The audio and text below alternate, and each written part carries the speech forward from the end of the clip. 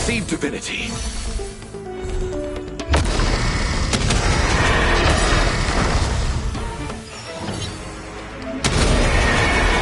May death protect us!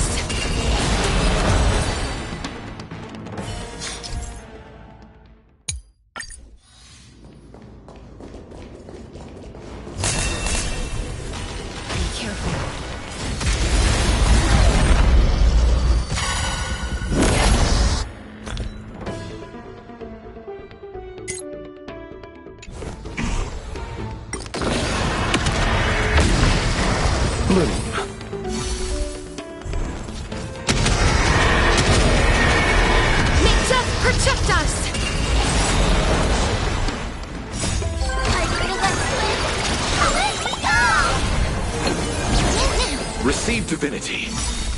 Repay. The dead will return!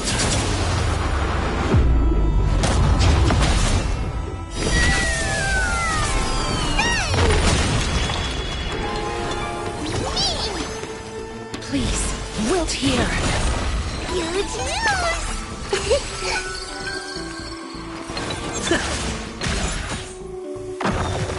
Abyss flower, bloom.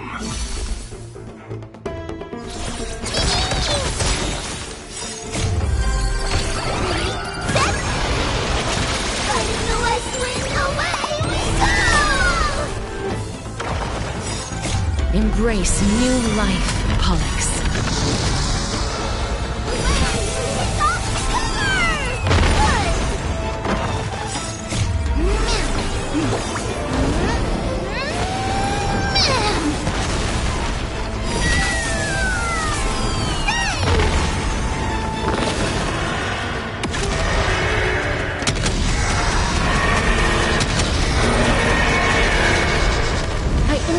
That death may protect us.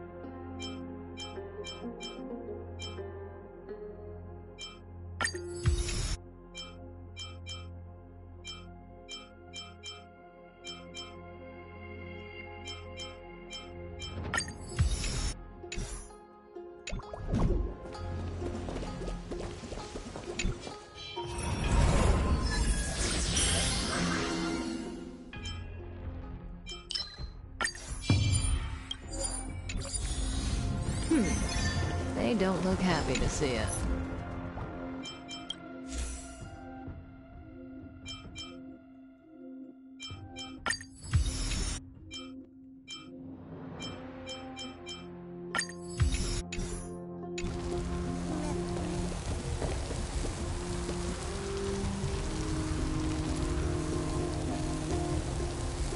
Does that hurt?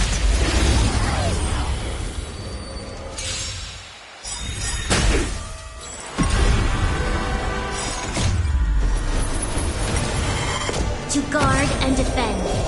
Crush them! Just in time. Bust? Or maybe I'll take it all! Endless riddle. Nothing but a force. Time to say bye. Boom.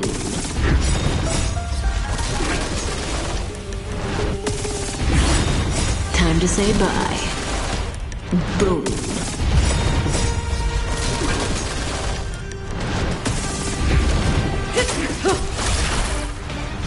Expand your glimpse.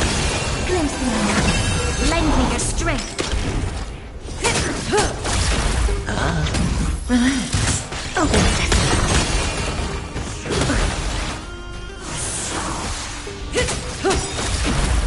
Time to say bye. Boom. Expand your glimpse.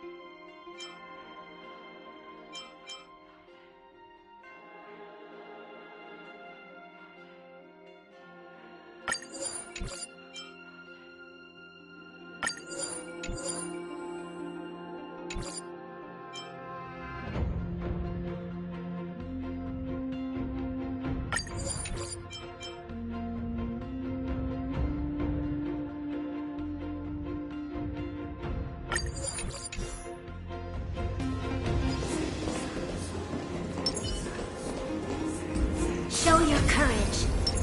Feeling lucky. Take a look. This is pure genius in action.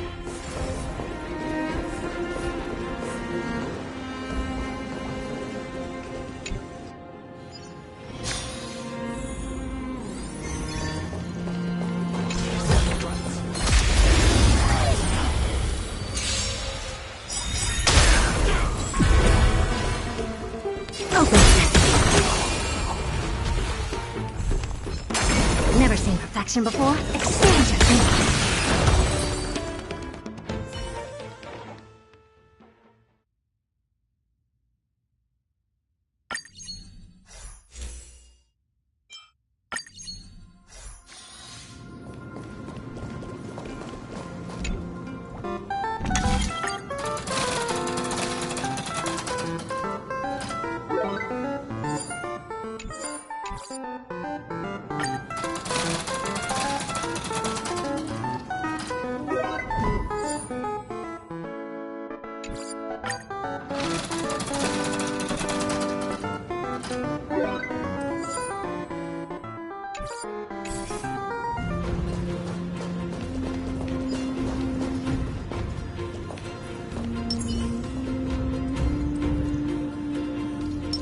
Take a look.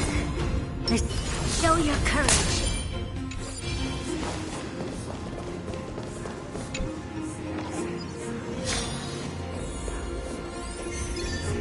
Feeling lucky.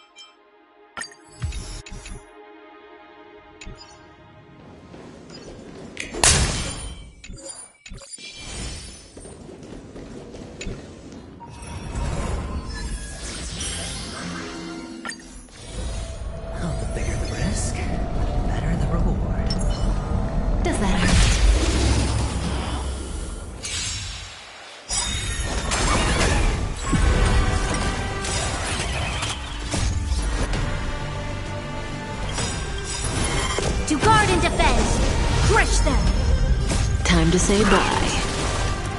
Boom. Endless freedom. Nothing but a force. Bust. Or maybe I'll take it all! Expand your thinking.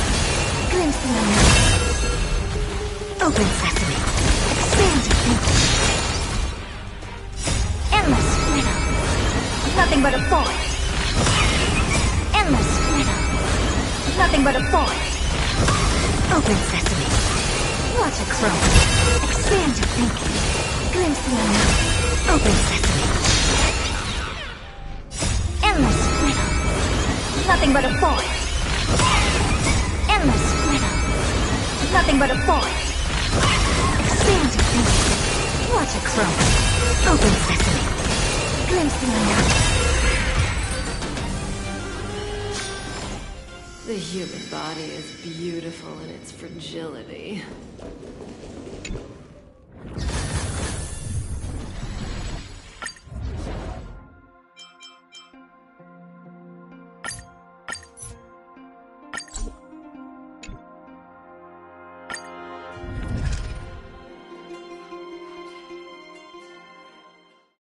If there's nothing pressing, let's take a walk.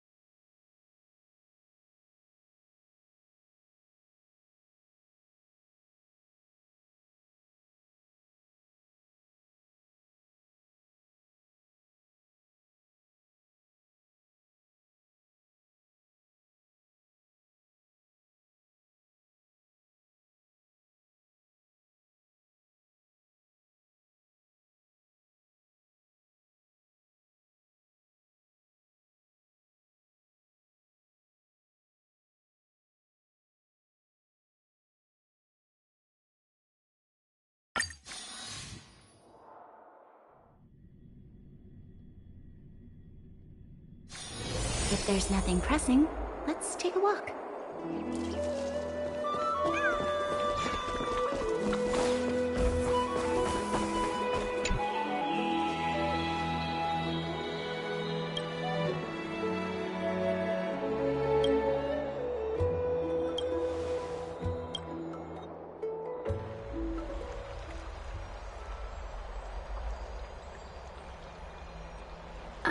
It's you, Cass. I finished the anthology of poems you lent me. Here it is. I thought you'd be too preoccupied to find time for reading. Precisely because of these obligations, I felt compelled to read it swiftly. Wouldn't all these preoccupations slow your pace? On the contrary, knowing that time is limited can push one to overcome their limitations. The weight of these responsibilities seems to have enhanced my reading efficiency. I understand completely. During my time at the Grove, the closer exams drew, the more efficient I became at tackling everyday mundane tasks. Anything but my actual studies. Precisely. As I remember, you and Finon were both disciples of the new Sporists. I assume that Anaxa's exams were as unreasonable as the man himself, correct? The courses Professor Anaxa taught were Introduction to Alchemy and History of Mythology. And to be perfectly honest, those two courses were the students' greatest nightmares. The history of mythology, taught by the blasphemous great performer himself. I can imagine their fear. Now that I think about it, students would often rush to the podium during class to challenge him on those blasphemous ideas. May I ask, Lady Aglaya, has your relationship with Professor Anaxa always been like this? He openly dismisses people's faith and questions the very justification of the Flame Chase journey. Our positions have been destined to be at odds. While you were studying there, I assume you must have heard of his nickname. Dromus draped in finery? As I see it, this nickname is more of an insult to the Dromas. Despite his insufferable arrogance, I do hold a certain respect for his nature as a scholar. To remain true to his principles, he is unafraid to stand opposed to the world, and that requires considerable resolve. Anaxagoras' life is almost like a satire. As a Chrysos heir, he refuses to heed the prophecy, while he disrespects the gods. The gods have chosen him. He was indeed chosen by Circes. Is something weighing on you, Cass? The golden thread is quivering. I sense there's more to this exchange than idle chatter. With all due respect, I'd like to know what you plan to do with him. In light of his assistance in the battle against the Flame Reaver, I am willing to grant him some time to find a way to remove the core flame. However, if Anaxa decides to make any move that places us in danger, I will not hesitate to take extreme measures. Just as I feared. The Flame Chase journey is the destined path for the Chrysos heirs. Yet he now seems more like an empty shell. Given his strong sense of self-respect, I trust that Anaxagoras will make the right decision. Still, I can't help but hope for another possibility. Perhaps Anaxa will also overcome his limitations, now that he knows time is limited. I understand your stance. Let's continue this discussion another time.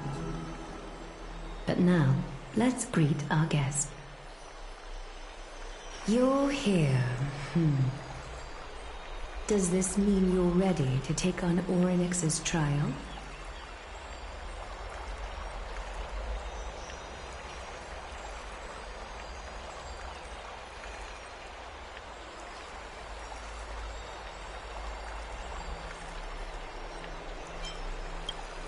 I understand.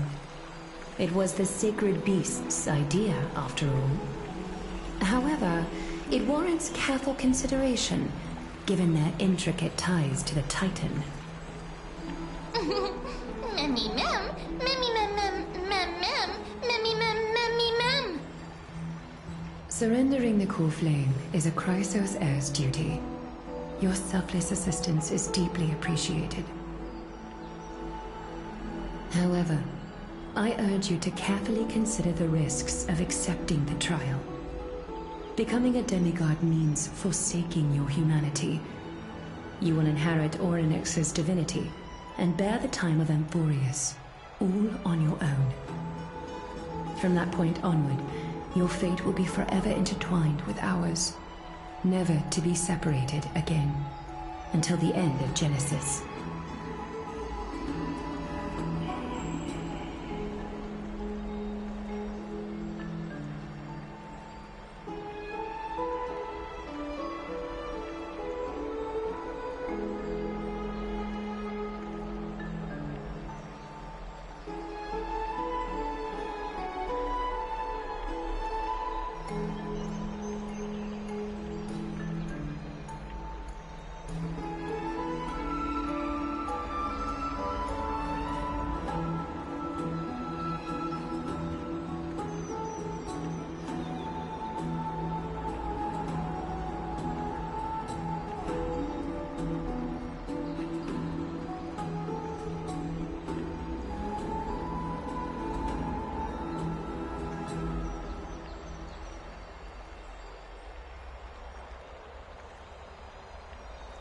It's exceedingly rare to find a capable Chrysos heir.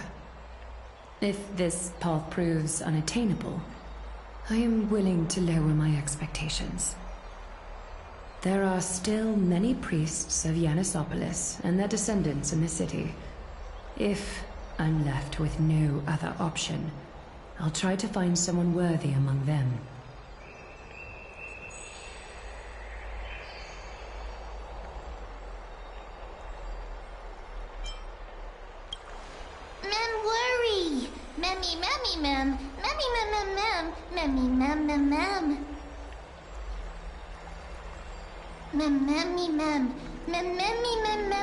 Hero.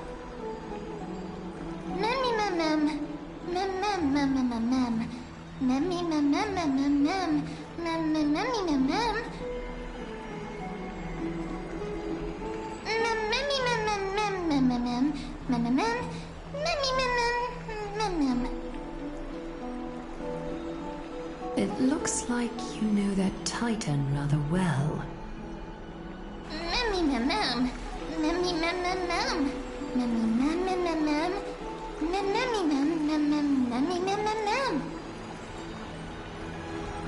Memories that exist outside of your own experiences. I can't explain why, but I can vouch for Mem's words. When I was in the Abyss, I heard the Titan's groans, full of pain and grievances, yet without any ill will.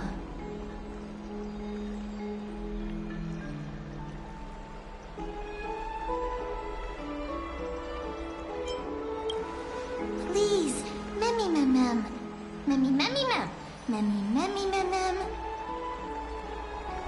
mem memmy memmy mem mem, mem memmy mem mem mem mem, memmy mem mem mem mem, huge.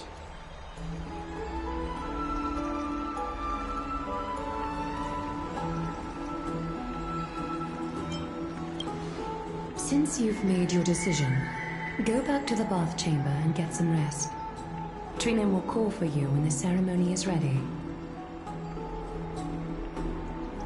It is difficult for me, as the guide, to absolve myself from blame for things to have progressed to this point.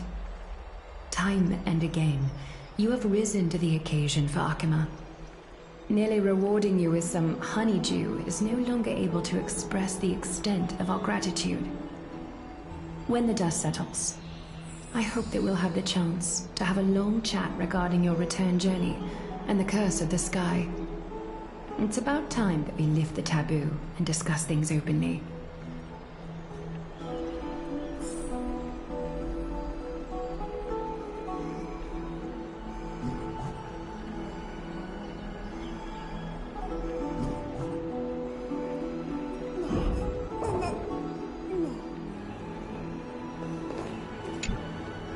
Mister, may everything go well for you and Mem.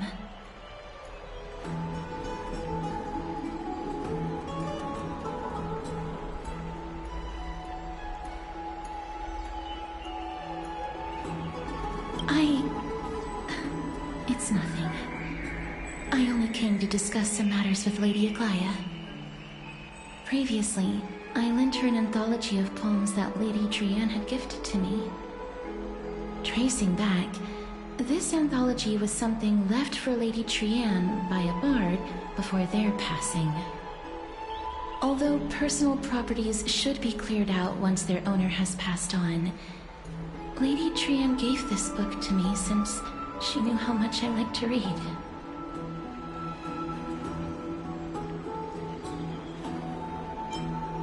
No, it's just an ordinary book. It's definitely not some kind of unique copy. It just contains an allegory. In a faraway land, in a city known as Styxia, a dragon corrupted by the Black Tide descended one day, swooping upon the city like death itself. It swallowed the princess of the city whole before it was suppressed. After taking down the evil dragon, the warriors discovered that the princess's life had already met its end. Overwhelmed by grief, the queen hired an alchemist to resurrect the princess using the dragon's flesh and blood. However, having lost memories of her previous life, the resurrected princess turned into an evil dragon herself and wreaked havoc on the city.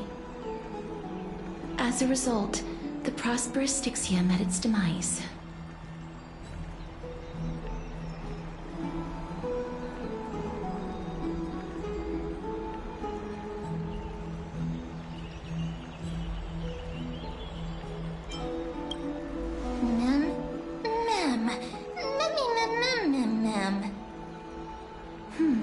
I actually think so too. Mem?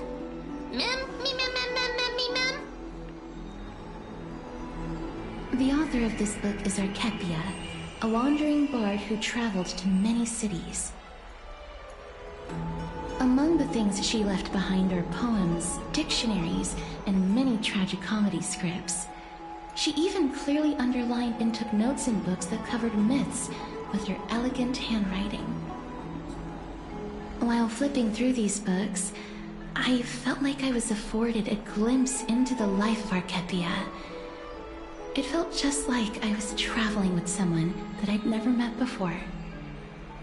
It was as if she had yet to pass on and was still alive.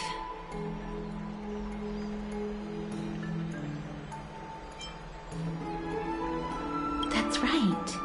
Writing, drawing, and taking photographs. It seems like human nature to try and leave records of things. Speaking of taking photographs, when I was helping you to take the photo previously, I did not look through the photos in your photo stone out of courtesy. But I'm also very curious about the story of the Rosy Celestial Maiden. Despite having visited many cities in Amphorius, I still understand nothing about the world beyond the sky. If there is an opportunity... Forget it. Let's talk about this in the future. For now, I only hope that you'll be able to complete the trial safely and obtain Orynyx's blessing.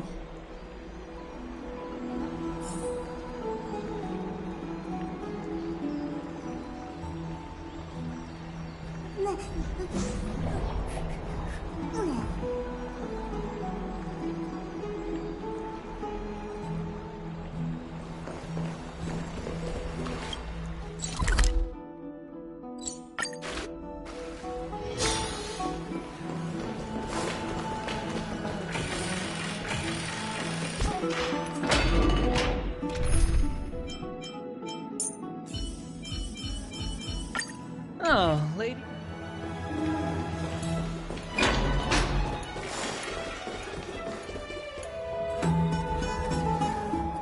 That's right. Oh, partner, you're back just in time. This is something that the both of you should probably know.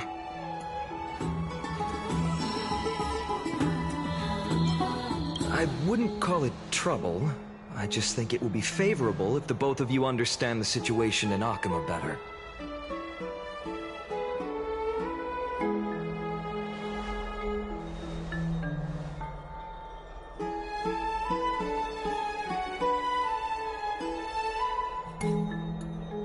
Some background information for you. The Council of Elders is an authoritative body in Amphorius, made up of different city representatives. They hold legislative power over the Holy City, and are in charge of presiding over the Citizens' Assembly held once every few years. This is the most important social event of Akima. It is highly influential, and can even affect what happens to the Flame Chase journey.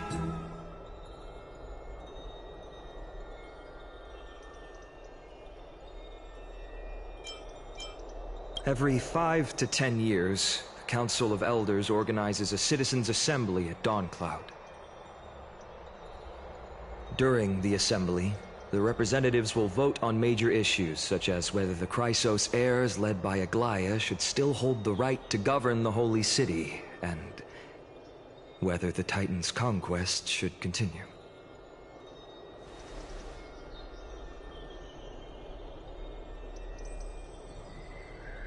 That is correct. However, the problem lies in the fact that there are ill-intentioned extremists in the Council of Elders. They view the Citizens' Assembly as a way to restrain the Chrysos heirs, and hope to take complete control over the Flame Chase journey. We can refer to them as the Opposition. During the assemblies held in the past 100 years, the voices supporting the opposition have been growing stronger in the shadows. It's only thanks to Aglaya that the Flame Chase journey has been able to continue to this day. The Citizens' Assembly is just around the corner, but this time, there seems to be a new variable to the situation.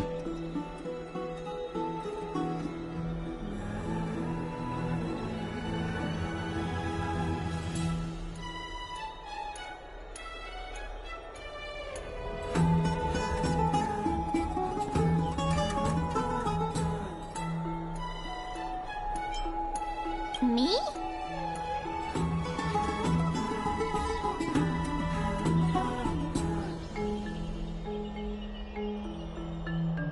I'm afraid that the Council of Elders might want to take advantage of Professor Anaxa.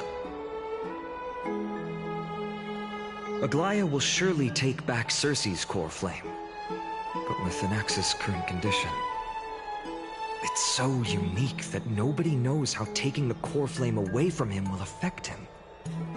He has always been someone that is only concerned about his own research. I'm certain that he must want to escape from the monitoring of the Golden Thread and protect himself. If the opposition were to offer an olive branch at this time...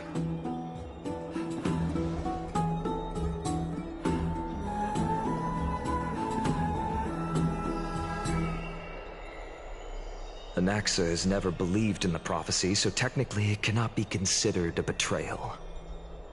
However, he has taught many Chrysos heirs, and has long been considered an important ally of Akima.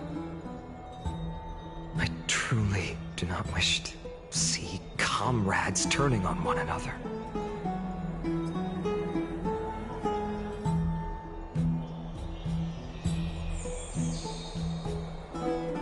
As I believe in his character, I plan to plead with Aglaya and try to buy more time for him. Then, the greatest way in which you can help is for you to know what I am fighting for.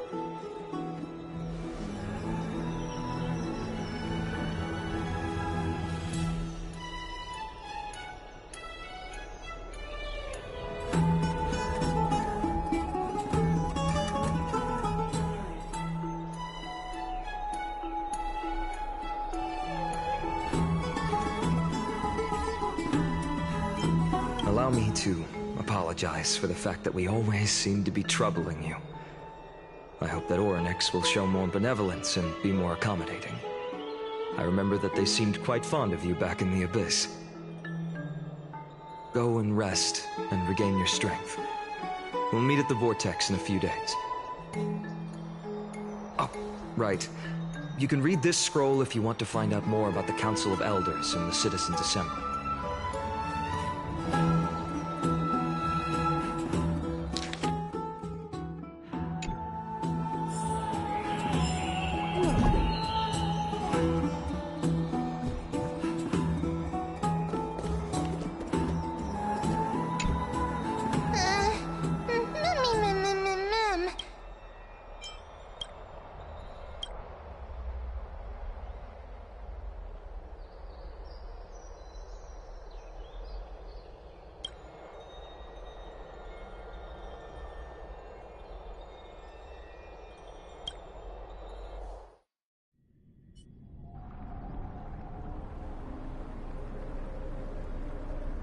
Esteemed one, Orynyx's vacant totem awaits.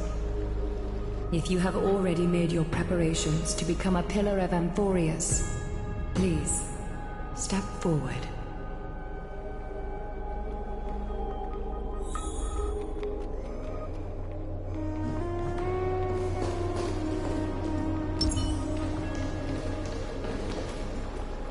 Little Gray and Mem, thank you. Your resolves cannot be questioned. We praise your pure selflessness and courage. May Kefali light your path forward.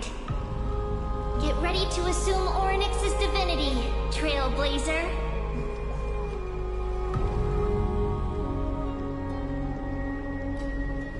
The divine position of Orynyx has already been vacant for some time. We can feel the space of the trial closing. As there isn't much of their soul left, we'll have to complete the ceremony before their soul completely dissipates.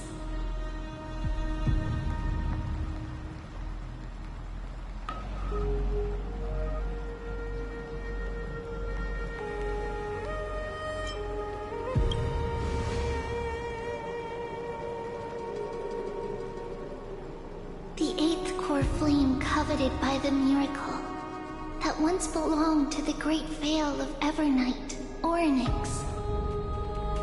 It shall now be returned by the two elected heroes of the Chrysos heirs. A traveler who is upright and courageous, and a sacred beast that invokes miracles. Who? Mem. Both of you, please, come forward.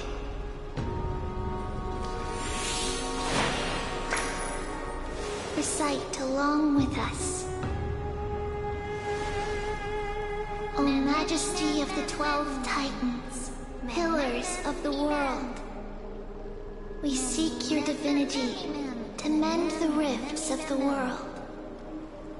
Fill our bodies with blood of gold, till we wither in willing service to the prophecy.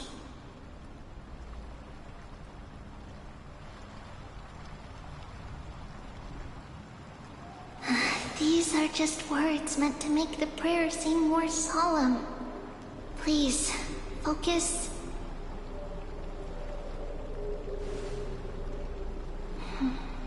And surrender the core flame.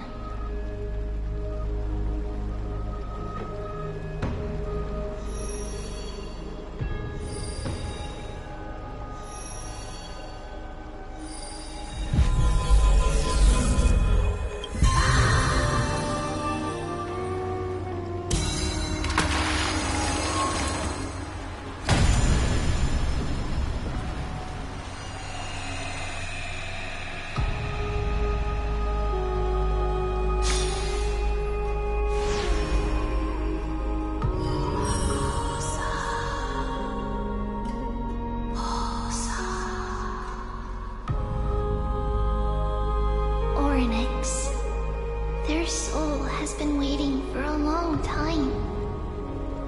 Perhaps they're also quietly waiting for the arrival of their successor.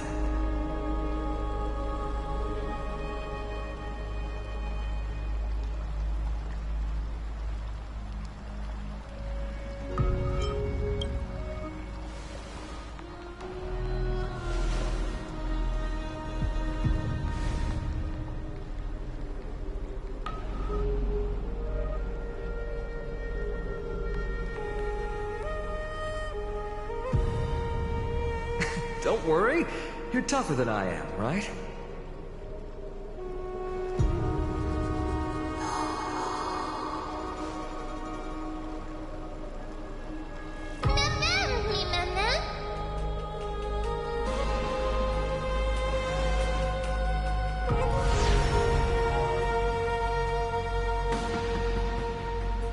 Traveler from beyond the sky, let us pray that the Titan acknowledges your worthiness. Although he loves cracking jokes at inopportune times, his determination is as strong as the Chrysos heirs. He will definitely succeed.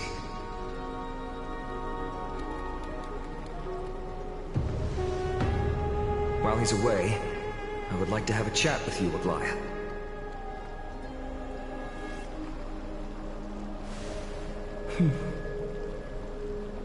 Speak.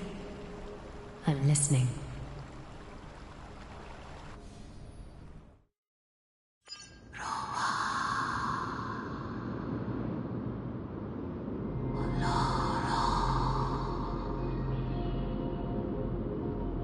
Slap, slap! Wake up!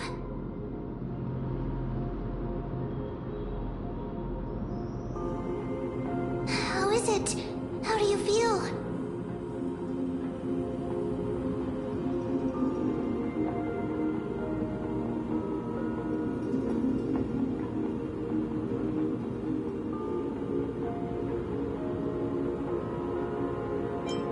Right? I think that it's amazing too. Testing, testing, 1, 2, 3. Testing, testing, 1, 2, 3. I have such a cute voice. It must be because of all the memories that I collected. They allowed me to grow beyond expectations. Also, listen. The words of the Titan are becoming clearer.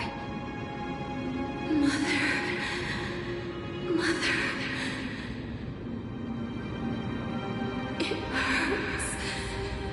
Have I finally reached the end? Are the years of isolation coming to an end? Or next. Oh, how heartbreaking. Ever since the figure draped in the black cloak robbed them of their core flame, they have been relegated to waiting in isolation in such a confined space. We are going to help alleviate their pain, right? Memories broken. Mother, where? Mother? Who are they calling out for?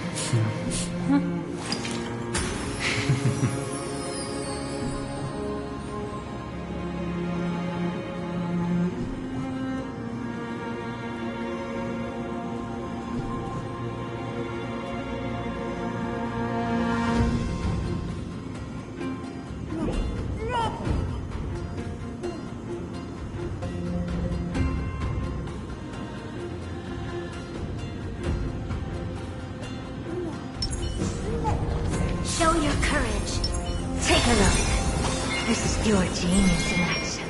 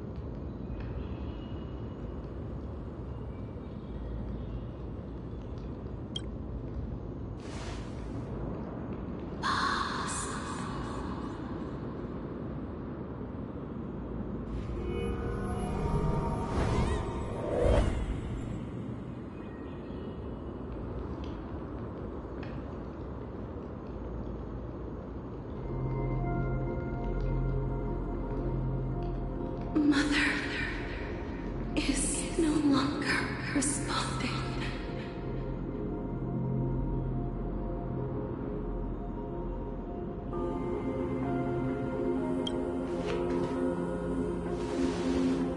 Something important. An important matter. Oryx, listen to me. Aren't you tired? Throughout the long years, you have always been protecting the fate of Amphorius. Each time people draw strength from within their memories, every single ripple falls onto your shoulders. There's no need for you to bear this any longer, Oryx. From today onwards, someone else will bear time on your behalf. This is why we have come. Freedom. Freedom. I want freedom. Oh, poor child. Everything will be fine. Let us help you. You can have a good rest now.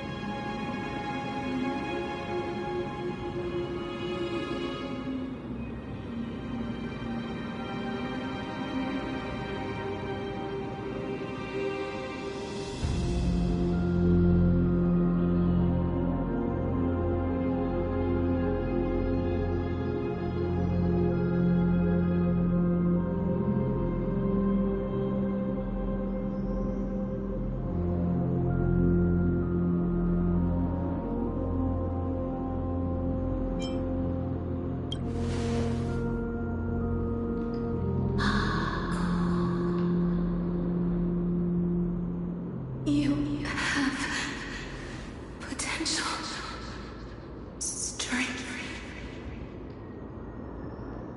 willpower, powerful, and tenacious. But you lack something. Just one thing. Lacking something. What is it?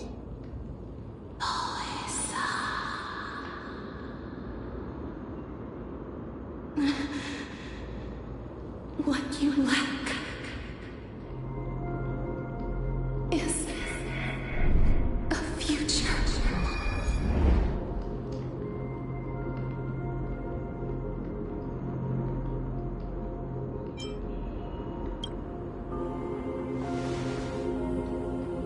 Future? Traveler from the sky.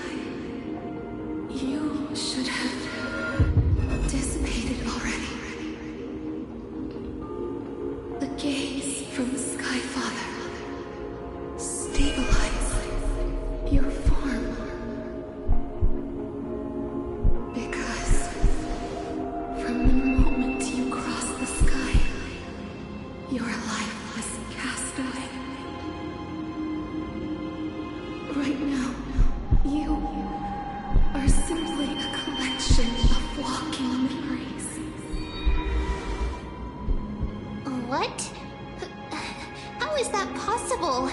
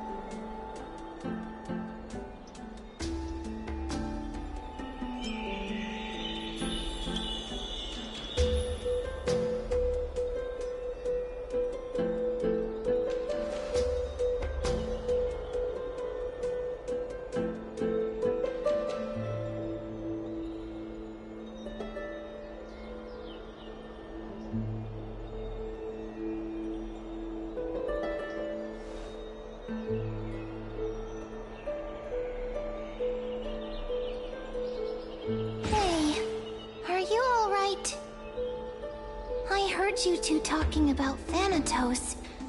Cass is also very concerned about the warning. She has left the vortex and returned to the garden. Shall we go and look for her? Thanatos is the Titan that Cass has always been looking for. Regardless of whether there are any clues, there's probably no one else that understands death better than her.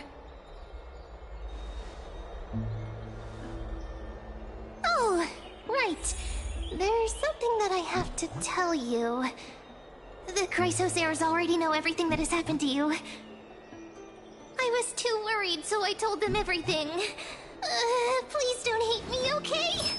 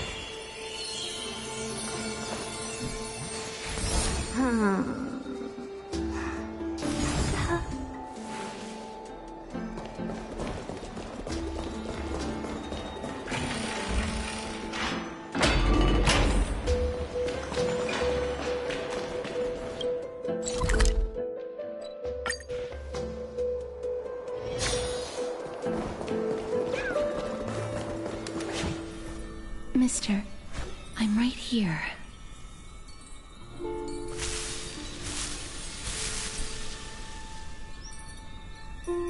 Please stay there and slowly turn around.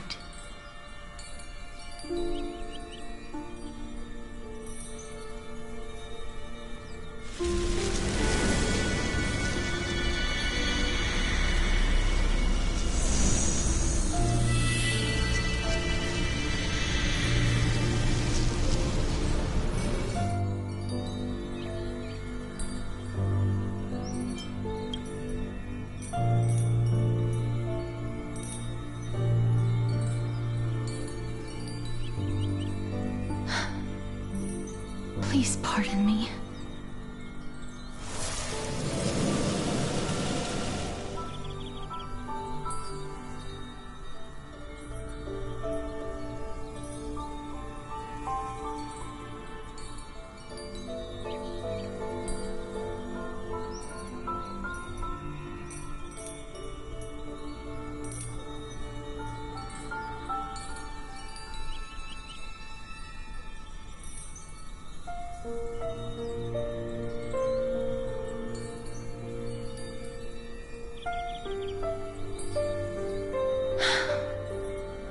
Just as I expected. I cannot feel anything.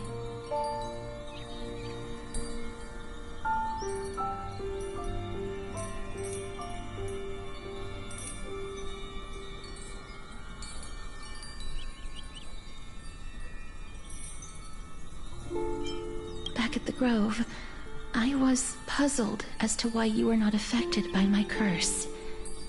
I thought that it might have been the special ability of a traveler from beyond the sky.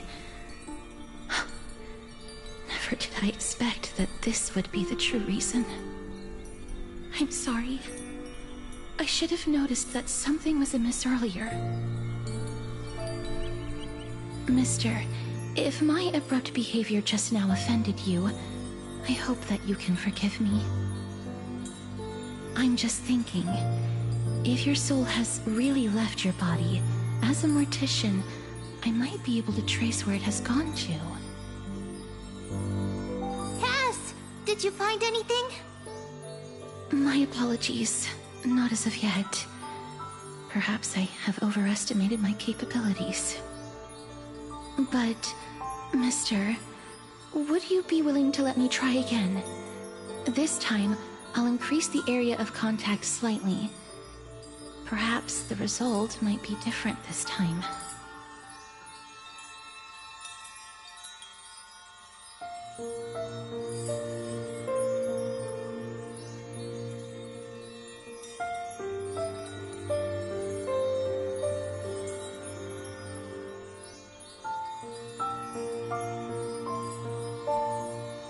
I have never touched the living in this way before.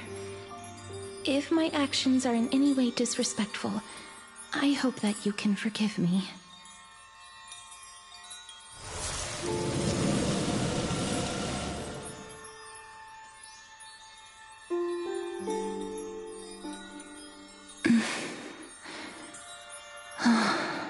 Yes.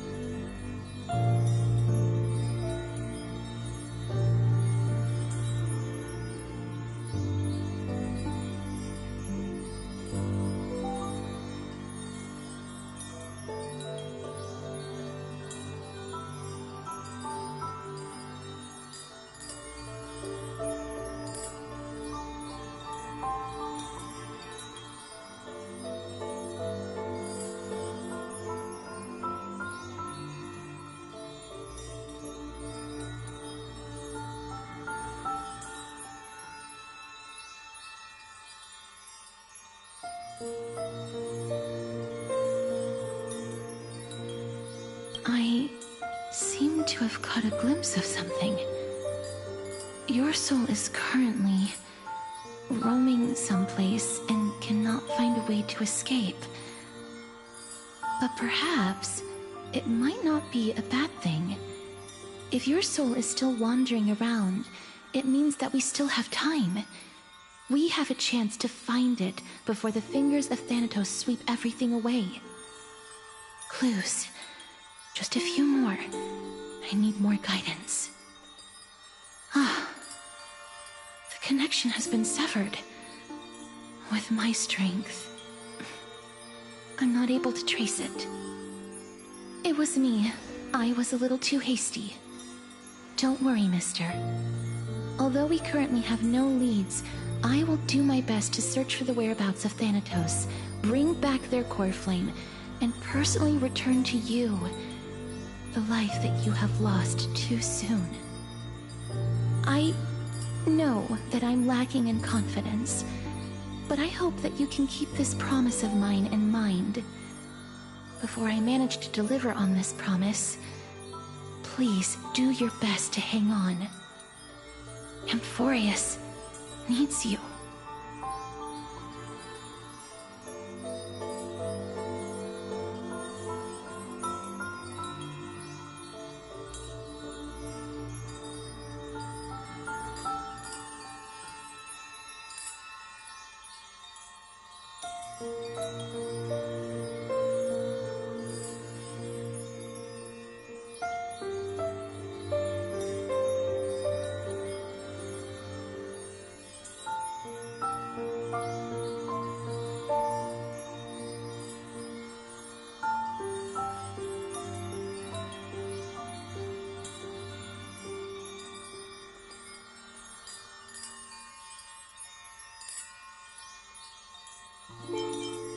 Lady Aglaya and Lord Finon are currently discussing some matters in the paths.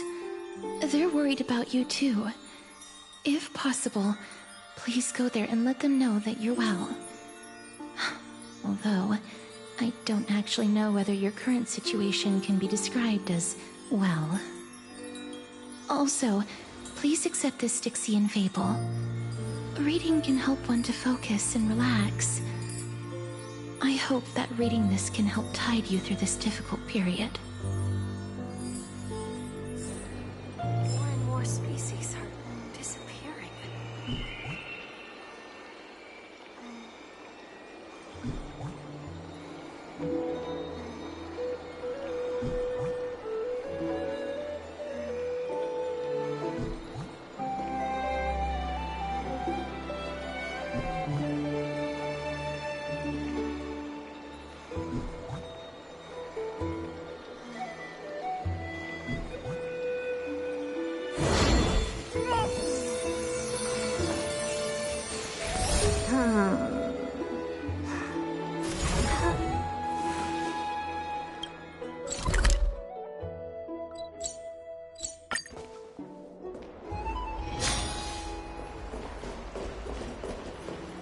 They're here. Partner! Hyacinth said you definitely wake up. How do you feel?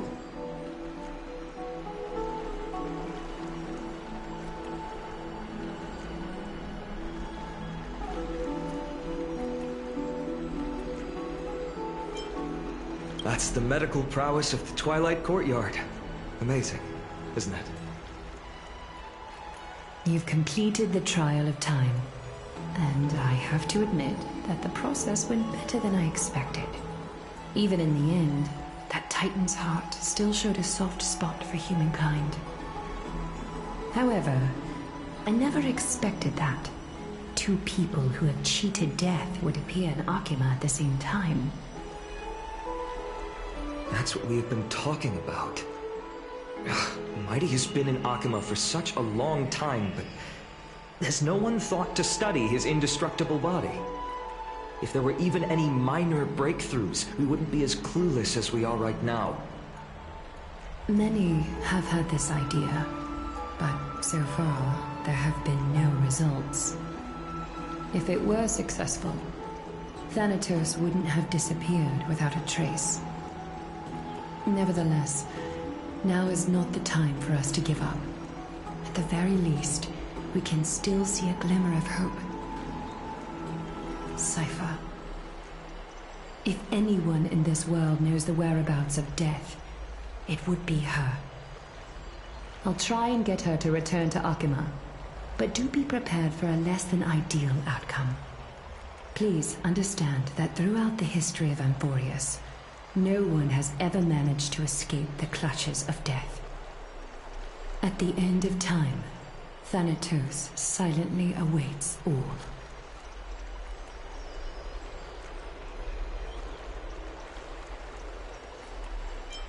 Don't take it to heart, partner.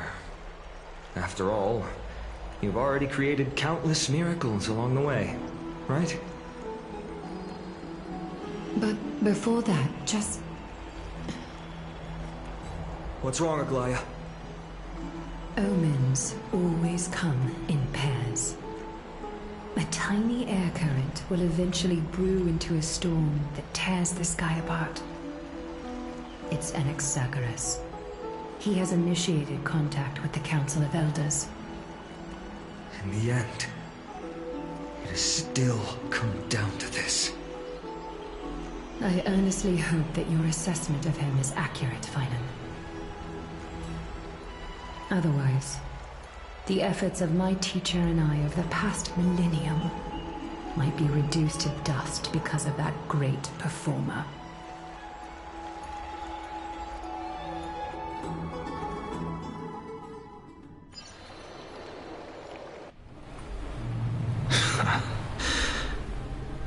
I'm back here again. I remember this dream.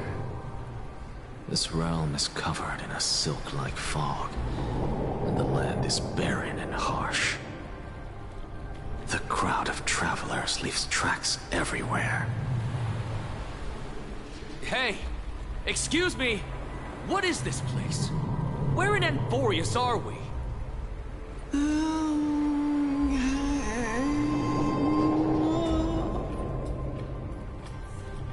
The mutters of the traveler are in a language I'm unable to comprehend.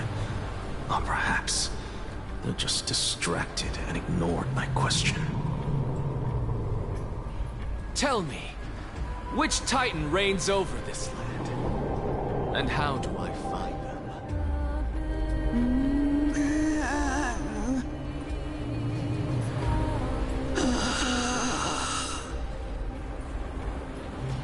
Hand of Shadow. Hand of Shadow Thanatos. Could this possibly be the Netherrealm? Not Netherrealm. Then where is this? River of Souls? The outskirts of the Netherrealm? Are you heading downstream toward the Netherrealm? The Netherrealm. Nothing but an illusion. Titan rejects you, me. Listen. What? The traveler lifts their wrinkled fingers and remains silent. I look in the direction they are pointing and listen closely. There. A massive shadow brought the sound of rushing tides.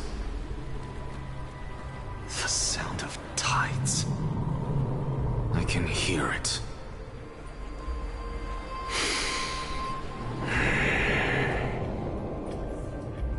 I hear it, deep within the tides, beyond the closed gates of the void world. A voice, about to recount something.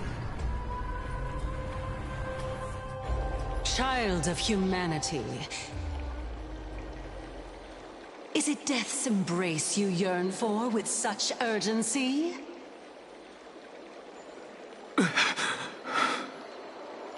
Oh, you have awoken. Welcome back to the mortal realm. Your consciousness is dissipating much faster than I expected. Ultimately, it seems like the Titan's core flame is incompatible with a mortal body. How much longer can my consciousness remain in the mortal realm? In my estimation, at best, you'll see 15 more entry hours. 15 days and nights. What is it? Are you finally starting to become attached to the mortal world now? On the contrary, 15 days feels a little too long for solving a singular problem.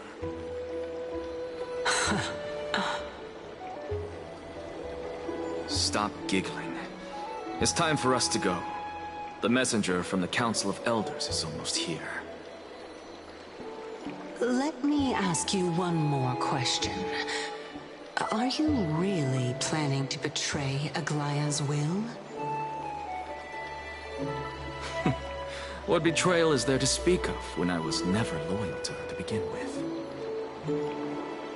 What about that white-haired student of yours? Acting so recklessly, do you not care about what might happen to him? There will be a price to pay for blind faith. This is also a lesson for Finan.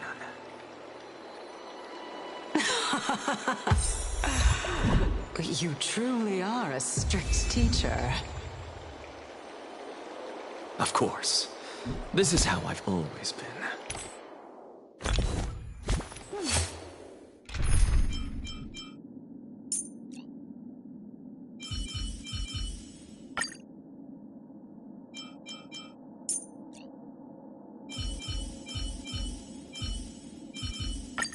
Oh, Lady Jade herself has come. What's wrong? You don't trust me?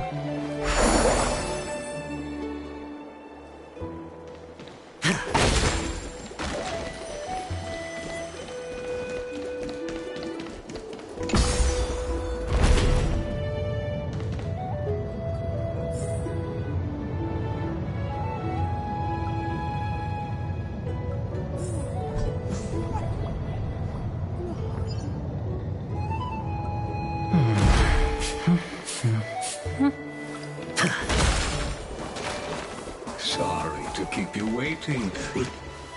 It's been a while, Lord Anaxagoras. I greet you on behalf of all the citizens of Akima and express my deepest regret about what happened at the Grove of Epiphany. It's you. I never expected that you would personally come and meet me. Bowing carefully into Lantern above, I have come as a testament to the justice of the Council of Elders. There are Antikytherans here? They have been a rare sight ever since the Chrysos War. I extend to you my utmost respect, revered Titan. I am Lycurgus, though you may call me Linus, holding an honorary position within the Council of Elders in Akima, and as the Theoros, I stand to protect the right of all upright citizens to express themselves freely. You can see them too? You know about us? We Antikytherians perceive the world through the amplitude and frequency of sound. Just as I am conscious that Lady Aglaya is secretly listening in on our private meeting from afar. If necessary, Lord Anaxagoras, I can sever the golden thread to protect your fundamental rights. The demigod should know better, for such is her station. Spare those poor threads, and just let her listen to my words. They shall serve only to unveil her own folly. May I interpret this as you having a countermeasure?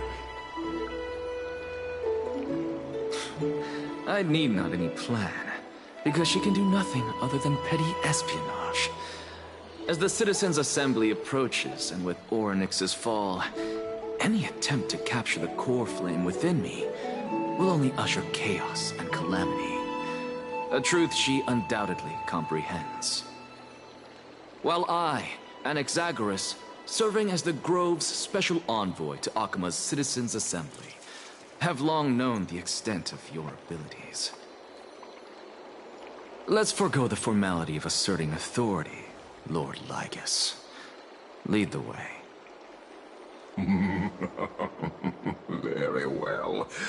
Surely Lady Kindness would appreciate such assertiveness in an ally.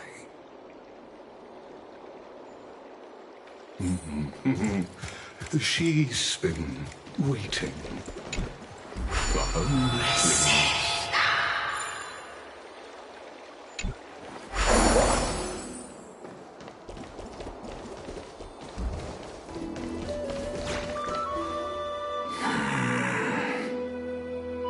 Is there something on your mind, Lord Anaxagoras? Nothing, really. It's just a question that I contemplate every time before I ascend to Dawncloud. For the Titans, does the falling equate to death? A pondering truly deep. Time is on our side. Do you mind sharing your reflections with me?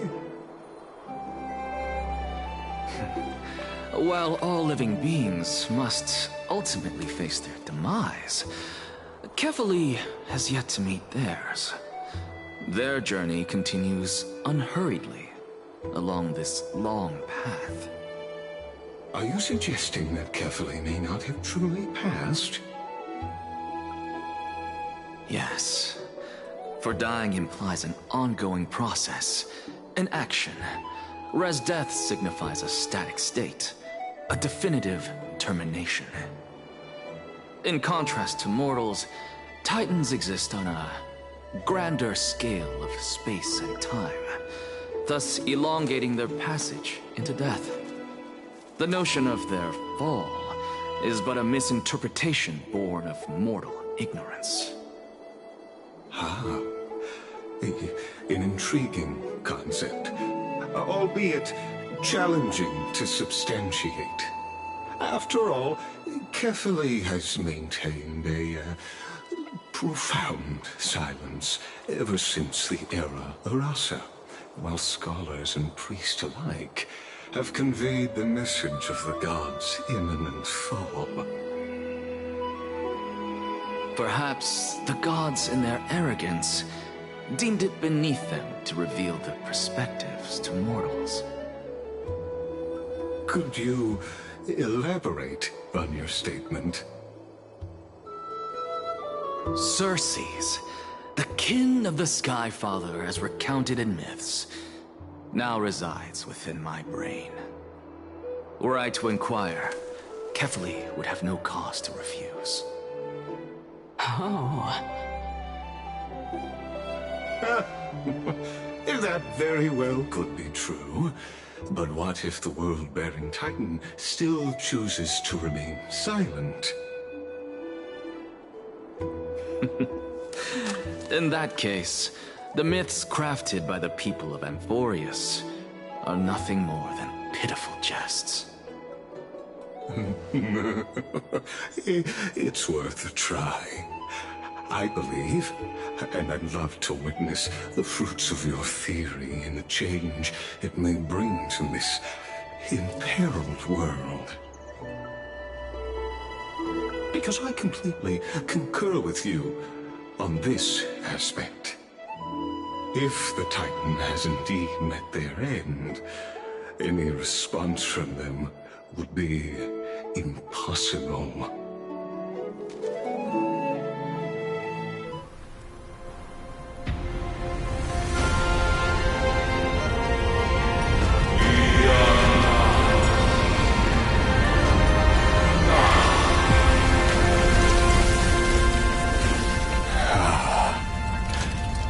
Please, Professor.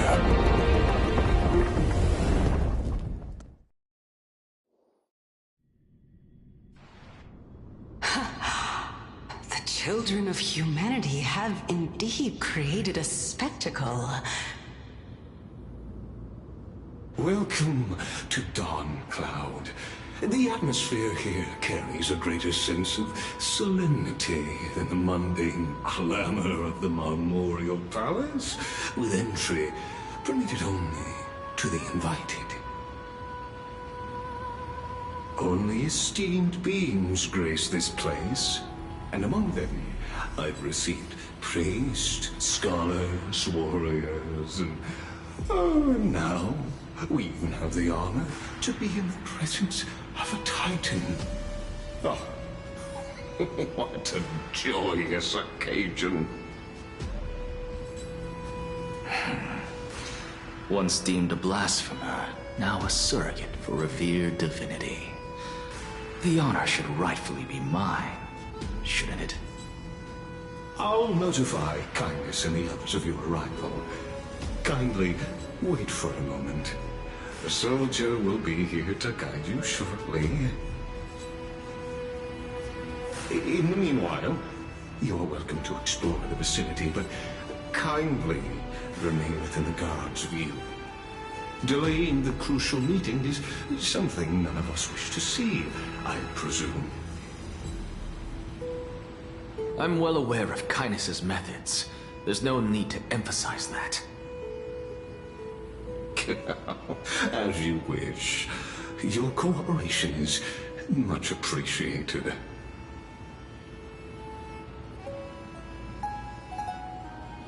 Alas, I had hoped for a brilliant plan from you, but it turns out you just left one cage to enter another. Save your concerns. I know very well what I'm doing.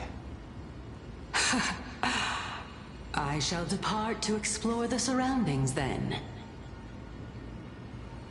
Now that I look around, I wonder if there are any murals bearing my portrait around here. I'm quite intrigued to see how the children of humanity beyond the grove perceive another Titan. Off you go. I won't be joining you. This Titan appears to be quite at ease. I should investigate the Council of Elders' recent activities first. Be aware, I can hear you perfectly well from here.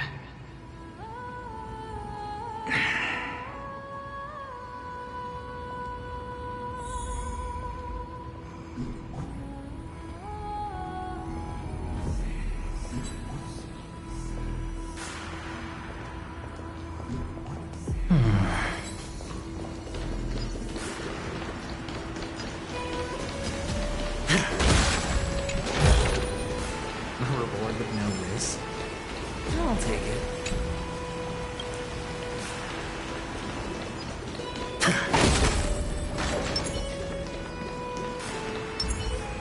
Show your courage. Take a look. This is pure genius in action.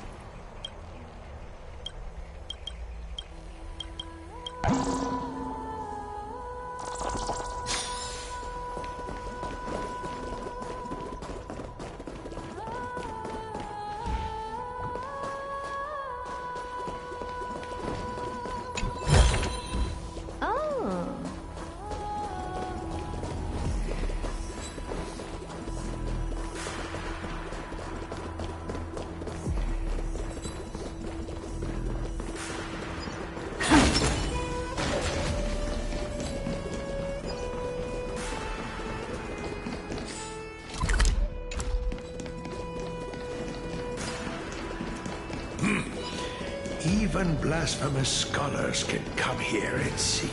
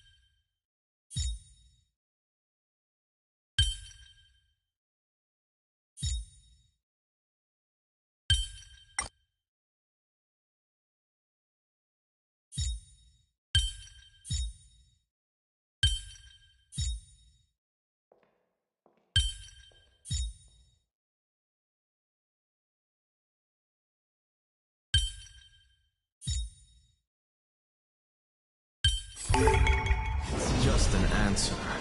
Nothing too difficult.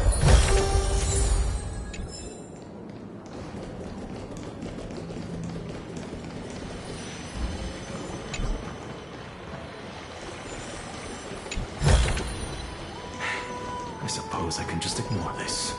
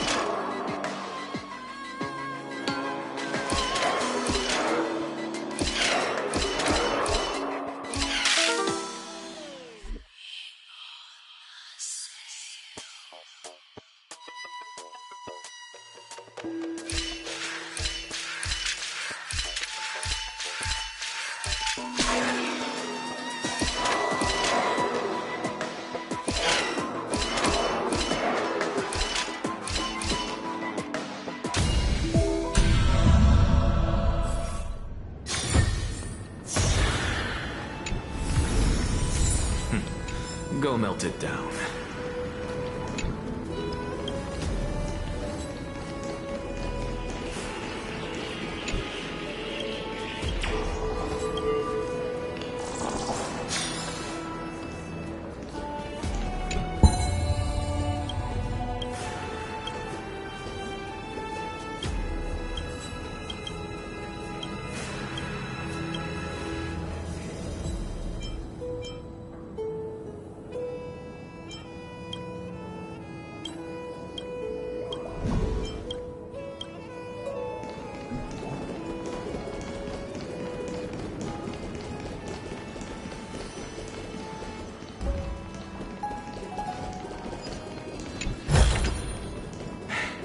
suppose I can just ignore this. Professor Anaxa? You could say it's the fates toying with us. It's only the Crimnoans and Idonians who chase glory through death. But your survival is a victory in itself. I'd settle for that gladly. So, are you here to report the incident to the Council? I heard that after the Black Tide devoured the Grove, Akuma would be next in line, even with the demigod of strife standing alongside humankind. Tell me, how much does the Council of Elders know about the Black Tide? Once Kindness and her followers learned of Circe's and Orynyx's fall, they proclaimed in the Council that the Flame Chasers could no longer stand against the calamity alone. Yet, when the Crown Prince ascended to godhood and repelled the Black Tide, she immediately altered her tune, declaring that all was resolved beyond Akuma, with the only remaining menace now being Aglaya and her adherents. They might well make their move at the upcoming Citizens' Assembly. No surprises there, those shifty opportunists. Thank you for your honesty, virtuous student. Being an opportunist could very well be a facet of wisdom. Shouldn't you be searching for murals of yourself? I've had enough of your prattling. I was really curious to see how you would find the middle ground between both factions, so I came to listen in. But it seems as though this Kindness is much more ruthless than Aglaya. If so, why do you want to work with her? Could it be that perhaps you decided to readily surrender this hollow shell of yours, just because you feel like death is fast approaching? I'm afraid you'll be sorely disappointed if that's what you truly think.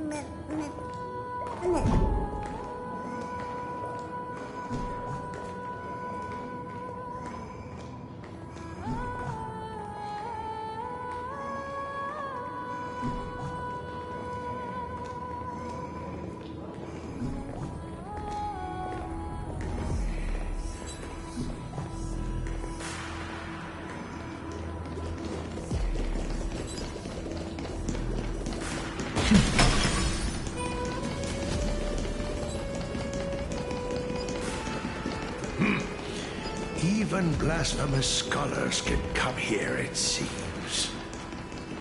Looks like my presence here is quite unwelcome. Anaxagoras, I thought that you had died to the Black Tide, just like the other scholars.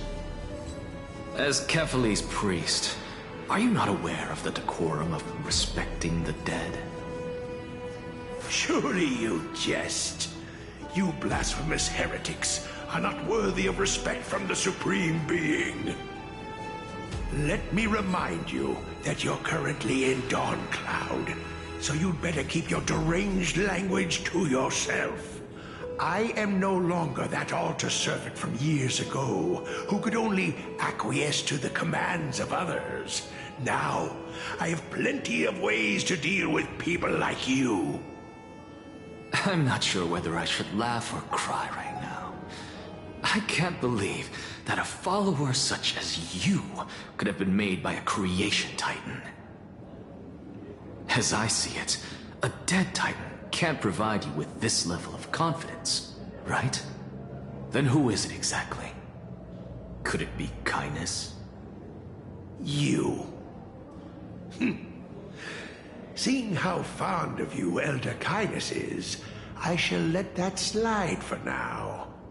Leave immediately, and don't impede us from receiving the Supreme Being's blessings. Seeing as we were able to hear of this matter from the mouths of others, it seems that Kindness is indeed quite sincere toward us. Perhaps this affair will proceed smoother than I had anticipated. Oh my, what a thrilling confrontation. As expected of one of Kefali's followers. Are you praising or insulting him? Praising him, of course. As a believer of the God of Deliverance, it is only natural that he detests evil. Didn't you hear me? I asked you to leave. Go as far away from here as possible. Don't mutter to yourself like some sort of madman and disturb my meditation. I've had enough of this. Could the 15th entry hour arrive any faster?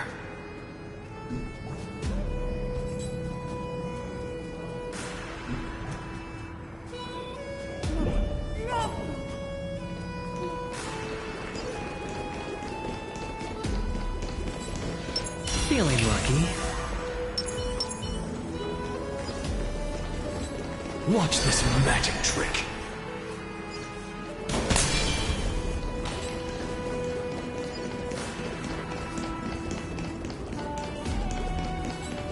Oh, my. Every plant, every tendril, no, even every leaf could be the embodiment of Circe's. As a result, mere mortals who did not know what the Titan actually looked like chose to paint them as a giant tree instead. Their wisdom was portrayed as fruit, to symbolize how they shared their knowledge equally among the masses. Such exquisiteness indeed. This mural is quite abstract. I really can't tell whether you are praising or demeaning yourself. Now I'm quite curious whether the Reason Titan has studied figures of speech before. Of course I find such stylistic devices interesting. For all we know, this could be the answer to the question, what exactly are we? I, for one, am not willing to admit that I could look this ugly. Was this the reason why you failed in your attempt to refine my soul when you were ambushed at the Grove? Since you are aware of this, why did you save me back then? From my perspective, this point alone was enough to separate you from the average person. How do two lunatics coexist in the same brain? Therefore, it seems that your journey to Dawnfloud this time is not just to seek protection. What, then, is the intention behind your actions? The entire plan is stored in my memory, so why don't you look there? Then don't mind if I do. 1 year old, 2 years old.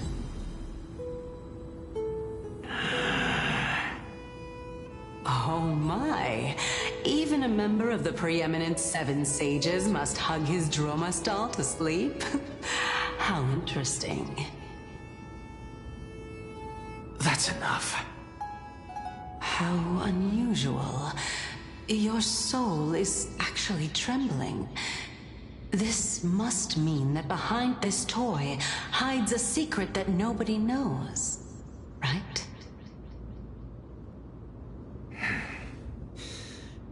Since our days are both numbered, I don't mind telling you more about it. This is a present that my sister gave to me. It's a doll that was made to look like our family pet. So there are other members in your family, eh? Are they also living in Akama? Don't you just love to pick through my brain? Go on, continue flipping through my memories. It won't take long. You'll discover the answer when you reach the memories of when I was 5. Oh, the black tide is everywhere. I can't bear to look. When I was young, I couldn't accept this outcome either.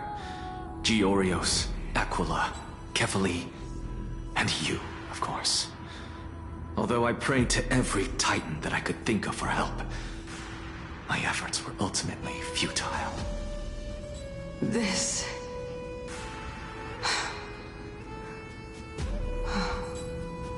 Could this be the inception of your research into alchemy? Indeed it was. Everything started from that verdant courtyard of yours. When I was pursuing my education there, I naturally also came to learn of the Thesis' theory as well. Oh, I remember that person. He was the one to come up with the concept of souls, right? Not only that, he also believed that life, as well as the composition, movement, and transformation of matter, all stem from souls themselves. This is why I thought that, since all living things stemmed from the same origin, why could I not sacrifice myself in order to resurrect my nearest and dearest? Anaxa, you... I did it, teacher! But this is absolute blasphemy. Regardless of how much freedom the Grove provides, such an act could cause you to be burned at the pyre. Your beloved, where is she now? Send her away from the Grove at once, to a place where nobody will ever be able to find her. Otherwise, the both of us will be judged by the Council of the Seven Sages. Calm down, teacher. My sister, she's still not in the mortal realm, even to this day. What do you mean? It was naive of me to think that I could snatch the deceased from Thanatos' grip by merely sacrificing one eye. Equivalent exchange. All I received for that price was but an opportunity to see her for one final time. Nothing more.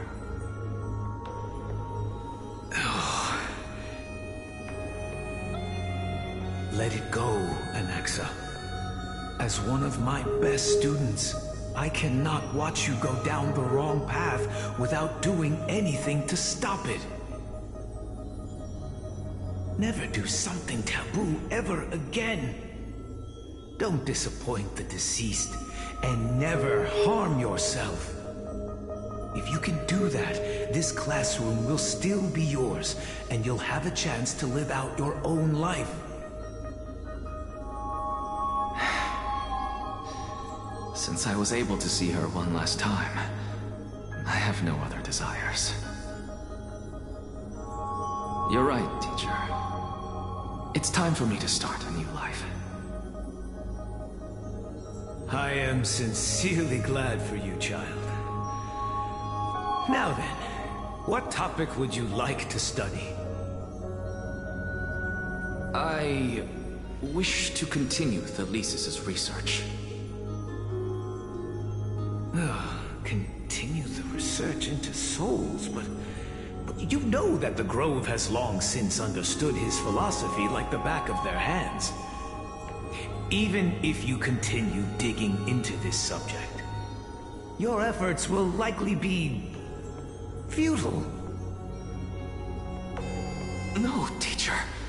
After my fleeting glimpse of the deathly fog, I finally understood a single truth. Since ancient days, our understanding of the souls is but the tip of the iceberg.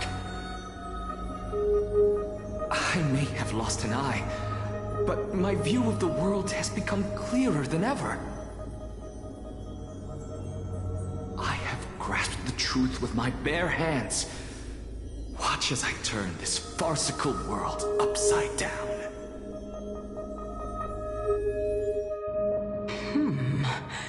Who would have thought such a secret lay concealed beneath that hefty eye patch of yours? However, this story doesn't seem to be connected to your plan. In fact, I'd say that they aren't related at all. The answer lies within the tale. If even you cannot understand it, perhaps you should relinquish the divinity of reason to me. After all, it'd be a waste for you to hold on to it. My story ends here. Now it's time for you to tell me your secret. After all, this is what equivalent exchange means, correct? As expected, you laid a trap for me to step into. Unfortunately, even if I was willing to talk about my past, I may not know more about it than you do. Oh? Are you saying that the renowned Reason Titan is now admitting a lack of wisdom? Your followers are going to be sorely disappointed by this. Child of humanity, remember this. Being cognizant of one's ignorance is the greatest wisdom of all. Now I understand. No wonder you asked me to answer your random, nonsensical questions. Not only that, you're the only one who can shed light on my query. As the saying goes, onlookers see most clearly. Is that so? Lord Anaxa. I saw you muttering to yourself and was wondering whether you were caught in a delirium of reflective thought. I'm sorry to interrupt you, but time is of the essence. I have a message from Lord Lygus. Lady Kindness has met up with the Council of Elders and is awaiting your arrival, so please depart forthwith.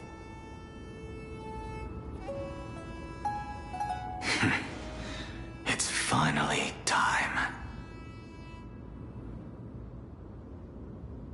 Carefully. The one who created the world, and the one who bears the world.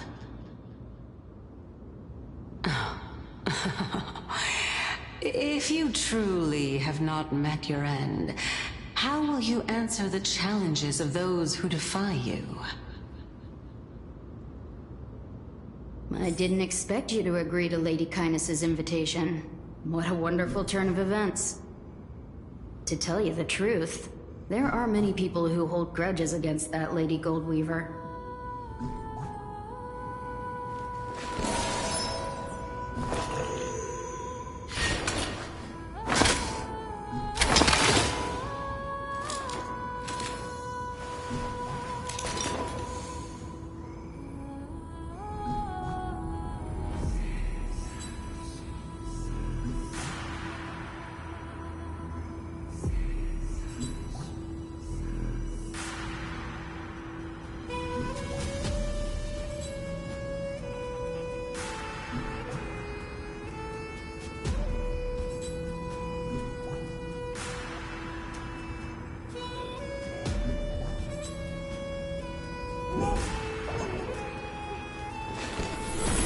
All things are connected by origin, and are made of the same essence.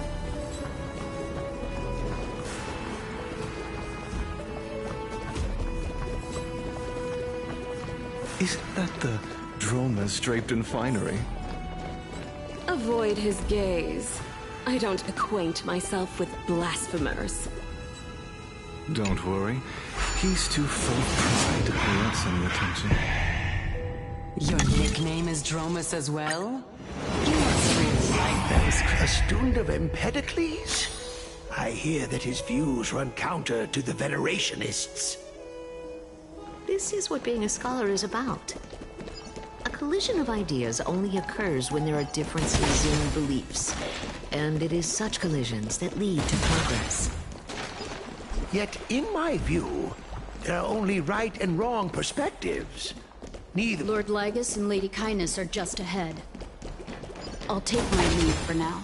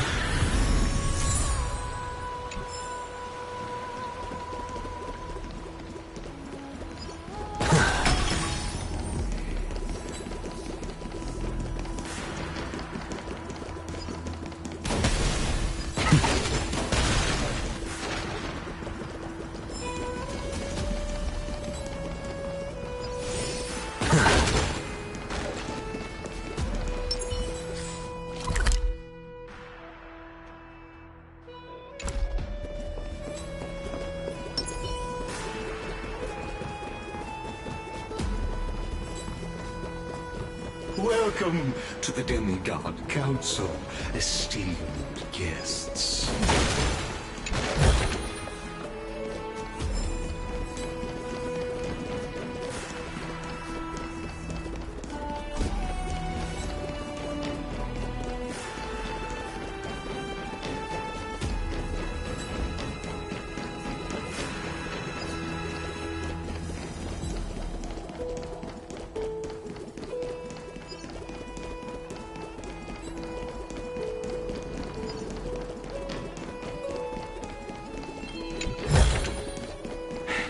I suppose I can just ignore this.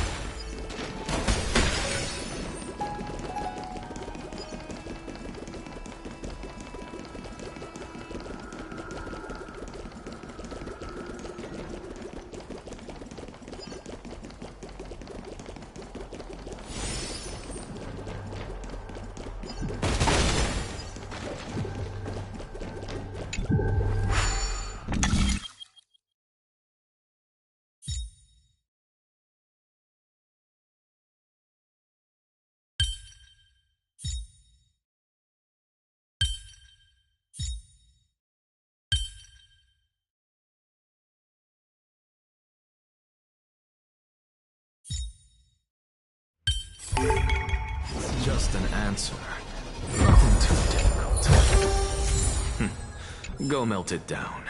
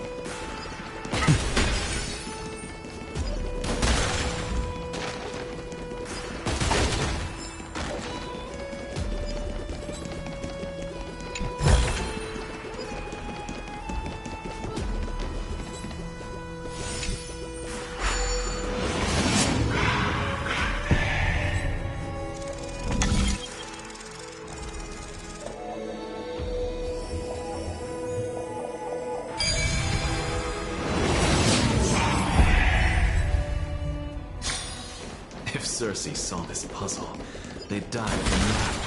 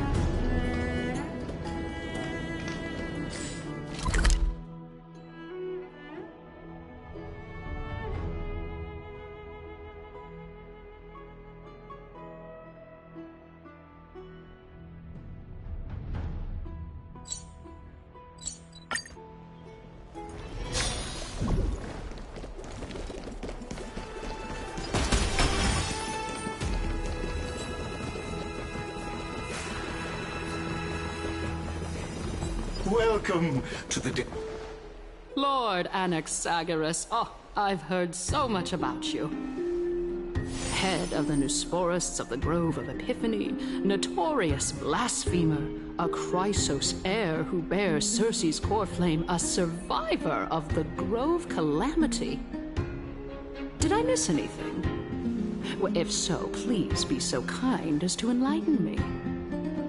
Since Lady Kindness is already well acquainted with me, I won't waste any effort introducing myself again. But then again, perhaps the customs are different here. Back in my hometown, there is a form of etiquette known as honoring guests. The host will welcome their guest with warm hospitality by treating them to fine wine and a cozy bed. And yet, ever since I arrived, I have not been welcomed with warm courtesy or ceremonial gifts. Instead, I am met with intense scrutiny. Even more absurd, the host has sharpened their blade and instructed their servants to lie in wait in the shadows.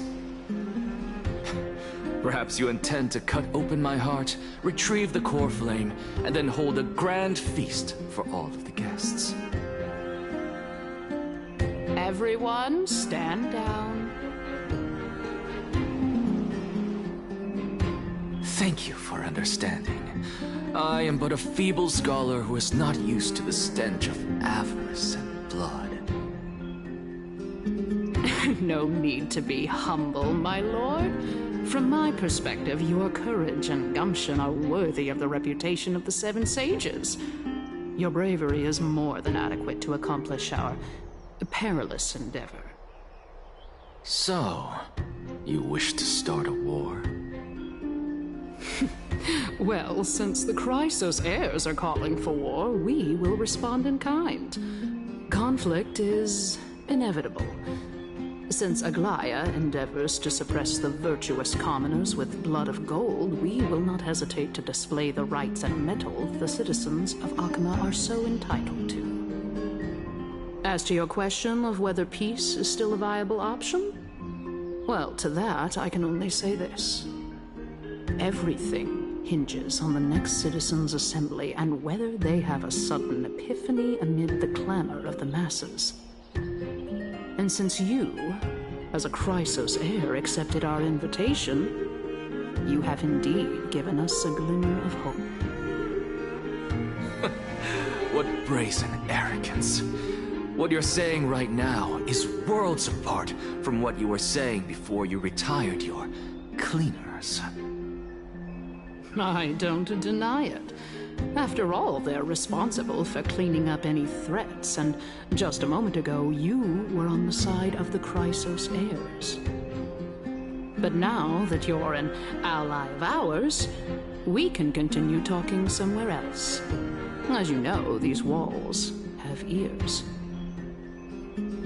I was fortunate enough to have the opportunity to discuss a treatise about the Venerationists with your teacher, Empedocles. Yet, it seems you subscribe to the Nusporists instead, Lord Anaxa. I've heard that this school of thought is one with many detractors. It's normal for ideas to have supporters at the centers. Just like how there are two types of people in this world. Geniuses and dimwits.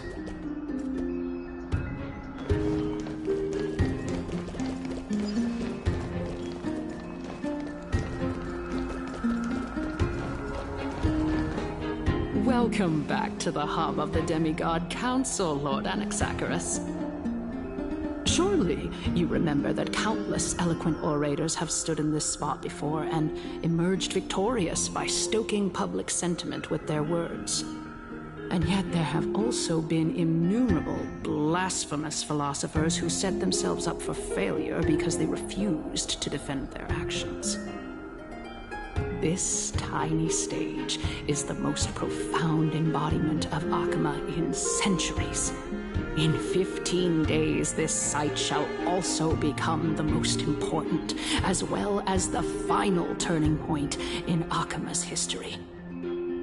May the both of us carry out our duties with honor and lead the masses back toward the Erechrysia. Go. Oh my, 15 days and nights. Using death to prove myself fits my intentions. What strong conviction you have. As expected of the hero who dared to stand up to the Gold Weaver. As expected, she misunderstands you. That's enough, Lady Kindness. Dispense with the niceties. I only accepted your invitation so that I can serve the commoners alongside the members of the Council of Elders. Don't test my patience with such superfluous formalities. Well, you say that now, but surely you also require my aid as well, so that you can stay alive even when being pursued by the Golden Thread? You worry too much. She won't show her hand too freely, as she still needs to garner support from the masses at the Citizens' Assembly. Even someone like me can tell that only a sliver of her humanity remains. Surely you're not asserting that she will definitely act in a rational manner. As you're no doubt aware, Aglaia covets the core flame that I possess, which makes it the bargaining chip that allows me and the rest of you to negotiate with her. However, in return, I'll need the Council of Elders to support me as much as possible. Naturally, this includes the guards as well. You're well aware how valuable Cersei's core flame will be in the era Chrysia that you are desperately pursuing. Talk is cheap, so you'd better act prudently as well. I understand. After all, this battle of wits is just a means for each party to acquire what they need. As long as your request is reasonable, the Council of Elders never shortchanges its allies. Since we're both intent on mutual cooperation, let's not mince words and just speak plainly to each other. Let us decide how much we can secure for ourselves and how much we're willing to sacrifice, like true philosophers, with our words and wisdom.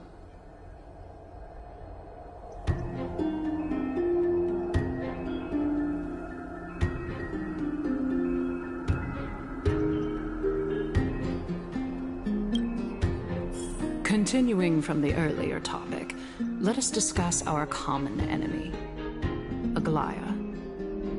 She is the second most experienced Chrysos heir across the whole of Akama, who has gradually lost her humanity to the ravages of time and the ablation of the core flame. A formidable opponent indeed. Admittedly, there is ample reason for her to take your life.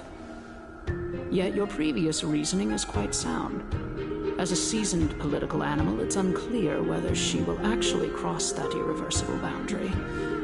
Moreover, she still needs you alive so that the Titan's trial can be completed.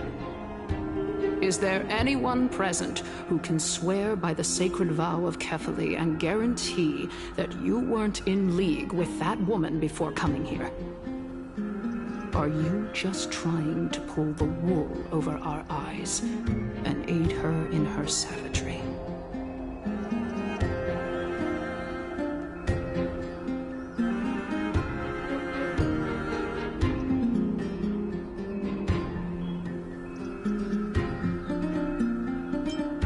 If Aglaia required a suitably intelligent Chrysos heir, then I'm the best fit for her needs. However, it's quite evident that she has no need for a Chrysos heir who could break free of her control at any time. Since I believe in neither Titans nor the prophecy, there's no way that I would willingly walk on the path that she extols. Given how rigorously she enforces her principles, how would she ever accept a heretic such as me? I understand what you mean. At the very least, the both of us agree that this tyrant who wallows in extravagance and greed is the greatest threat to achieving peace in Akama. The Council of Elders is willing to defend your right to live, just as we defend every oppressed citizen. However, I regret to say that sentiments in favor of the Chrysos heirs and Aglaia are only growing in magnitude. The peace that we are aspiring toward, as well as everything that we hold dear, will be destroyed completely. The city will be burned to ashes, and the citizens' blood will be shed. Tell me, what are you willing to do for our esteemed citizens so that they can vanquish the enemies of our fine city?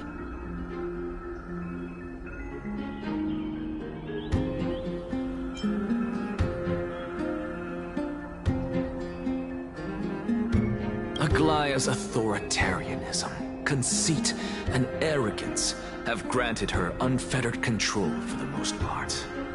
Yet these traits are also her greatest weakness. If I can render her helpless by forcing her to experience the agonizing pain of betrayal, I am certain she will never recover from such a setback. Surely you don't believe that such a tiny betrayal will be enough to push her to her wit's end. What's more, there are many who remain silent, merely watching to see how much chaos I can unleash. Not to mention, you know full well that the Chrysos heirs have never been a united front. In the name of Kefali, Akama thanks you for your sincere and valuable thoughts. At this stage, it's clear that you and I understand the benefits to be won from this discussion. Let me put it plainly. The Council of Elders has always been renowned for its fairness, and that fairness is built on a foundation of sincerity. The Council of Elders has vowed to all citizens of Akaba that it will always remain loyal to them. As for you, my lord, how will you guarantee that you will be able to live up to such earnestness and will not betray Akama's indomitable citizens when the opportunity presents itself? Just as you now betray Aglaya when it suits you.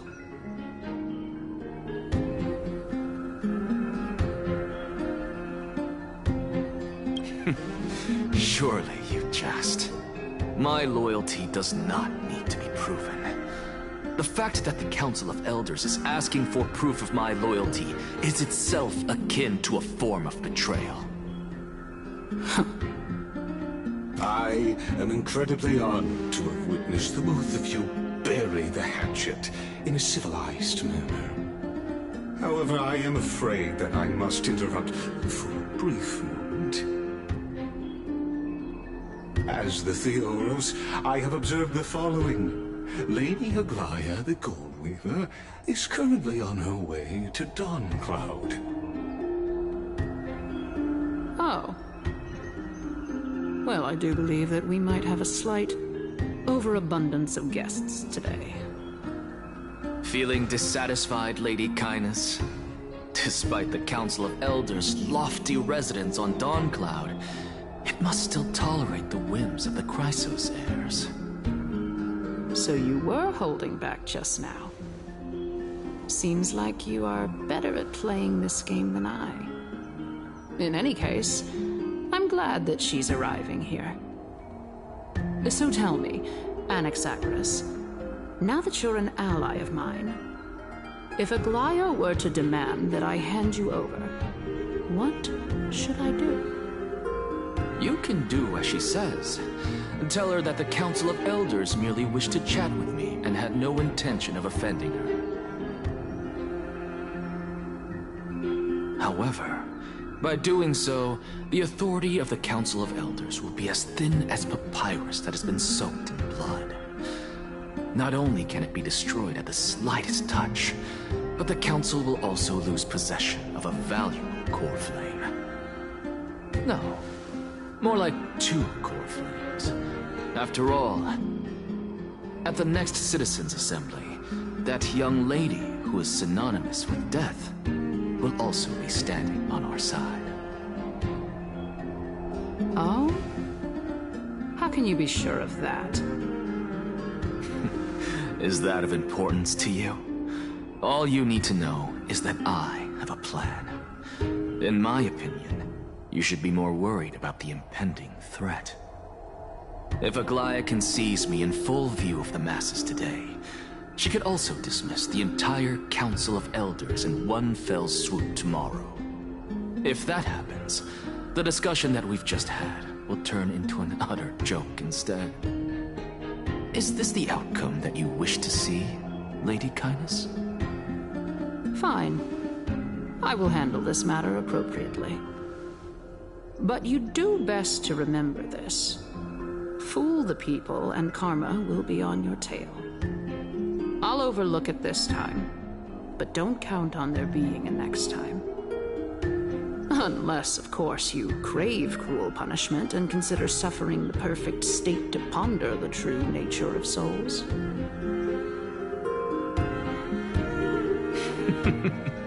Well, what do you know? That happens to be one of my rare talents.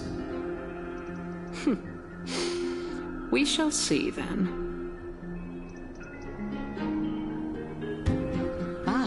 I've got to say that you've managed to really impress me again. But shouldn't you be going after more? Dying to know what I'm after. I mean, I'm the reason Titan after all. It is in me to ask and seek answers. Easy there. You'll learn the answers soon enough. I didn't bring it up with her purely because she doesn't have the means to give me what I truly want. It's as they say, onlookers see most clearly. The true masters of Dawncloud have always been the Theoros, who watches over everything.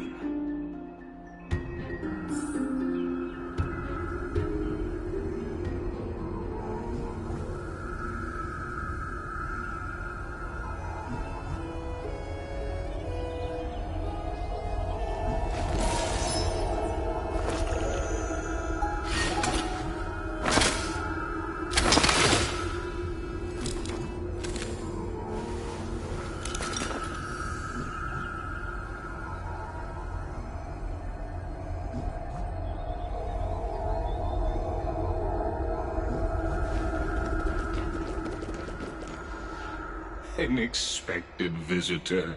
Welcome once again. You know, you could actually skip all the pointless debate and come straight to me to seek an audience with Kefali. I have no reason to refuse you, do I? You may not, but Kindness has. Whoever gets hold of Kefali's core flame will get to rule over Akama. She's wary of me, so naturally I had to gain her trust. I would say that debate was not at all pointless. Very true. In my view, this individual has gone to great lengths to get close to Kefali.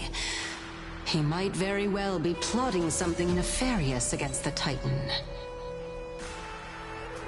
Are you still willing to let him pass, knowing this?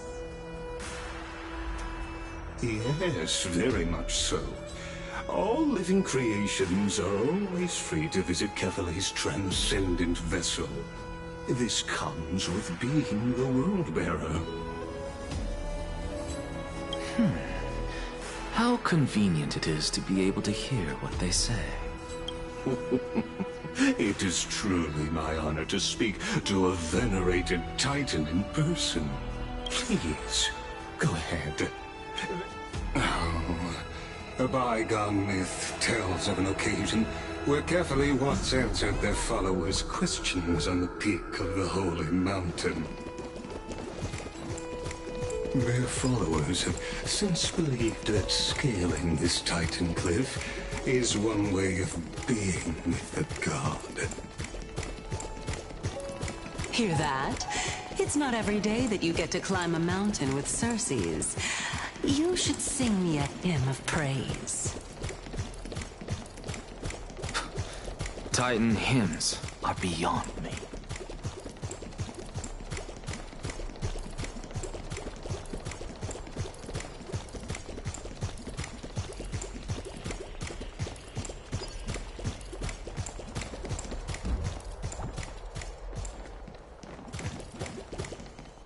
Go on ahead. Take this Yanis shortcut, and the long pilgrimage stairway will be waiting for you at its end. I have to admit, I never expected you to not ask me anything. Because I know very well what it is you are after. As the saying goes, a gentleman helps others achieve their goals. I have a feeling that your theory will be validated. I believe Kefali will not deprive you of your right to ask your question, especially now that you're on the brink of death. You must be closer to Kefali than anyone else. I hope things go as you say, then. Putting the child of justice into a farcical world. It is my hope that you bring a much-needed change to this world, which is on the brink of destruction.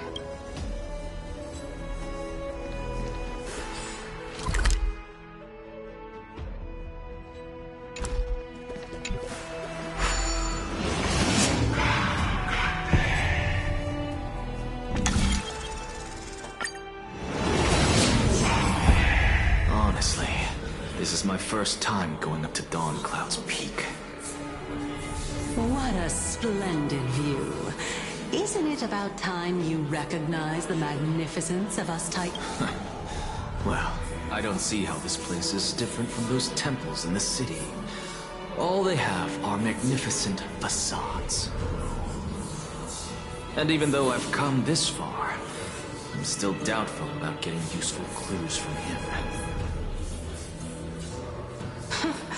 I must be getting ahead of myself to be expecting to hear something nice from you. Oh?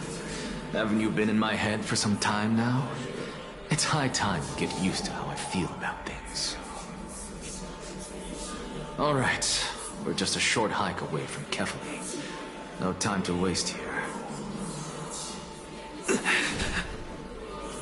So the intellectual debate from earlier was too draining for you, huh?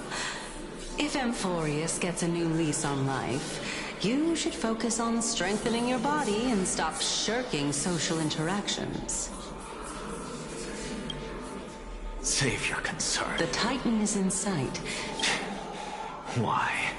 Are you... I know how far I can go. Fine then. I guess I won't say any more. I'll just wait till your soul dissipates completely to gain control over your... Wait. Is that... Cersei's? Hey. Huh? What should I be looking at? Do we even get to see souls?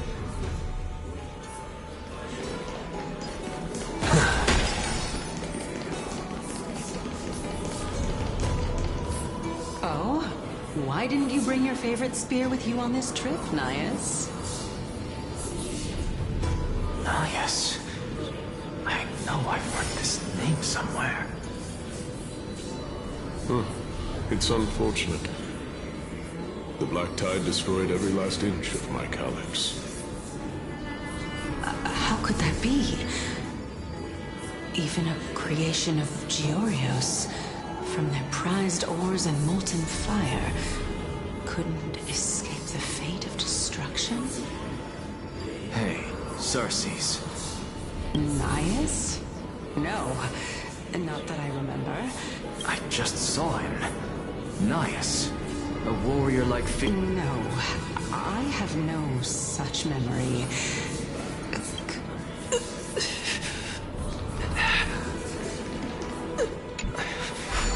This is a departed spirit.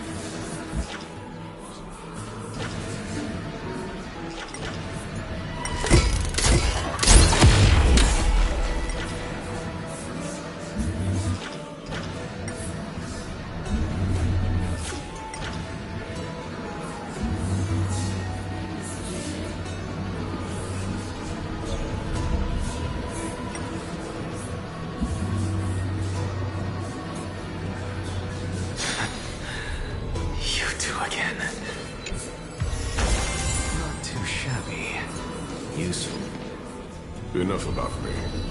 Did Kaos ever reply to you? Well...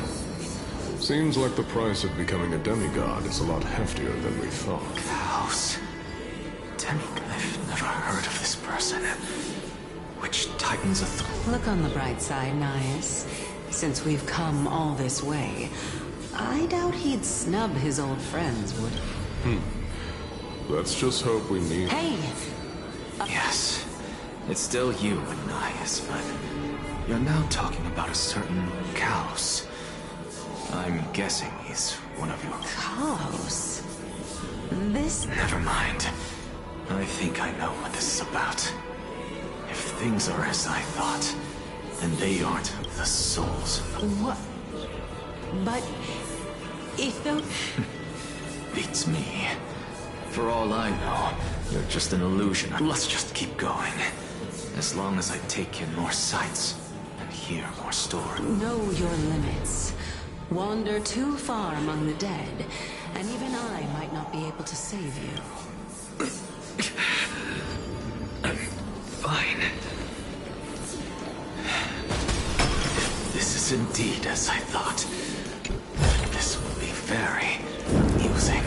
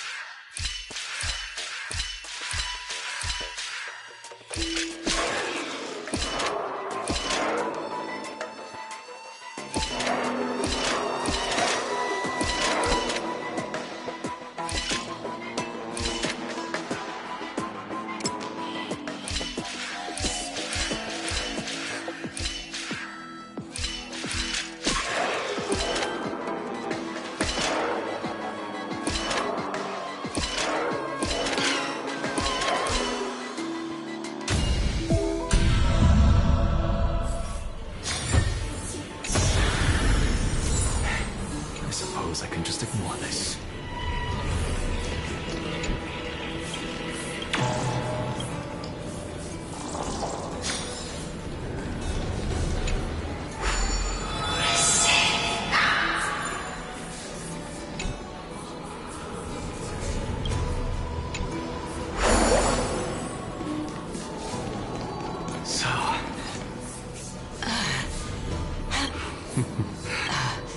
Of course. If I knew we had to climb a mountain, I guess this also counts as one aspect of the world-bearing burden. If Amphorius does have a next life, you may want to get your... Keep your sarcasm to yourself. I'm not getting anything of value. I would sooner throw myself off this cliff and hit rock bottom than exercise even a little. I am Calypso of the eminent Seven Sages, after all. Training would make me no different from those Helcalithis... Calypso? She's one of the Seven Sages.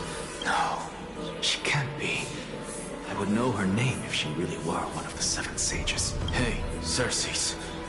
Does the name Calypso ring... Dagon. Doesn't matter. I can do this myself. Looks like... Oh, beautiful old world. Where are you now? Oh, legendary era Chrysia. Return to the mortal realm. Splendid gods once walked the paths we walk. Alas, all that's left of that warmth is a hazy mirage. Why are you chanting that too?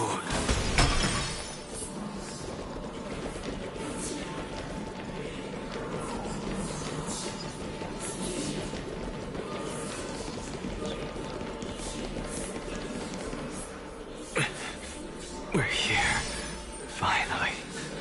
So, I don't get to act very well then. Let me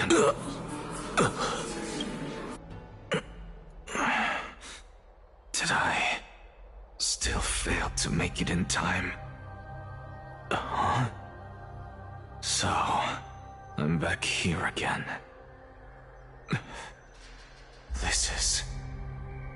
I can hear it. I hear it from the depths of the tides, behind the closed doors of the void world. A voice ready to tell me something. This time, the voice is a lot clearer. Since we've come this far, let's just wait. Lord Nias and Miss Calypso, are you both here to visit Chaos too? Yes, and we've been waiting for quite some time now.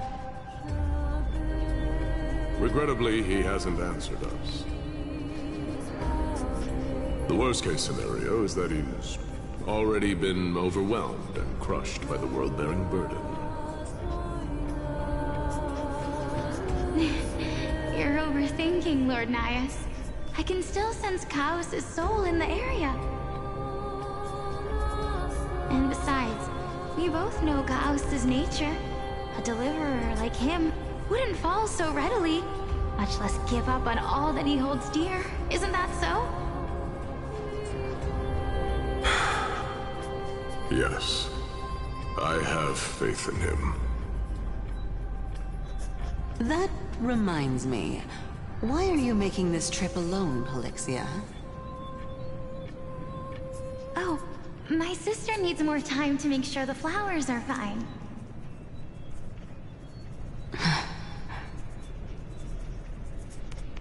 Such a pity. Both of you have hearts kinder than anyone else. Yet you are born only to take over Thanatos' divinity. Everything that I see and hear this time has left me shaken to the core. What may seem like a mundane conversation is in truth a once-in-a-lifetime exchange that has revealed the ultimate answer to Circe's question. The conjecture has taken shape and must now be solidified into a theorem. Next, I only need to seek verification from Kefali. By doing so, I can answer Circe's question and reclaim my body. But no, I will not do that. That isn't important. Because another one of my conjectures, one that I have always dreamed of proving, has been proved right this very instant. Fusing a mortal soul with that of a Titan to replace said Titan is not a ludicrous idea after all.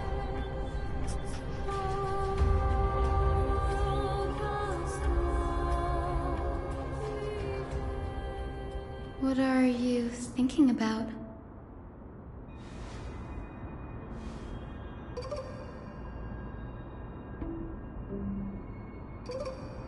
Is that so? You don't look the slightest bit amazed, though. Plus, you seem to be strangely familiar with the city around the Great Tree.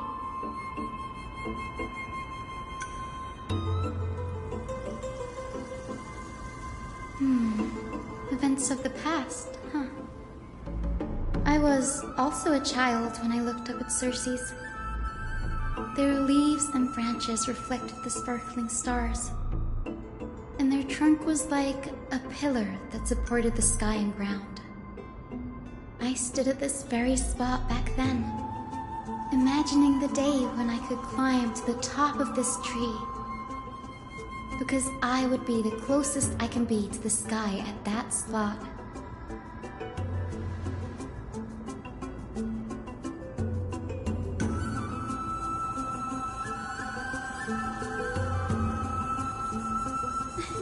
Don't read too much into it. I mean, can mortals even hope to reach Aquila's realm? They're a strict and draconian god.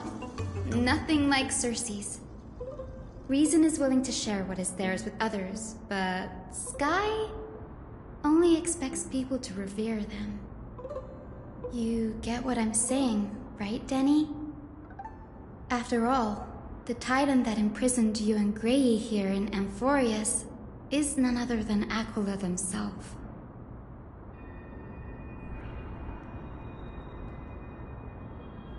But there will always be people who dream of soaring towards the sky. The Grove has a wealth of research on Aquila, and that is exactly what we are here for. It's just... I never thought Grey would meet with something like that before we set off. As a physician, I should have been there by his side.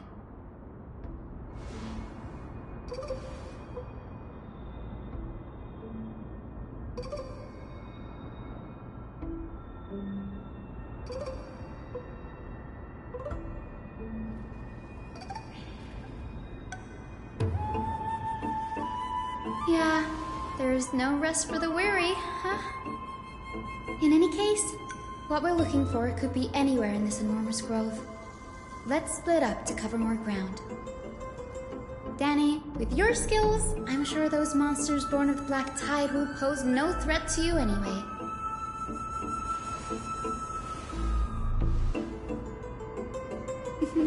Have you forgotten that you're talking to the chief physician of the Twilight Courtyard?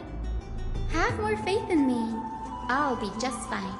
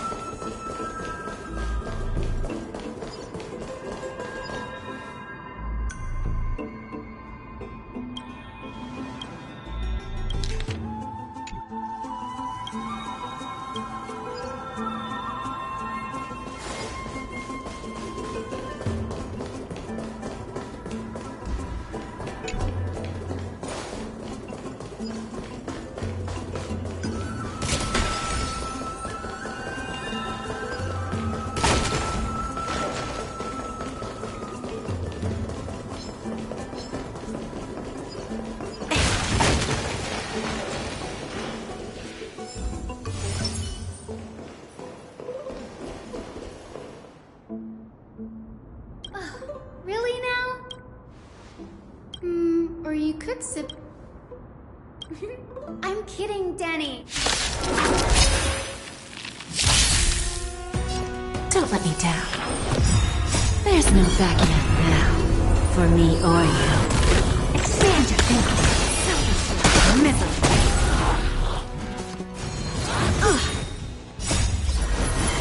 To guard and defend. Crush them.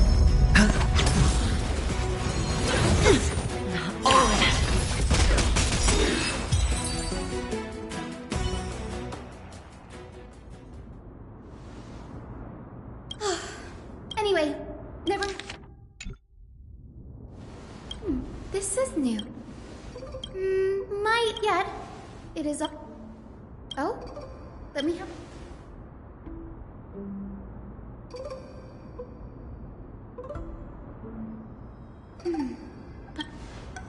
Sure, go ahead. Nearly everyone. That's why it's no use. An exa often, perhaps, it's a I have a bad feeling about this. Could there be more to what happened at the Grove?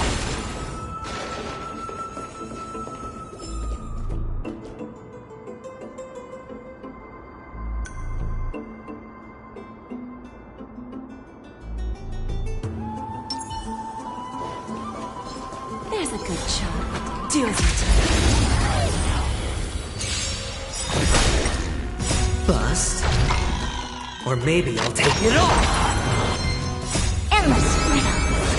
Nothing but a force. I always deliver. Open sesame. Watch it crumble.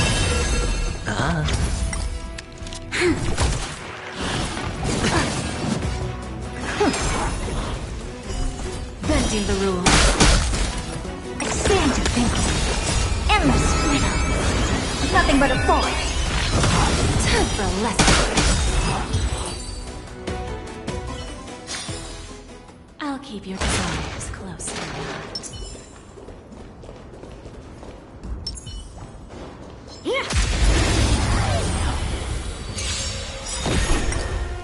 There's no backing out now, for me or you. Open sesame. Lend me your strength. Expand your thinking. Who's the little backstabber?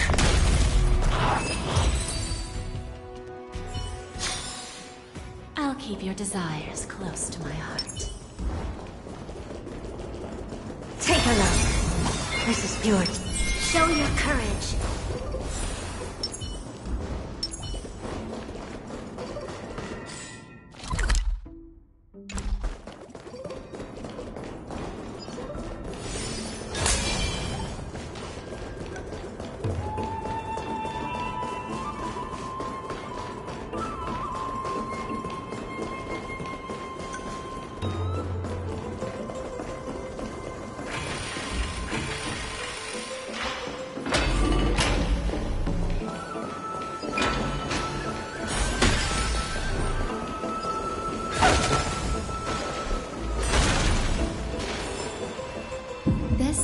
The Library of Philia, a place where the Grove stores its collection of tomes.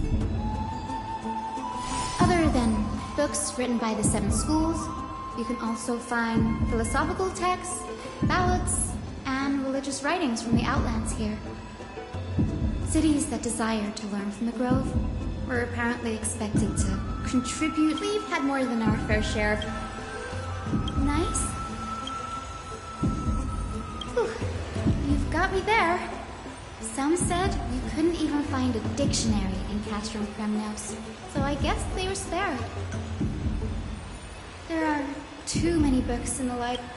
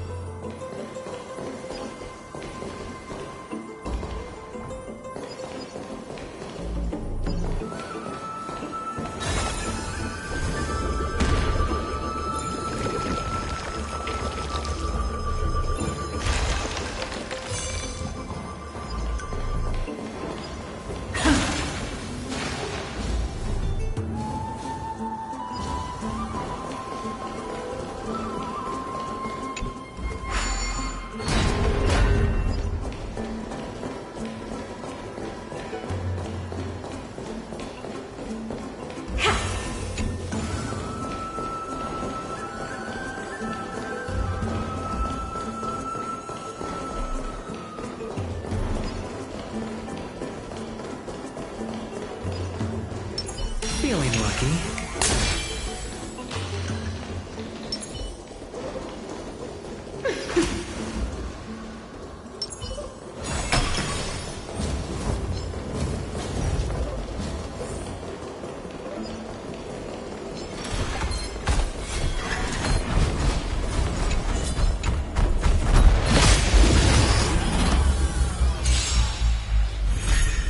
I always deliver.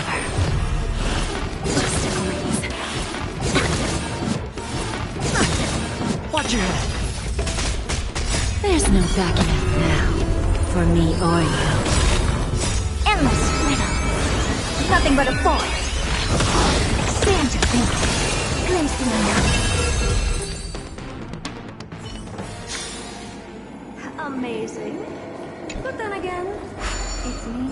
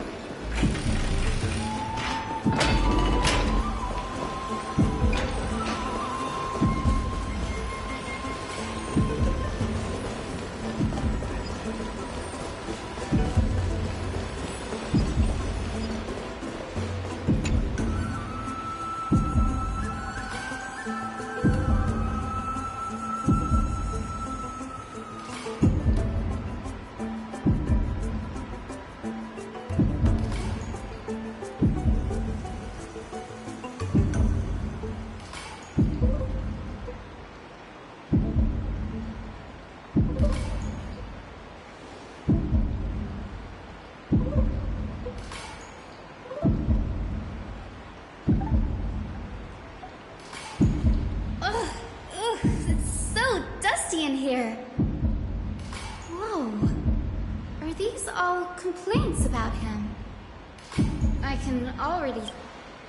Why else would they call the Titans?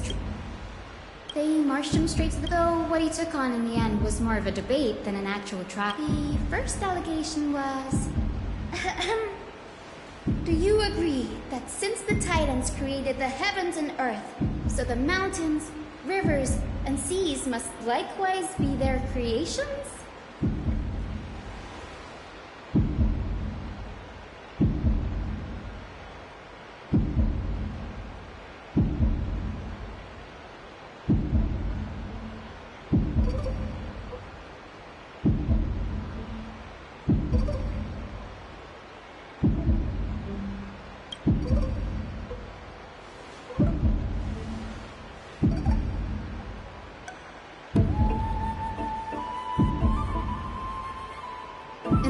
Would have probably been spared a lot of trouble if he had answered this way. Instead, he quoted past instances of the Flame Chase journey and posited the humans have the potential to take over the divinity of Titans. Needless to say, his critics didn't take kindly to his answer, so they followed up with a second allegation. You claim to be studying souls, yet you are, in fact, defiling them and committing acts condemned by the gods. Do you admit it?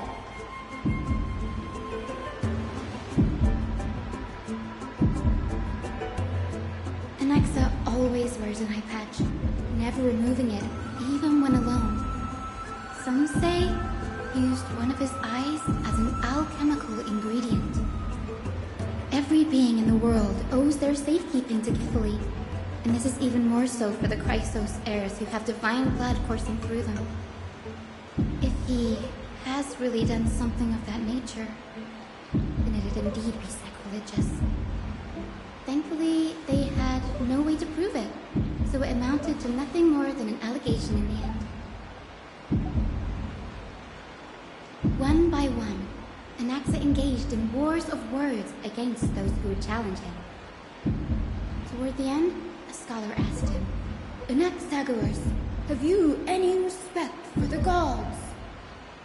It was only after a brief silence that he answered, I have never denied that Titans are meant to be noble constructs.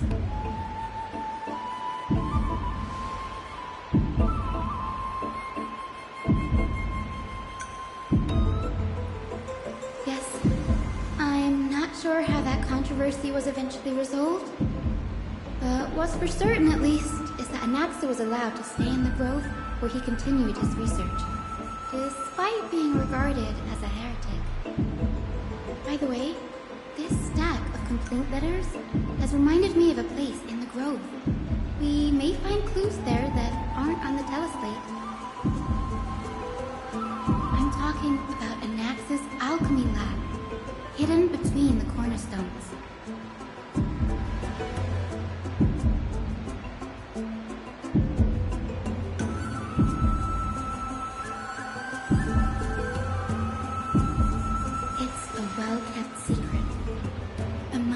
Sages, excluding the nominal chief sage.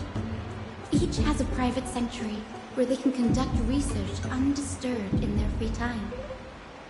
Even the administrators of the Library of Philia are restricted from accessing those places and documenting the sage's research. But with the grove in this state, I'm sure Anaxa won't be mad even if we sneak into the lab for a short while. Right?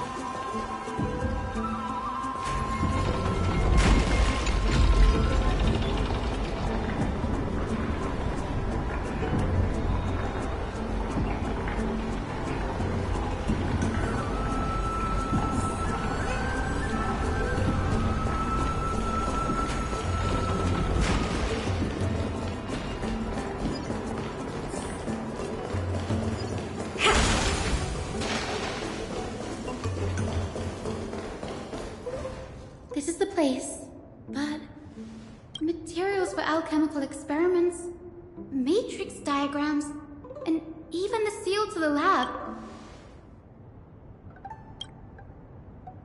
No, not even close. Not only are alchemy experiments high-risk activities, but Professor Anaxa also has a penchant for using bizarre materials.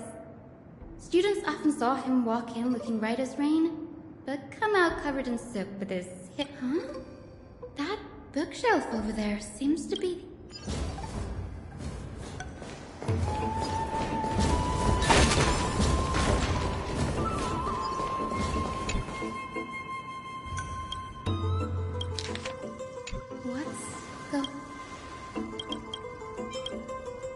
It wouldn't have been, now.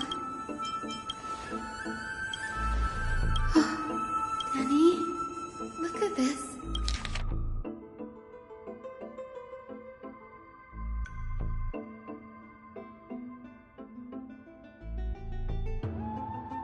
My biggest fear. It's come true. Anaxa was carrying out experiments on soul trans... Yes, this is what he was secretly conducting research on. Do you remember when the black tide was approaching? The Grove had planned to send Cersei's core flame to a safe place. But an accident happened along the way, and That's right. But what Professor Anax's fusion with the core flame of reason wasn't an accident. Put yourself in his shoes, knowing that the black tide was closing in and your time was running out. Exactly. When the black tide came, the true reason Anaxa headed to the Luminary Throne was... No. Judging from how he reacted after the event, the results came as a surprise. Maybe he failed to consider the manuscripts detailing all the alchemical formulae have been taken away. Like, what? No.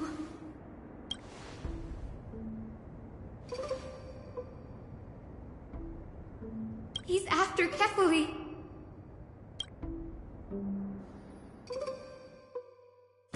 Sir, this sky above us... Of course not. This is just an image from a projection device used for educational purposes. A simple trick. The day-night cycle has been lost to this world. So that students like you may still learn about the night sky, astronomers have harnessed the Titan's miraculous power to manipulate the light, projecting the nights of the past here for you. Much like how the sky above the Holy City is also illuminated by Kefali's dawn device. So, the skies of Akama... You mustn't conclude that, Anaxa. You should know that only a child would expose a trick and be proud. Often people know more than they let on. They simply choose to feign ignorance. And they're just deluding themselves. People believe in Kefali's tale of Genesis, accepting wholesale whatever the priests preach. We have already realized that we live in a world where Titans make the... So much time has passed since... Why? Because we'll face death by burning if word gets out? As a sage of the Venerationists, my soul has already become inextricably linked to the great tree. Every word I said, but above all else... But I can't... You're right. Go. Establish. Find out what we are. Become the one who... Child of humanity, you didn't go to such lengths for an audience with Kefali. Just ask him a few questions. So, you figured it out. If I were as foolish as Adromus, perhaps I'd throw myself down and prostrate before their greatness, begging for the gods' prophetic wisdom. Well, sorry to disappoint, but I'm no... Before such power, does it make any difference whether you're a human? I'm sure you're familiar with the story of the Styxians. When the raging waves threatened to swallow them, they didn't just give up and become sitting ducks. No. They constructed a dam that kept the roaring tide at bay, chaining down the mad Fagusa. They call me a blasphemer, Xerxes. But that doesn't mean I deny the existence of gods. It's just... as I see it, Titans are simply a force that mankind has yet to find a way to tame. Oh? If power that rivals the Titans is what you crave, why not conform to the prophecy and brave the trial? Why stop at harnessing the power of the Titans when I can do so much more? The source of life is what I wish to grasp, to understand what makes up the soul, and to learn what we really are. Thanks to you, I've had the chance to personally verify, in more ways than one, that the soul indeed ceases to exist in death. But where there is death, there is life. And where there is an end, there must also be a beginning. How then is a soul born? That was the only unknown variable left in my calculations. And by the sound of it, You have already formed a conjecture. No. I have already drawn a conclusion. In my journey unto death just now, I finally saw the answer with my own eyes. Professor Anaxa, I'm here. His life hangs by a thread. I must ask you to refrain from taking any unnecessary steps. Of course. I'll bring this to a conclusive end, and give you the answer you so desire. However, in accordance with the principle of equivalent exchange, I must also demand from you what I need. As you wish. Don't you care to know what the price might be? It's a matter of uncovering the truth about the Death Titan and his survival. This may be the only time I can ever save someone's life. There is no need for me to think twice. I see. In that case, let the show begin. Indulge me. Am I correct to say that you intend to prove Thanatos' whereabouts and prove the nature of our existence now? Before I begin, I must confess I had been stuck in a cognitive trap all this time. As unrelated as these two propositions may seem at first glance, they are in fact logical equivalents. They are merely two different ways of telling us about what the soul is at its core. The reason I say this is, as I've mentioned earlier, the answer was hidden in my journey unto death. Anaxa, you were in the Netherrealm? Yes, I am but a living dead man now, but that's not important. What truly matters is, I overheard a conversation between heroes. That's not all. Remember how I said you were a part of that conversation too, Circes? And I've told you that I have no recollection of such an event. That was likely just an illusion conjured up by the mind of a dying man.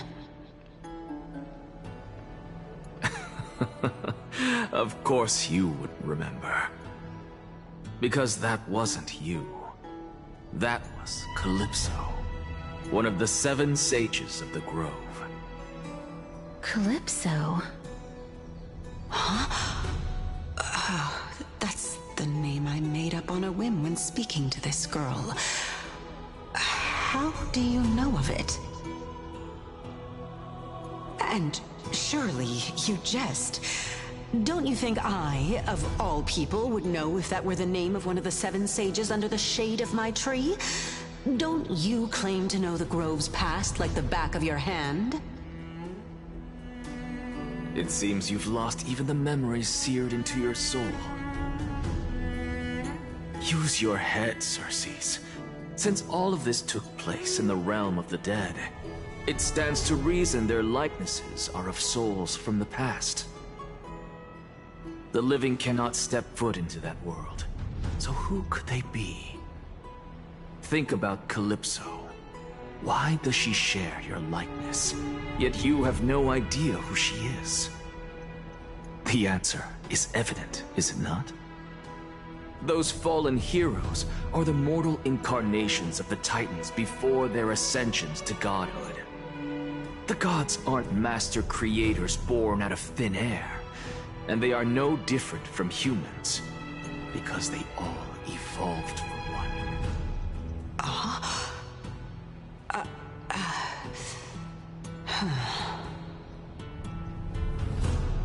Does this answer disappoint you? Yes, because you've answered nothing. If I truly was once human, as you claim, then where do the children of humanity come from? Even on the off chance that you speak the truth, this brings us no closer to grasping Thanatos' whereabouts. How are we to find them? I knew you would say that. But it matters not. I know what I'm doing. Actually, why don't we have this supreme being standing before us tell us everything? You can revive a Titan?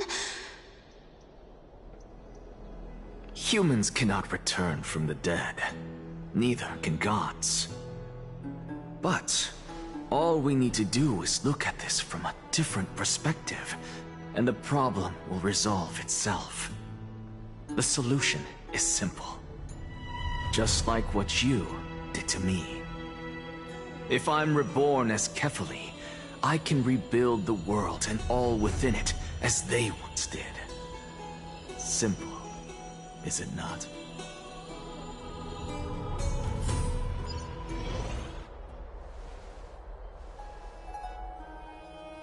I have news from Hyacinth and Dan Heng.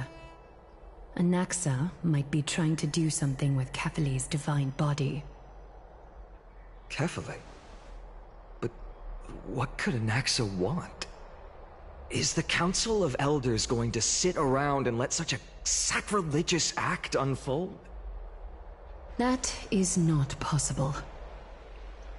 He is indeed the great performer, capable of fooling anyone and everyone with his tricks. I'm sorry. No need for guilt, for this is good news to us. The Council of Elders has found themselves a traitorous ally. Anaxa's ambitious desires will be something we can exploit. What we should be doing now is to keep our eyes peeled for whichever trickery Kynus is up to, and react accordingly to thwart her plans. Being Akima's political center, the Demigod Council holds just as much significance as the Vortex of Genesis. Someday, after my duty is over, this site will take the place of the battlefield where you hunt gods, become the next challenge you are to overcome. Till then, it's best to get used to this place as soon as possible.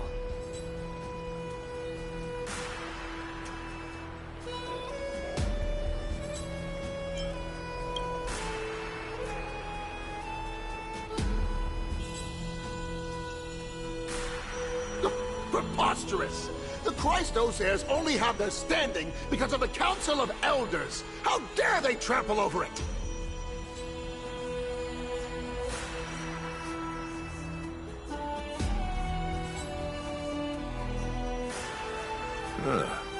It's been a while.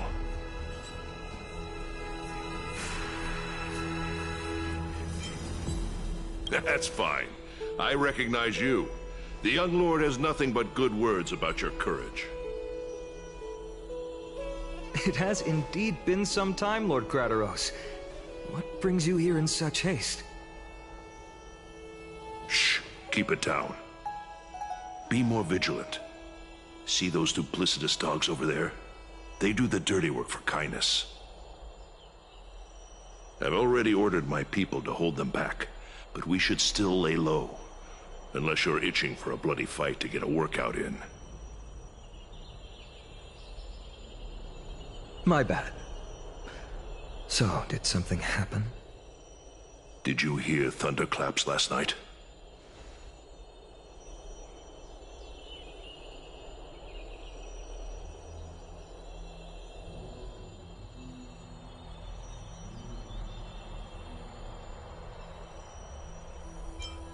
Thunderclaps are beacon signals of strife. They are a message from the young lord. He threw a spear bearing several words at Akama. Watch out. The Flame Reaver is back. I guessed as much. We didn't actually kill them back at the Kremnos Arena. I figured this is something you would want to know. We Kremnoans never back down from a fight. So if you plan to take that thing down in a battle, reach out to me anytime. You have my gratitude. I will let Aglaya know about this right away. Remind her to be on her toes while you're at it. That vicious kindness has been unusually active lately. Those lackeys she keeps under cover have been going in and out of the city a lot more frequently these days. Some even seem to be getting Kremnoans to defect to the Council.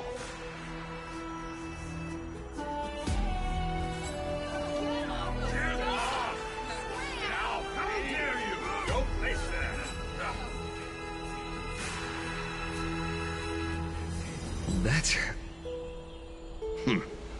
Looks like you can see it for yourself. We should get back. Thank you for the intel, Lord Crateros.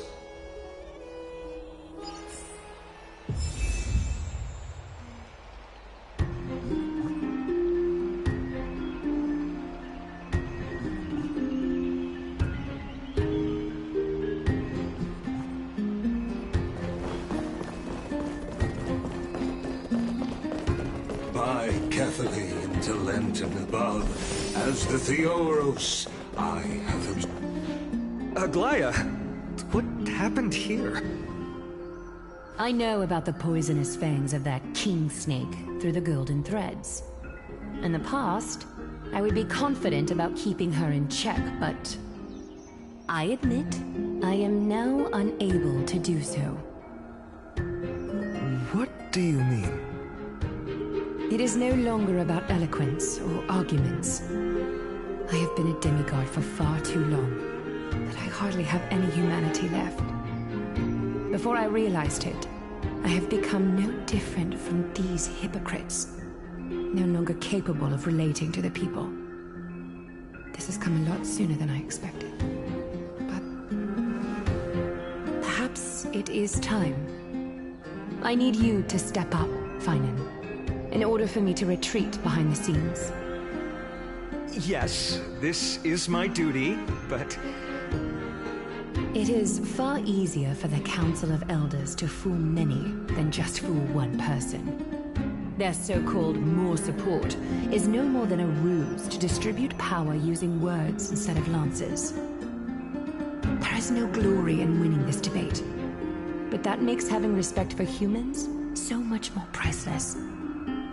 Finan, you are a Chrysos heir without flaw, capable of relating deeply with humans. I appreciate what you've taught me, Aglaya. I hope we'll live up to your expectations and win this debate.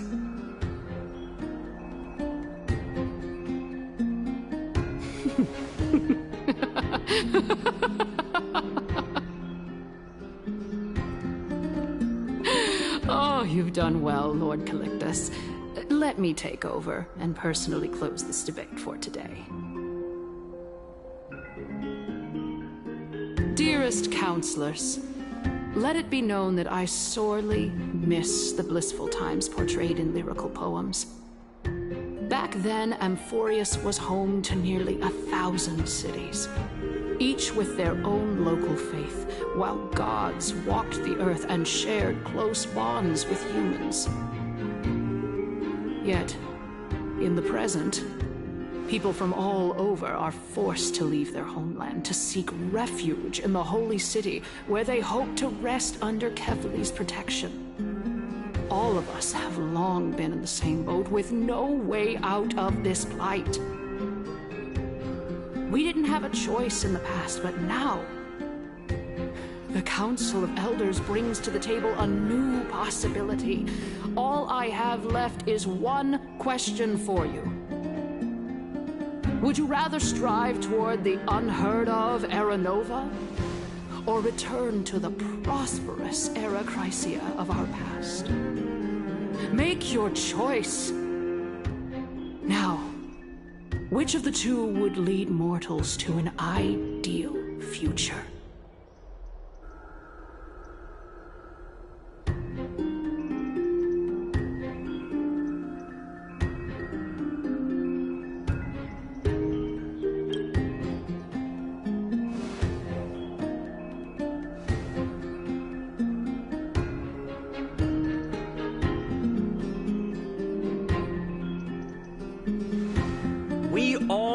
that Era Chrysia is a thing of the past, Lady Kindness. Please, enlighten me. How does the Council of Elders plan to turn back time? Let the 3 Titans of Calamity be born, and Era Chrysia is nevermore. But bring demise to those Titans, and Era Chrysia will descend upon us again.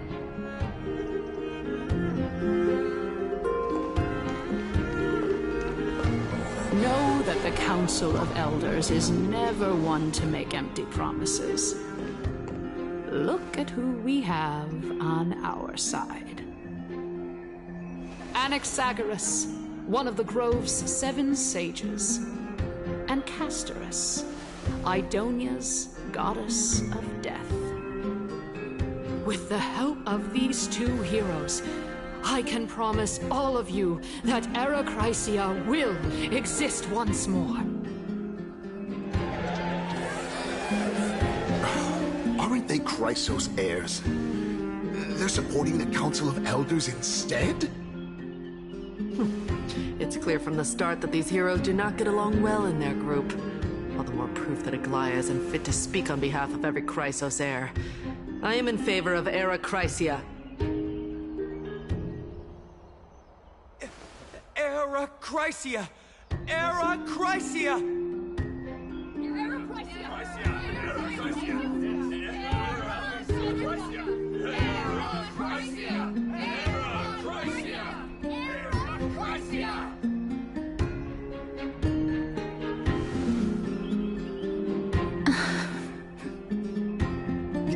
Castorus?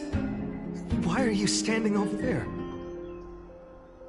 You finally arrived, Naxa.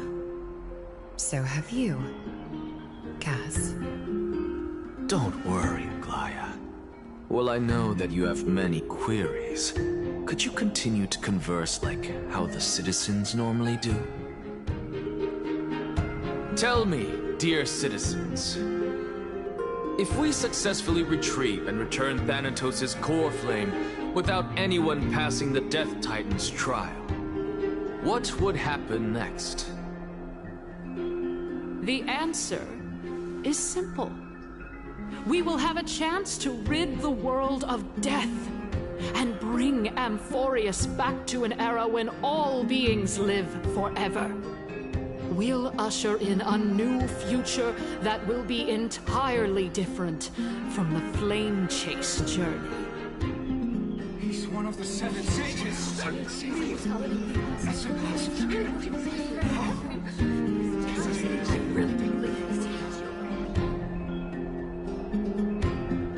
Your proposal is much too idealistic. As long as the Black Tide still exists, how can we go back to the old days? Remember what I previously said? Kephale's core flame is guarded by the secret power of the Council of Elders. Plus, Pagusa's water curtain will be able to block out any external perceptions. Tell me, dear citizens, have any of you ever seen even a glimpse of the threat that this person is talking about anywhere within the walls of this majestic holy city?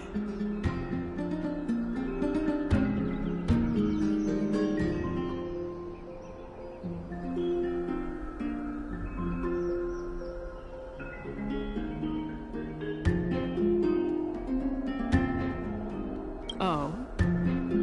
Could it be that you heard that from the Flame Reaver? Then, citizens, let's loudly sing the blessed hymn. Oh, beautiful old world. After the destruction of the 3 Titans of Calamity, the Flame Chase journey will have to end.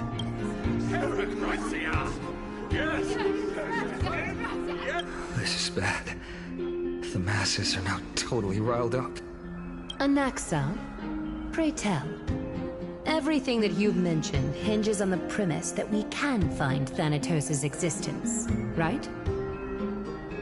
Thank you, Lady Aglaya, for still caring about this city. However, for Castorus, Idonia's goddess of death, will surely find Thanatos under my guidance. With that, I solemnly promise that the core flame Lady Casterus brings back will be personally managed by the Council of Elders. Thereafter, if we are able to garner the support of all of you at the Citizens' Assembly, we shall spare no effort in ensuring that the Arachrysia will return to our world.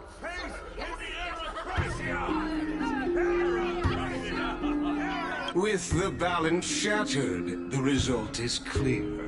Buy carefully into Lenten above, as of the Theoros I have observed, Akama has chosen her destiny.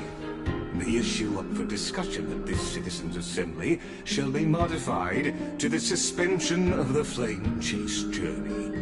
This resolution shall be put up on the Wall of Heroes. Aglaya, dear Aglaya. What has caused your heart to soften? You also don't seem to be as quick-witted as before. Wag your tongue as much as you like. Since the Flame Chase journey has been preordained by the prophecy, our failure has never been on the cards. Well then, I guess we'll find out if that's true at the Citizens' Assembly.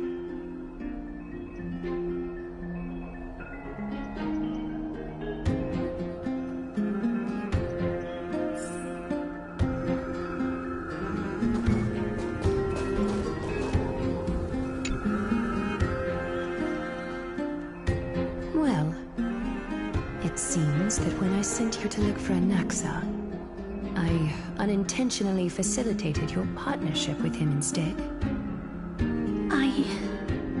My apologies, everyone. I know that you have many questions to ask me. I will... In that case...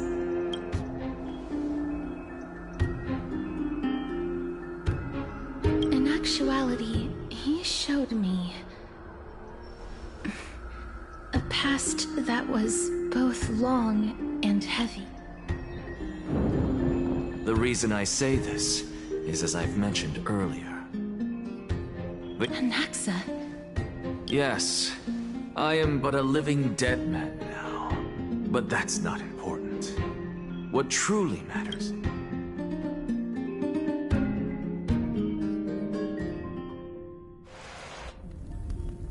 Have you heard of this tale before? A tale about the ocean god's treasured... It was a seaside town which enjoyed the ocean breeze and glorious, peaceful times. Thanks to... Until one day, an evil dragon descended upon the town. Its wings were large enough to blot out the sun, while it barged into the tall tower and devoured the queen's beloved daughter.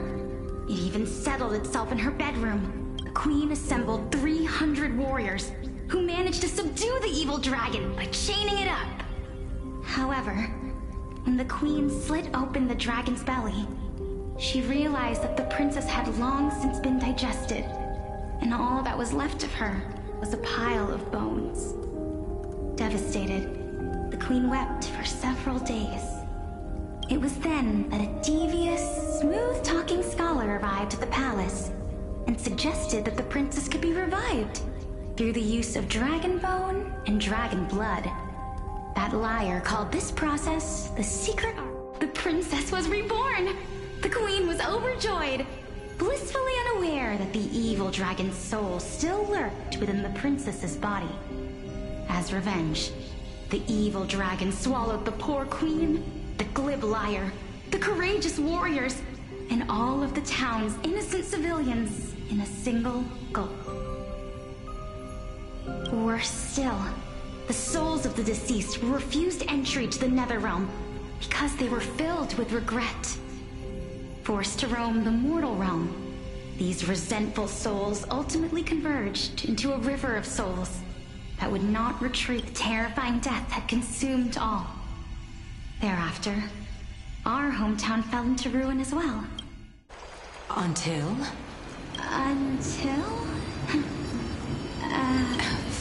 Oh my... It seems that you still like to whet people's appetites even after all this time, Pelixia. So, according to your story, this is how I used to look? It's practically a mirror image. And yet, a miracle that I created with alchemy. As for what it is and how I was able to accomplish it, I'll keep... Oh, my goodness. Is this cliffhanger... Quiet, Titan. Continue to enjoy this splendid play, and the truth will naturally reveal it. Dragon, huh? I've heard this legend before. In that case, what do you think of it? I think that this so-called alchemy was a tenuous analogy added to the story by future generations. After all, you've never heard of a tradition of alchemy in your hometown before. Indeed. Before I left home to pursue my education, I never even knew that anybody was looking into this area of study. Therefore, we can just treat this tale as a fable. A fable, you say? If so, what moral? I guess it might be the concept of... Oh? I thought the moral might be closer to something like... honor the... What? No.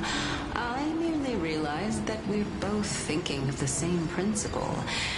If life is priceless, then there is hardly anything else. Indeed. As expected of the wisest scholar in the land. You flatter me. Why don't I ask you? Of course. If I imparted my knowledge of the art of alchemy to you, would you use it to resurrect? What? What kind of strange question is this? I got it.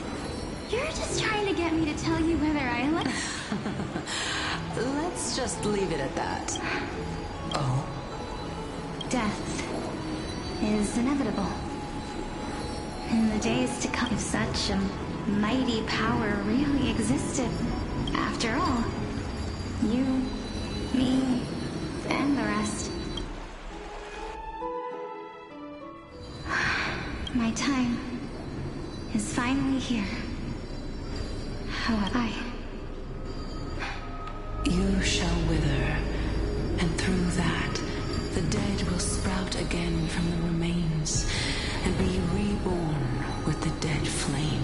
It is a pity that fate is such... Is there no other way of interpreting those words? I'm afraid that the meaning is clear. Between my sister and me, one must pay the price. Our trial. I'm afraid that the prophecy might even have selected a pair of twins. My sister is prepared to sacrifice herself. And yet, how absurd. My time is almost up, but what should we do? Since Chaos is willing to guide all of us and leave this trial to the end, there is... That's right. Don't allow the fog of an trial, prophecy, the topics that they're discussing. But these three people must not have left their names in the epics. Otherwise, I would have some recollection of them. Amphorius' history before the Titans were born was complete chaos. I have long held 3 hypotheses about this. However... Calypso, Polixia, and this warrior... I seem to have met him somewhere before. Regarding this matter... Nias, are you confident that you'll complete your... Of course. Though, I am worried about...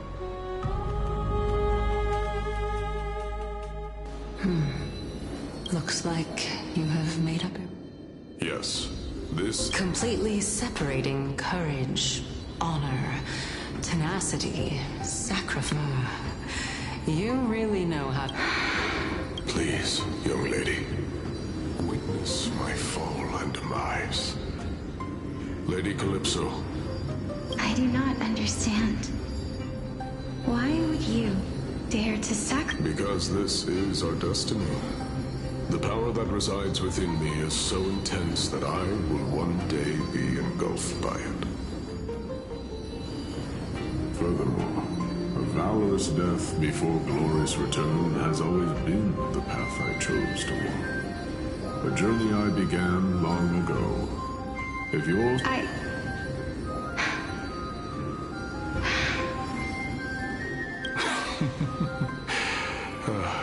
Despite being Death's chosen one, let's chat, young lady. Perhaps I shouldn't end my journey so hasty. Since there's still time, I'm not worried about letting fate... Of course. This has the embodiment of Nikador's divinity. He entrusted his life to us and allowed humankind to end his... That means that what I'm currently seeing before my eyes, it... Looks like one hypothesis of mine has already been proven true.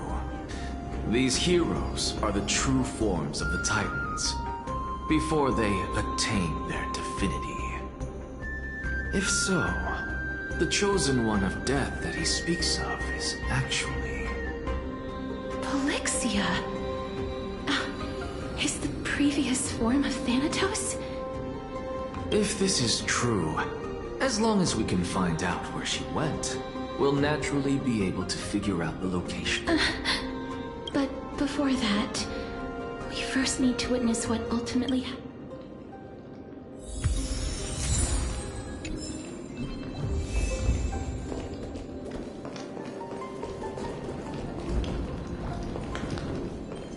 Lord Nias's honor is incredible. I believe that his tenacity is sealed with... Before we fought Nikador, we also released... honor, courage. And, finally... Cheer up, young lady. There is no need to shed tears. All farewells in this world. No, young lady. As a warrior, I have witnessed too many bitter deaths. But now, all I feel is peace. I did not know until this moment that mortals could live their lives in such a way. Although only a sliver of your soul remains, you remain so optimistic. To be honest, I don't know either. But I am certain of one thing. This is I am just enjoying what remains of my life. Enjoying? Indeed. Along this journey that we've taken together, and now I have reached the journey's end. When I look back and see the grand epic that I've personally written, how could I not revel in that fact? But when you depart the mortal realm, separation and death are two sides of the same coin. Reconciling this doesn't come easily for... Finally, let me recount to you a story. The first time I returned from the battlefield, I felt extremely hot. The calamity had devoured everybody on the battlefield but me.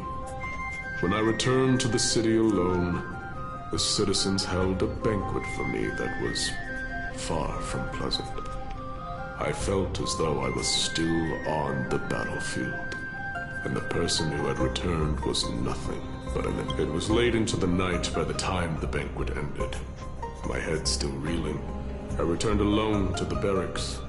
On the way back, it was a crazed scholar looking at the night sky and muttering to himself by the side of the road. Although I tripped over him and fell, I wasn't angry in the slightest.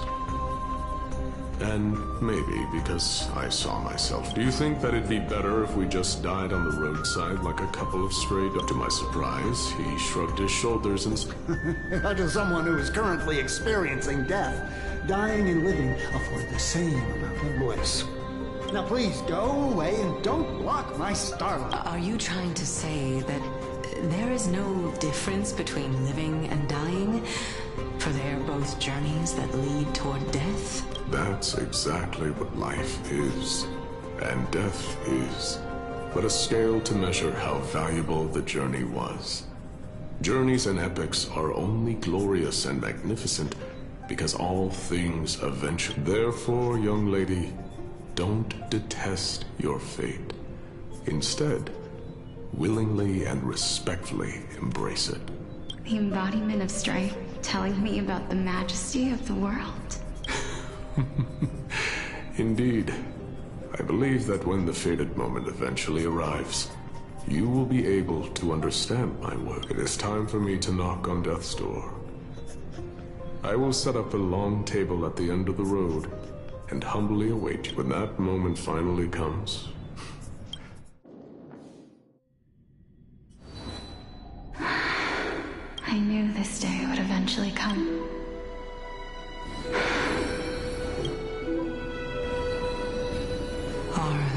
The boat. Alexia. I'm here.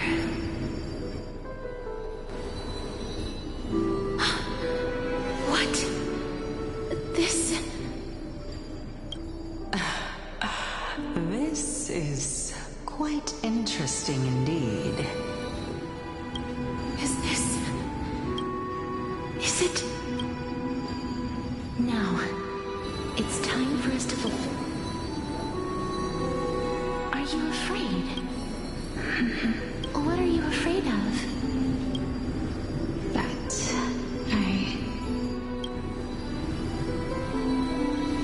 You shall wither, and through that, the dead will sprout again from the remains, and be reborn with the dead flame. As foretold in the prophecy, and according to our vows, once it all ends, we must face our fated moment head-on. Even if it was prophesized, do we have no say in the matter? It's so unfair. Why are we...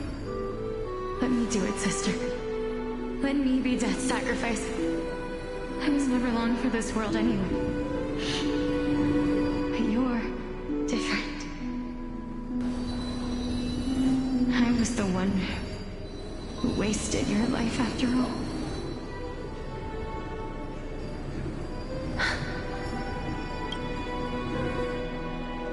I don't think that my life was wasted. Just the opposite.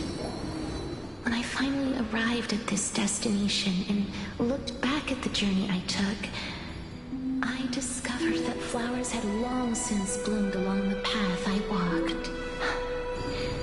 It was you who sowed the seeds for this sea of flowers, one that is more beautiful than the promised land at the end of the world. Besides, I have lived a fulfilling life. Even though I was fated for sacrifice, none of the things that I've experienced will dissipate. Instead, they'll forever live on as memories inside your head. How could my memories of you ever compare to the actual? Well then, what exactly are we?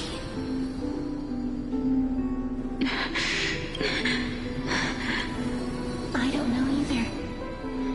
But regardless of what the answer is, regardless of how we're... Ever since we were born, the fact that we existed was predestined, and nothing could erase it.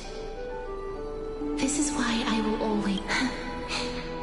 We're twins, after all. All right, my dear Polixia.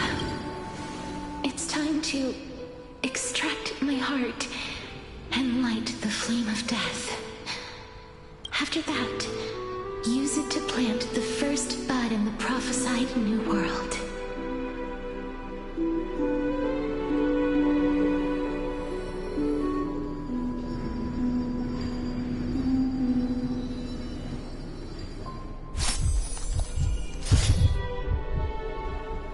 If I imparted my knowledge of the art of alchemy, would you use it to resonate? Death is inevitable.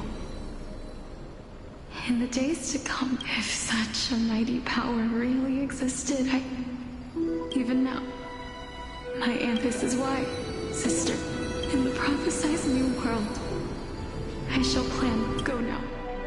Return to the ocean god's treasured pearl. Our whole eyes shall open wide the entrance to the netherrealm, and grant you a second life. The living beings on this earth shall respond to my call, and lead lead you to the sacred daylight. Remember, do not look back on the land of the dead, and do not stop moving. In the new world promised by the prophecy, ask for the price of our equivalent exchange. Everybody, we've come to the end. Unfortunately, I am not compatible with the Supreme Being, so I was unable to completely fuse their soul into my own body. However, being able to glean all, I'm certain of this now. Before the Titans that we are well acquainted with were born, a group of heroes roamed the land. These heroes followed a prophecy and took possession of divine authorities one by one, until they eventually became the pantheon of the new world, just like the flame chase journey of today. Amphorius's history is cyclical in nature. Huh. What a startling revelation. This means that the demigods, who bear the core flames, will also become the new Titans at the world's end, thereby shaping a new world? I believe that this is the truth behind the Era Nova, as mentioned in the prophecy. This is... Besides, those twins in the past, even if they really are Thanatos, their whereabouts... Are their whereabouts truly unknown? Didn't Polixia mention that seaside town? The birthplace of alchemy in the tale of the dragon. In our world, there exists a city which perfectly matches that description. But the people there worship Vagusa and bear no relation to Thanatos. I have also never been to that place, as in the time of Idonia, it had long turned into underwater ruins. Take this. This is... the Nusporist masterpiece, the Philosopher's Stone. It was made by transmuting all of the sages' wisdom into a single entity, with their flesh and blood. As it's... Remember? I've mentioned before that the art of alchemy is all about conversion, tempering, and ascension. This process also applies to the pursuit of truth. Regardless of how unbelievable this sounds, the truths of the world have been refined from the impurities. Think about the story of the dragon. This stone will lead you to your real hometown, allowing you to reform the door to the Netherrealm and discover Thanatos' fate. You still look as confident in your victory as ever. But what if your conjecture is wrong? Simple. I shall merely admit to the entire world that my experiment was a failure. However, my line of thinking will not fail because I have already planted the seeds of doubt into the hearts of the masses. Actions speak louder than words, Castoris. With the assembly about to begin, don't forget the promise you've made. I've already searched for so long. I'm willing to try one more time. While we converse, his life is also slowly slipping away. But before I leave, I have another question. What exactly did we witness just now? That was the world imprinted in Kefali's soul. If we are to prove its existence, you must take the final step. Go. Do not disappoint me. I understand. Hey, child of humanity. Don't get antsy. I still remember the question you posed to me. As a scholar, I do not wish to offer up ambiguous conclusions. Let's discuss this topic again when she manages to find the evidence. I merely wanted to ask, was that stone transmuted from your heart? If so, rebirth is no longer an option for you. Why not? When I was a child, I lost someone dear to me. When I was a teenager, I lost my faith. A while back, although you saved my life, I also lost my soul in the process. Now I'm merely forsaking my body. What's the big deal? Why are you always finding ways to die? Isn't it good to be alive? This is but a necessary sacrifice on my path to transform into the purest of them all. Can someone who's dead even claim to be the purest of them all? Furthermore, if your hypothesis is proven correct, does it not just confirm that the myths are true, and thereby invalidate all your theories? No, it's just the opposite. If my hypothesis is correct, it means that I can actually ascend to godhood and reshape this absurd world that you all have created.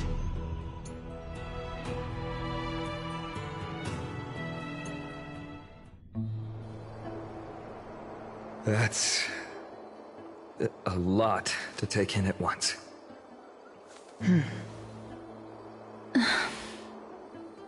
Lady Aglaya, please, let me explain. Go on. You know that the core flame of death has always been the greatest unknown regarding the Era Nova, which is why both you and Kindness desire to gain the power to control that core flame in the approaching Citizens' Assembly.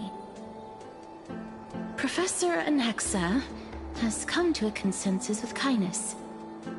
They want to suspend the trial once Thanatos' core flame is reclaimed, hoping thus to eradicate death from this world.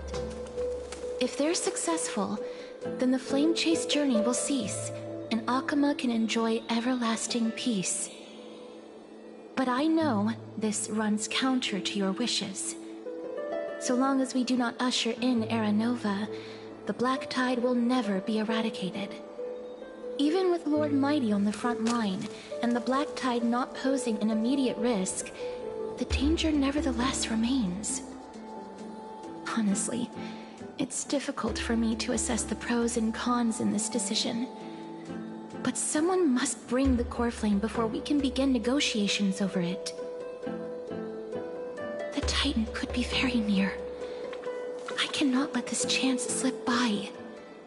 Besides, someone has to make this trip to bring back Mr. Soul. Well said. You already had every reason to seek an audience with Thanatos. It's that great performer who has weaponized your wishes and placed us in this difficult situation.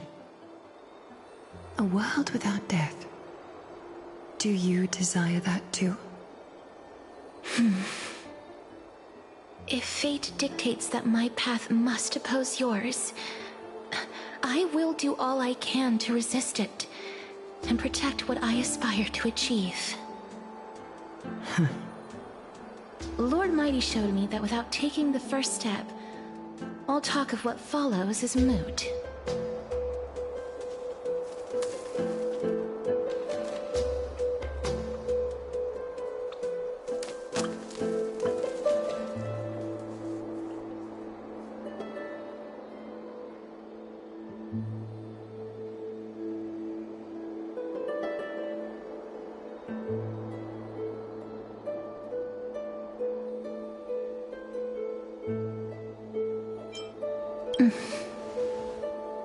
I have always hoped to hear you speak your mind, Cass.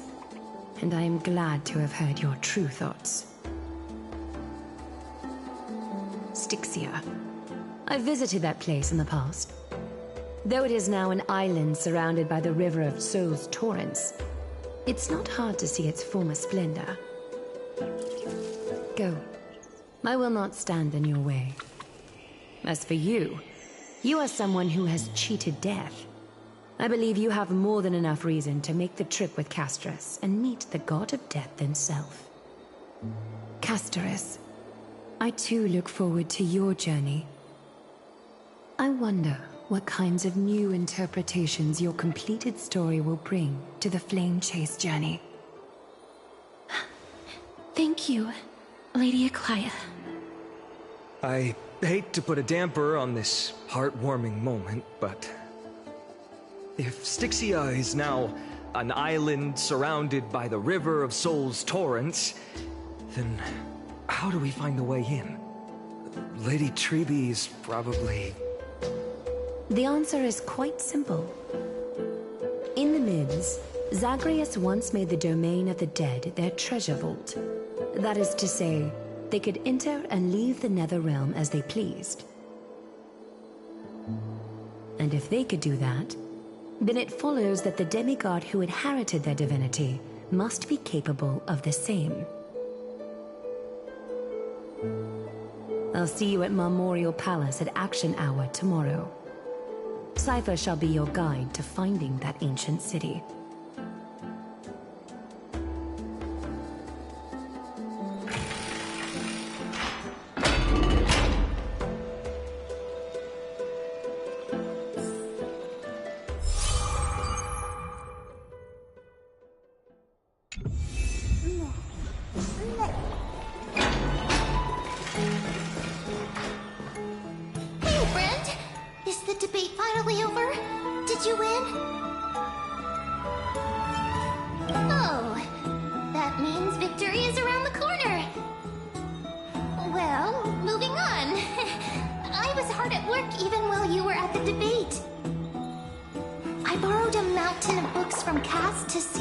Find a way to solve your problem.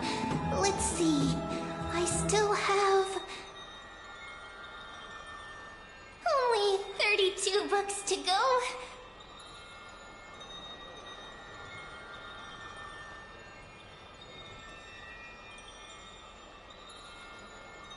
Really? Oh, that's fantastic news. I knew it. Hard work always pays off. Especially if you're as diligent as ma'am. I feel like a huge burden has finally been lifted off my shoulders. Why are my eyelids so heavy all of a sudden?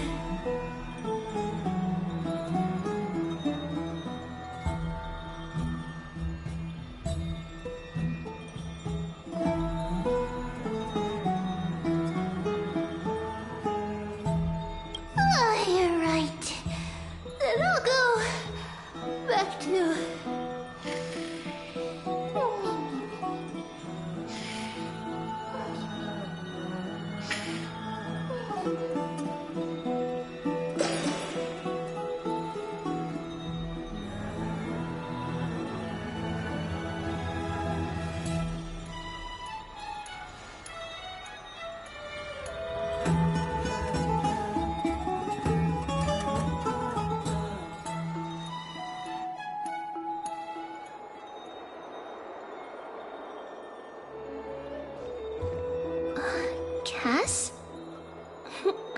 What a surprise. Lady Trebe...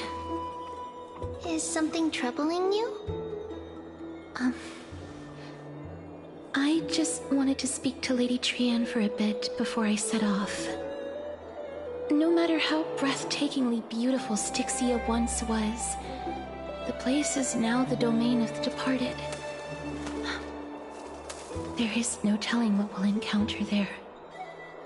I don't want to have any regrets. Has anyone told you that your eyes are sparkling today? Is that a figure of speech? In the past, when you did smile once in a while, all of us could see that your heart remained troubled, even as you smiled. Lady Trebe, you know perfectly well that see you tomorrow is nothing but a white lie. I hope your toughness is not a mask hiding a lonely heart. Cass, you hardly ever talked of your past. None of us knows what you went through, apart from Maggie. But we know it must have been filled with pain and hardships, as it is the fate every Chrysos heir is destined to live out. We are just happy for you that the core flame you're meant to inherit has finally surfaced. Isn't it a little too soon to say that? But you already know where tomorrow is, don't you?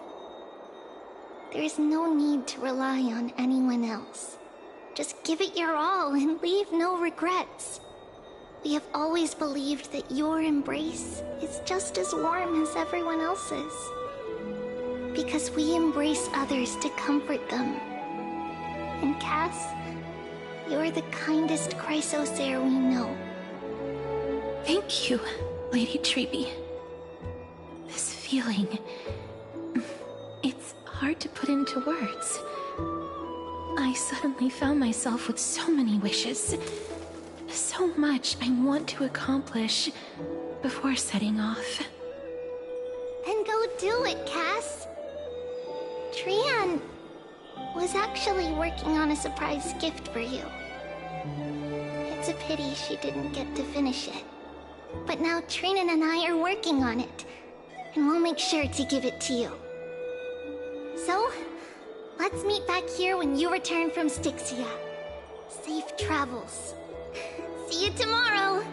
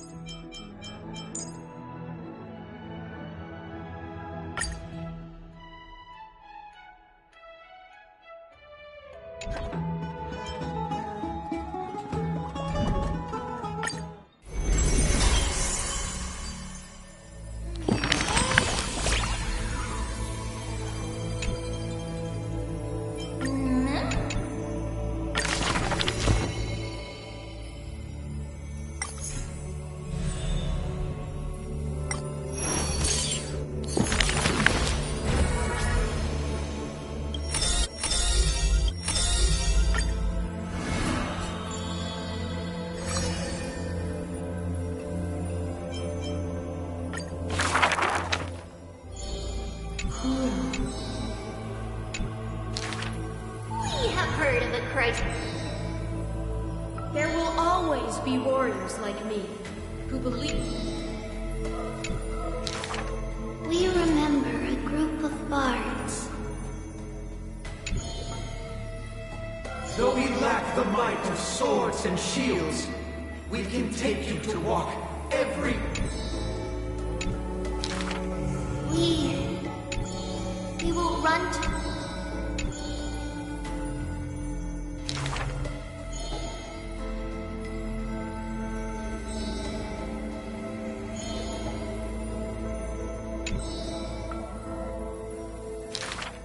Chase the core.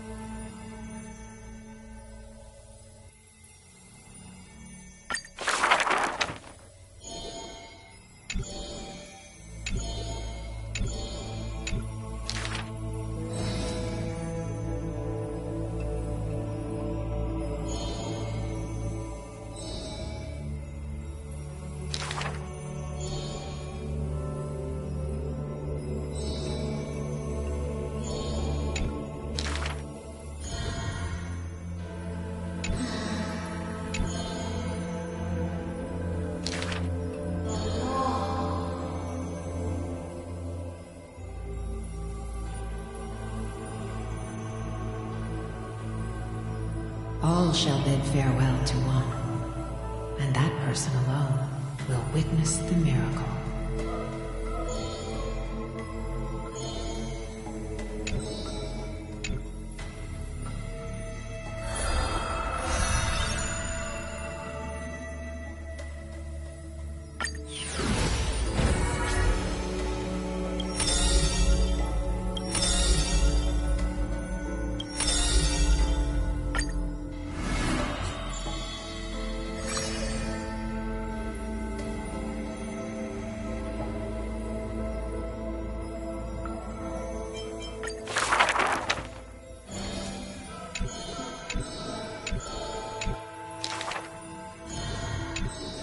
Lady Aglaya, I am Apollos' retainer, here for an outfit to take to my master.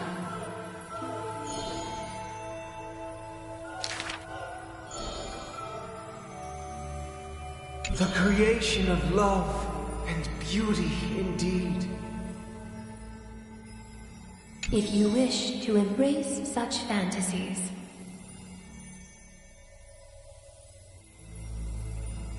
you must.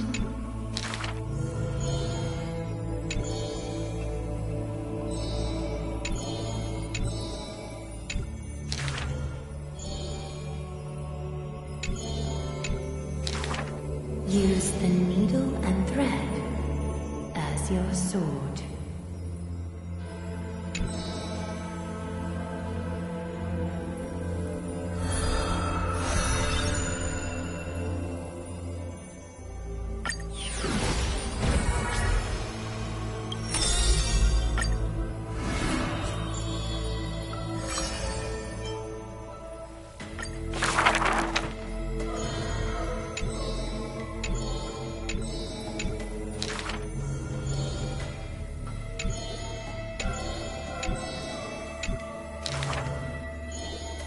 And the history.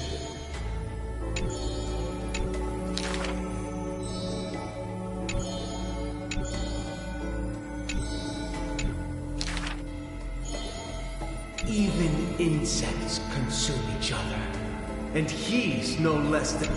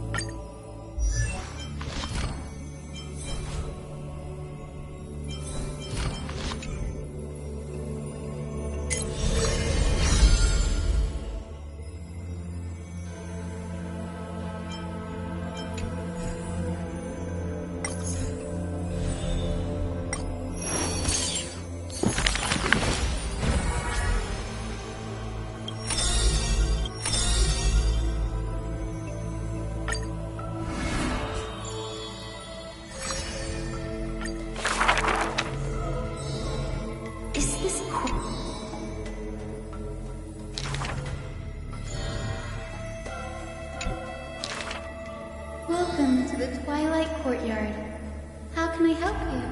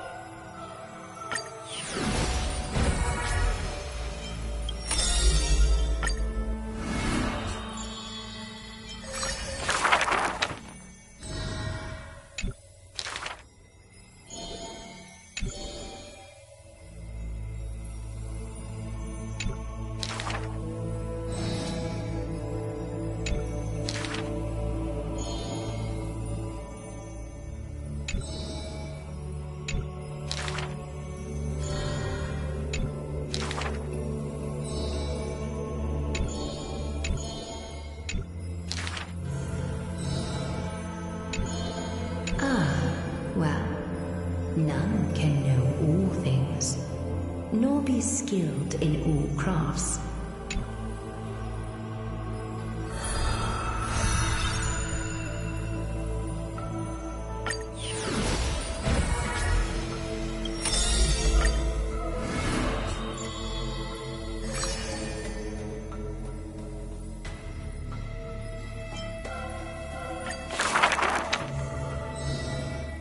I saw the spell the professor carved on his body.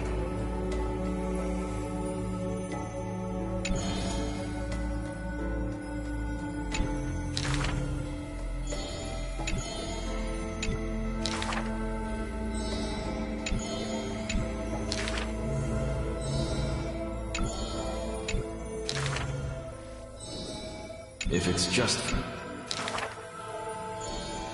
for a wise one, 5 answers reveal creation's secrets, the truth hidden and bold. But a fool learns but not, and is left in the cold. Now, inquire.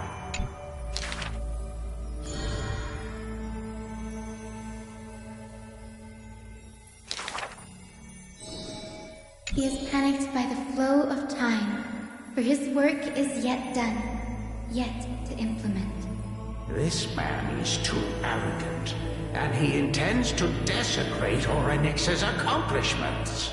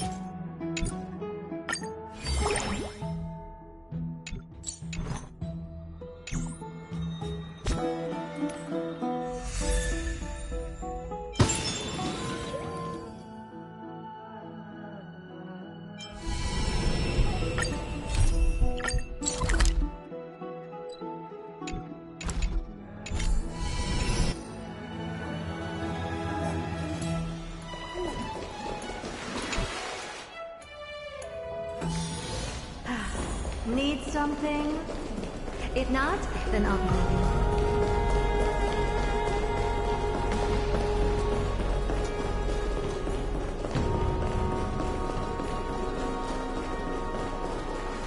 I'm so parched.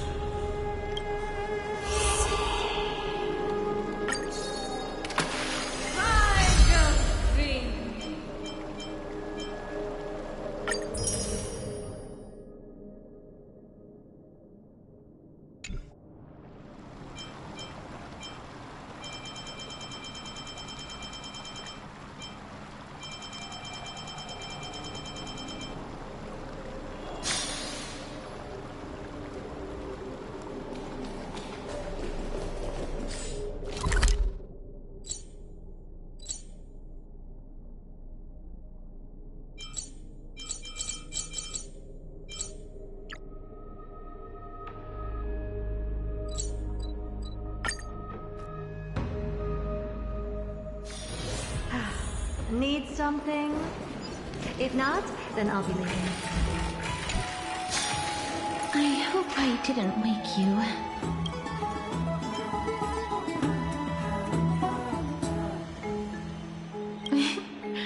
I'm glad to see you're as full. I'm here because of private matter. If it isn't too much to ask, I'd really like it if you could come along with me to retrieve some. Not to worry, it isn't a long way from here.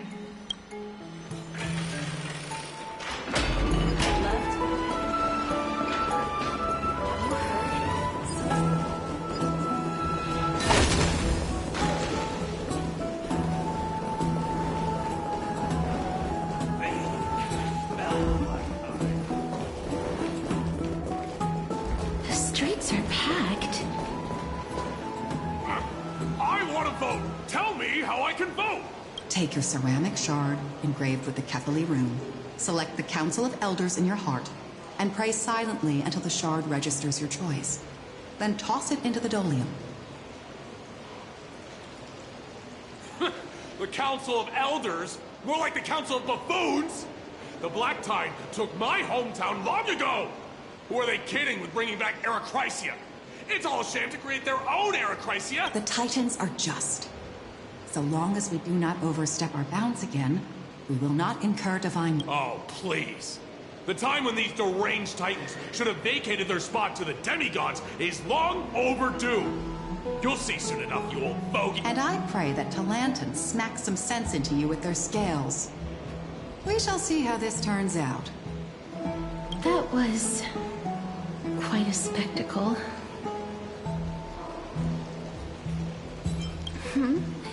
You're interested in that?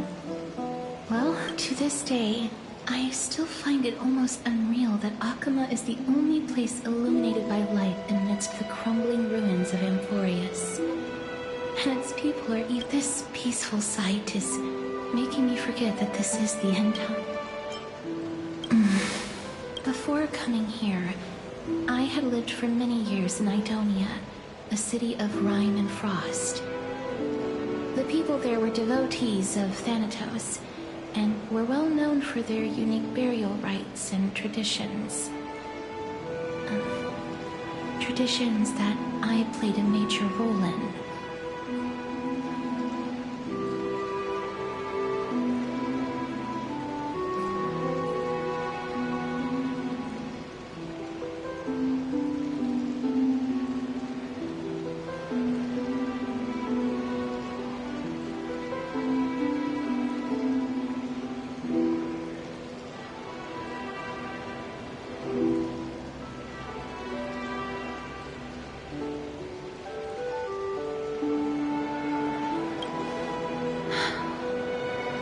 Yes. You now know me as the Mortician of Akama. But back in those days, I was Idonia's Maiden of War. I was trudging across the frosty plains on my own when the Idonians found me. They saw the curse in me as a blessing from Thanatos, and believed that my hands could correct the Erechrysia's mistake and lead them to to meet the great god of death. They provided me shelter, but in return, I was expected to grant merciful deaths to war captives, prisoners bound for execution, and heroes alike.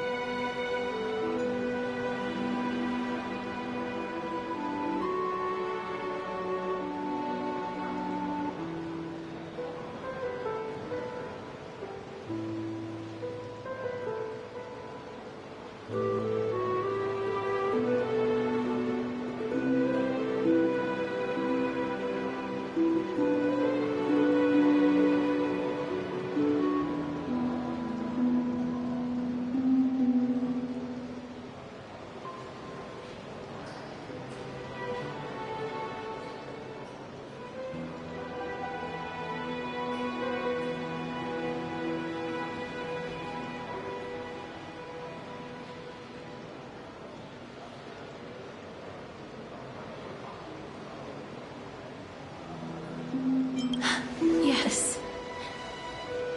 No matter how kind or cruel the means, nothing can change the essence of death. Taking away someone's life is never worthy of religious worship.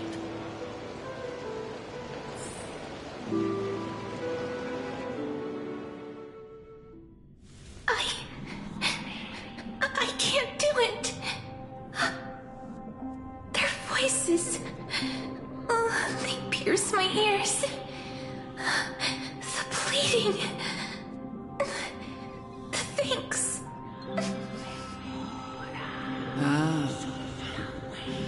I know that feeling, child. I was once as lost as you are now. But you must respect those walking towards death.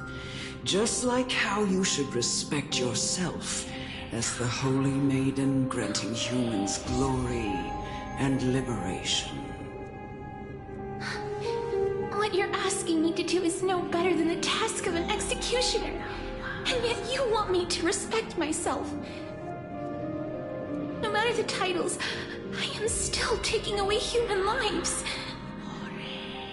This won't be the first time that Edonia's fanatical nether warriors have faced death. On the contrary, recruits new to the battlefield often run away from their first fight. Death is the mightiest and gravest power in this world. The fact that you can wield it means you are deserving of respect. That's such a twisted reason. Then let me tell you a story. In Idonia, the great swords commonly used by executioners are called Draconian, in memory of Drakon, an elderly executioner. The sword has 3 air holes along its body. If the sword is swung down swiftly and accurately, the holes would make no sound, and the executed would also depart this world quickly and painlessly. But should the executioner have any hesitation, the holes would produce a piercing whistle. On that cue, the screams of the executed are sure to follow. Every executioner after Dracon is to hone their sword skills every day in preparation of future executions. Every swing of their blade must be more resolute than the last, for failing to do so will bring pain. Pain for the dying, as well as pain for themselves. No. I can never get used to this. You misunderstand, child.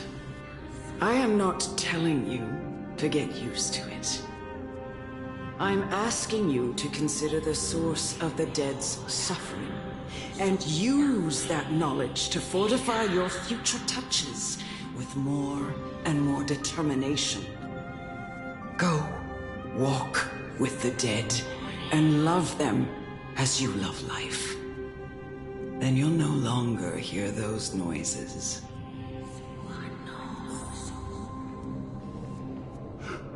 Please, don't kill me. I don't want to die.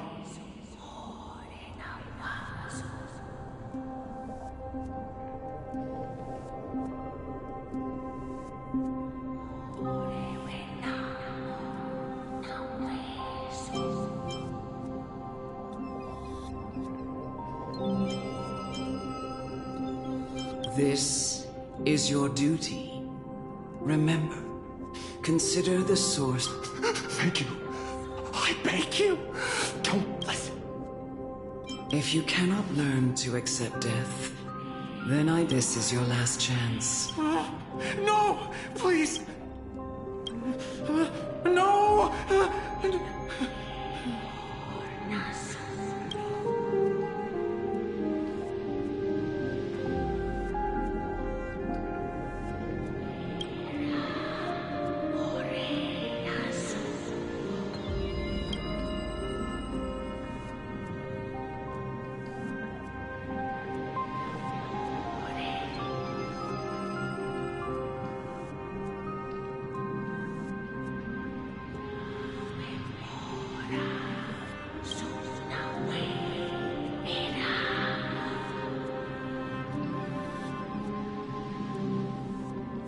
May you gain some insights through his sacrifice.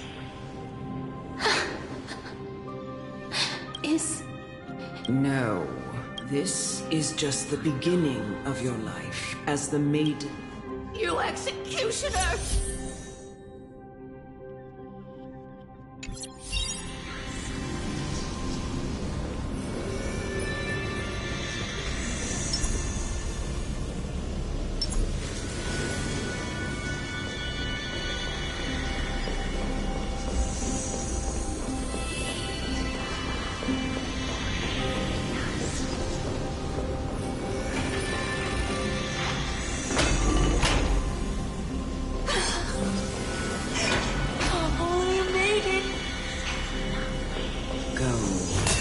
Grant her glorious death.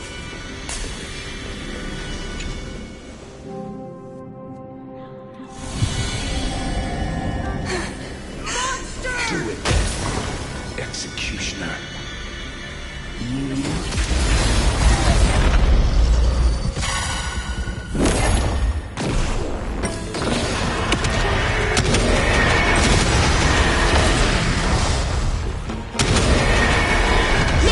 Protect us! As you wish. Do it then. Execute.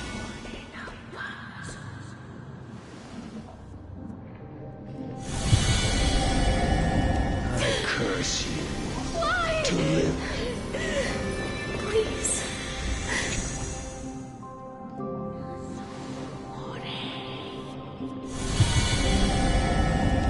When will this ever end?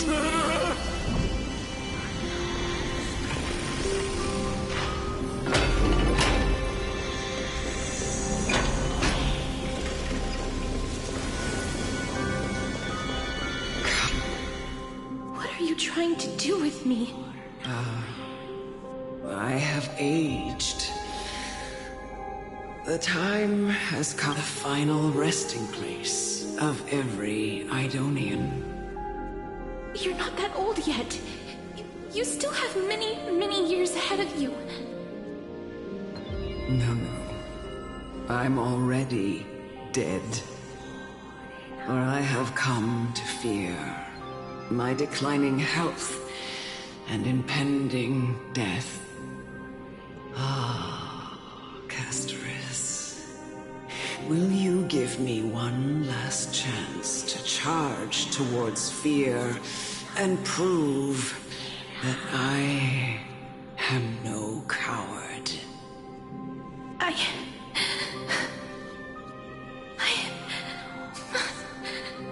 can't take this anymore! Child, it was I who brought you here from the frosty plains and set your farcical fate in motion. It was also I, Chief Executioner of Idonia, who forced the heavy duty of executing others onto you. I've always known that you have doubts and even anger about my faith and about me. I never had a choice. Indeed. We essentially abducted you. Yet you can end any sinful life with just a touch of your fingers. Shouldn't it be easy for you to escape from here? I'll never do that. It doesn't matter how lightly the Idonians take death, or how readily they accept it. I simply can't do it. I knew I was right about you. What do you mean? I've taught you and cared for you as my own daughter all this time because of this blessing that's been with you since your birth. I know no one else in the world would understand the weight of life and death more than you do. In the eyes of an Idonian, death is the end of all life. A destination we will all eventually reach. Humans should not resist it, but learn how to face it. You can only live your life to the fullest after understanding this principle. And when you do, even if you eventually... No! Come now. It's to show me that you are a fitting holy maiden. Or at least, that you possess the resolve to become one. Come now. It's time. I've already taught you all that I know. Show me that you are a fitting holy maiden. Or at least, that you possess the resolve to become one.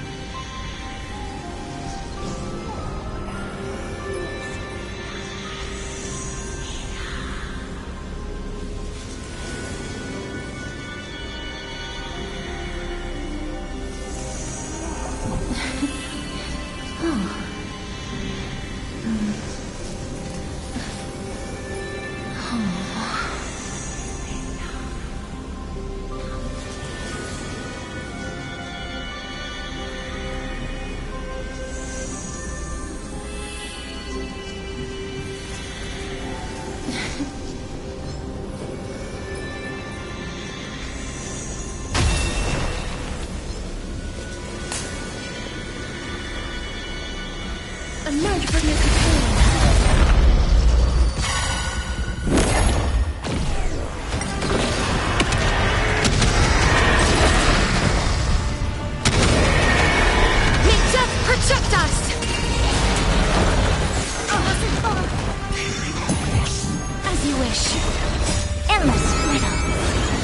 but a farce. Stand to think. What a crime.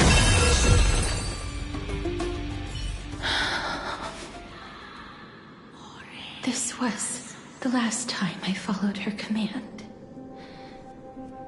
I gently touched the elderly woman before me. The executioner, who had seen too much death, died the same way as everyone else. A gasp for air, a wistful look in her eyes, and a barely perceptible tremor in her fingertips. Elder Amonette, the person who tried to teach me about death, ultimately vanished like dew in the morning mist. She spent her life embodying the beliefs of the Idonians, and when death finally came, she embraced it exactly as their doctrine had taught. I have nothing but respect for her. I erected a cenotaph in her honor in the marshes outside Idonia's city walls with the others I had laid to rest. Then, I set out once more in search of Thanatos. It was a long, long journey. I heard so many discussions about death along the way. Life finds meaning in death. The world improves because there is an end. It seems the most terrible darkness in this world. Everyone talks about its heavy weight. Some resist it, some worship it. How did a disappeared titan become the deepest fear of humankind? And why do they haunt my dream? I continued my travels to seek an answer.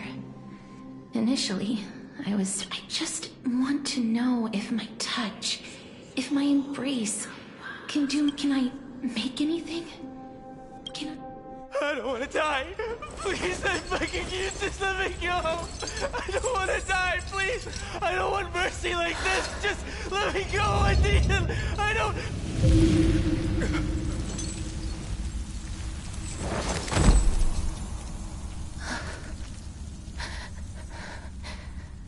I hate these icy hands.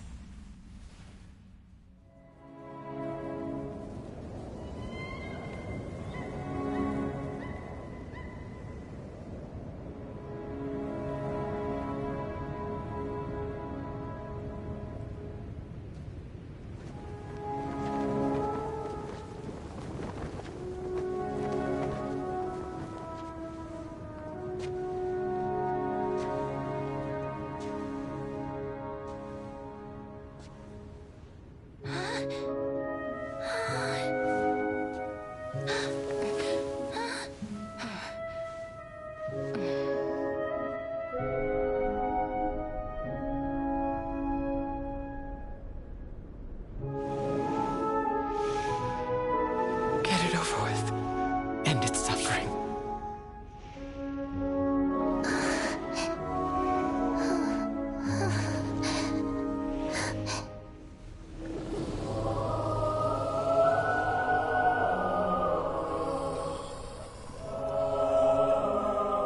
The Reaper has blessed your hands. Only you can grant them peace.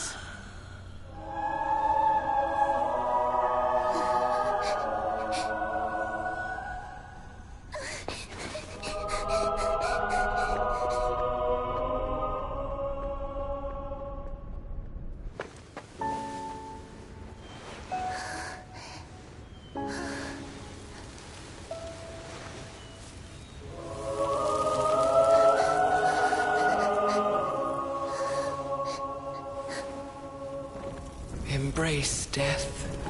Walk alongside it.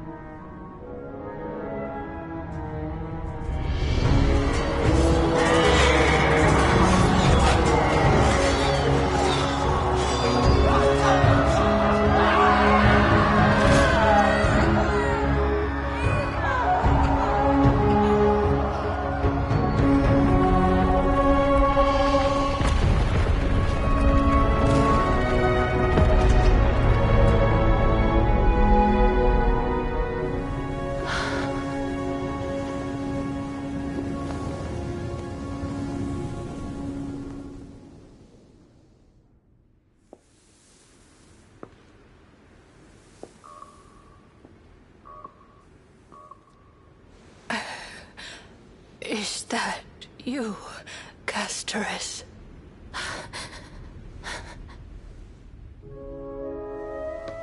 All of them have gone, heeding death's summon, crossing into their domain. I must go too. I don't fear it, just I have some regrets. Watching people leave this world again and again, it must be lonely for you. You must want to desperately embrace them before they go. I can't. These hands, they're too cold.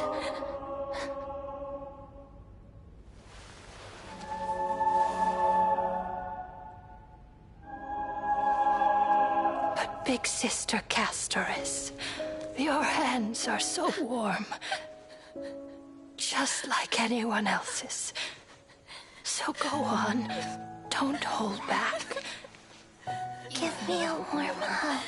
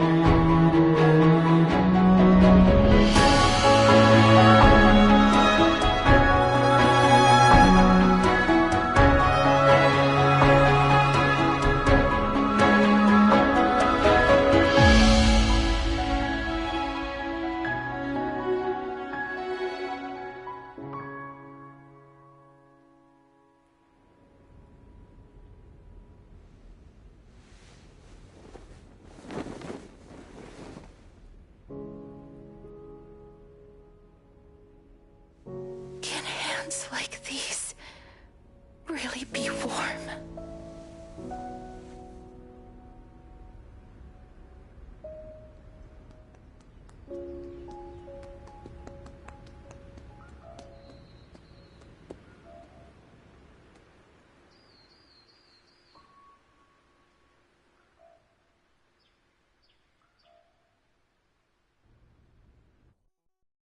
On the day that Orynyx's trial ended, you must have had many questions. I felt just as confused. Why, as someone from beyond the sky, were you so cruelly dragged into Amphorius's fate? I wished I could take action, but no matter how hard I try, I cannot simply interact with the living as ordinary people do. Even when we brushed against each other unintentionally in the grove. And it was obvious that nothing had happened.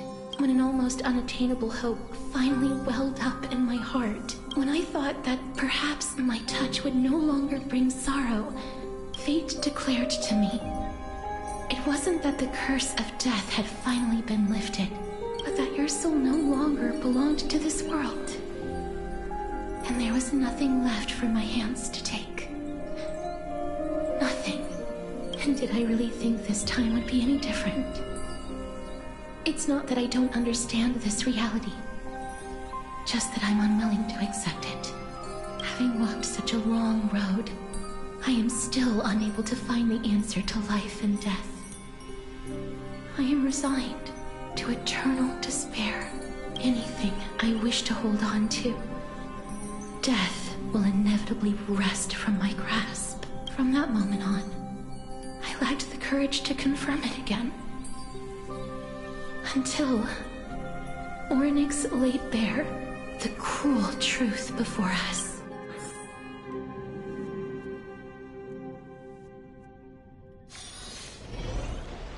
But now, perhaps I might have one last chance.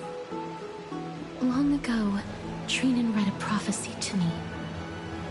At the end of the Sea of Flowers, The souls of the living shall warm thy fingertips, and after an embrace, there shall be eternal separation. I found no surprise in it, for her words sounded not like a foretelling, but a perfect reflection of my past. Embraces in this world are born of reunions, yet my touch speaks only of farewells. In that moment, I had no doubt that this destiny would weave itself through the entirety of my life. And yet, things have taken a turn for the better. Now that I can finally have an audience with Thanatos, perhaps I can rewrite the meaning of that fated prophecy. I have no reason not to give it my all. For your sake, and for my own.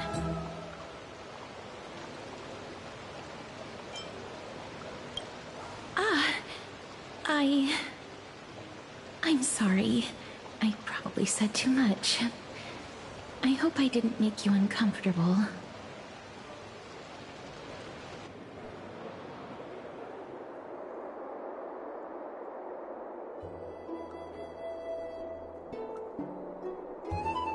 Let's put that aside for the moment.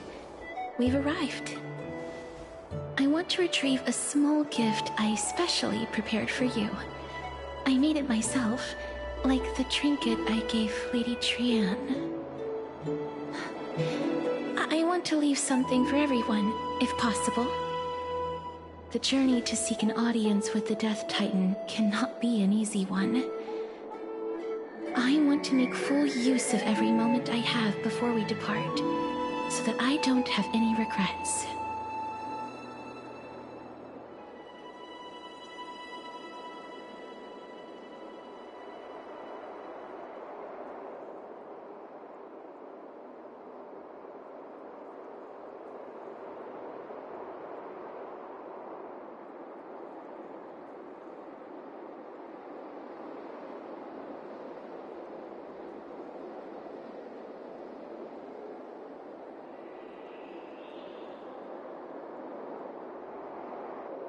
Then, perhaps you can have a look at it first. You don't have to take it if you don't like it. Look, it's right there. Huh? Where did it go?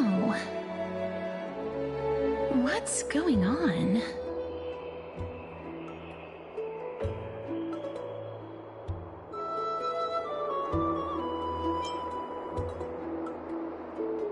Just some handcrafted trinkets.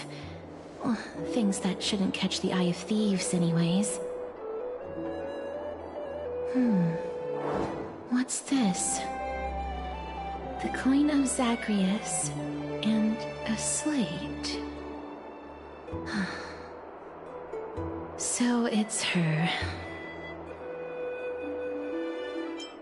No doubt about it. This is her favorite symbol. It's a lady's cipher, the demigod of Zagreus whom Lady Aglaia had spoken of. She's a master thief who's left legendary tales all over Amphorius. So many years have passed, yet she's still announcing herself in such a crass manner.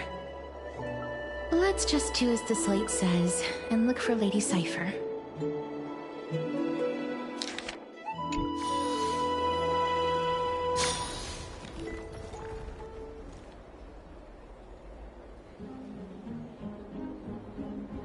Look, it's right there.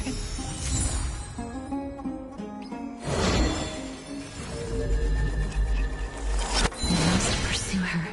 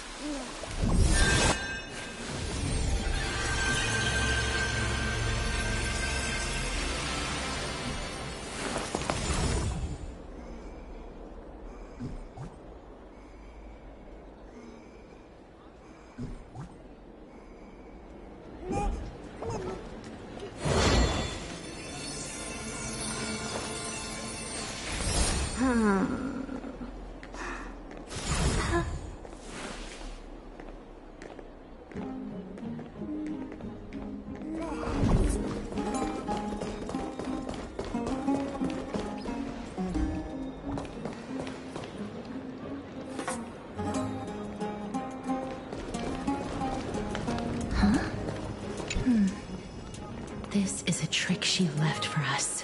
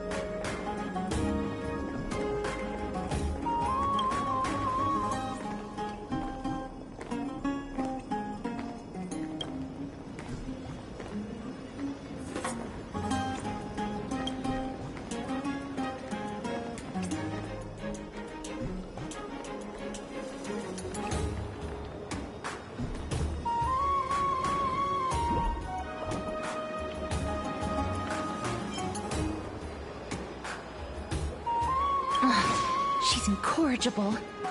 Follow me.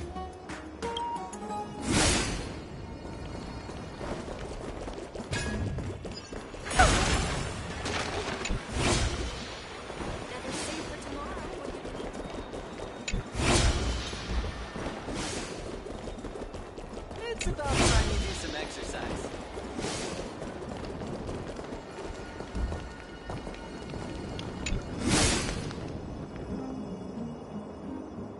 Exactly the kind of thing she...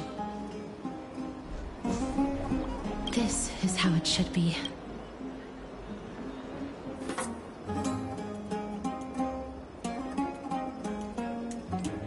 We must pursue her.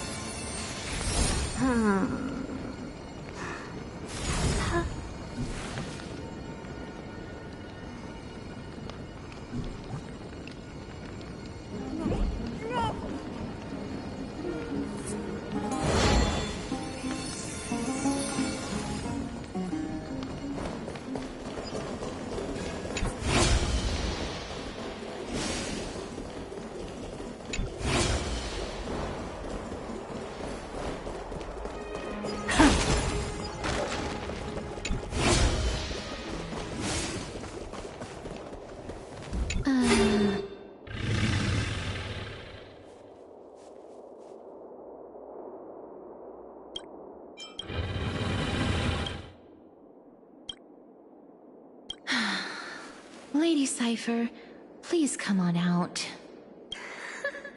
You're still careless as ever. Shouldn't you keep... Since you know it's a gift for someone else, please give it back to me. Stop hiding among the people and letting the wind carry your voice. Now, since I know it's a gift, that just means I need to milk its worth. The children of the wind never stay for long in one place. Unless your offer is tempting enough to still the wind. What say you? Name your price. I'll give you however much you want.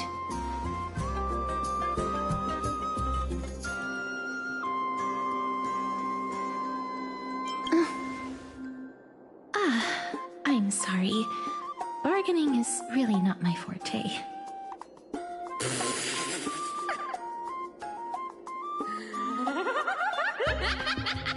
No wonder they call you Princess Homebody. Why don't you two come over to my place? It'll make a better venue for proper business discussions. You can find where I live through the winds I've sown. Right. Piece of cake. I can do that even if I can only sense your soul. Alright, I'll see you there. Oh, by the way... Everyone cool with me collecting a deposit before we reach an agreement, right? Now, come this way.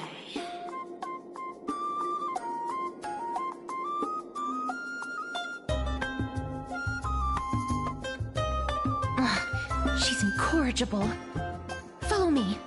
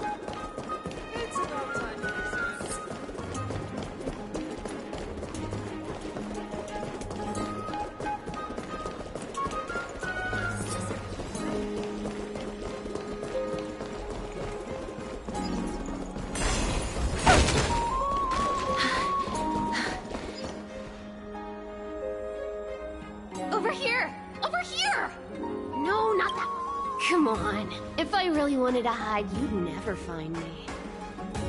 So relax, you two. No need to get your hackles up. I'm not that scary, am I? Meow.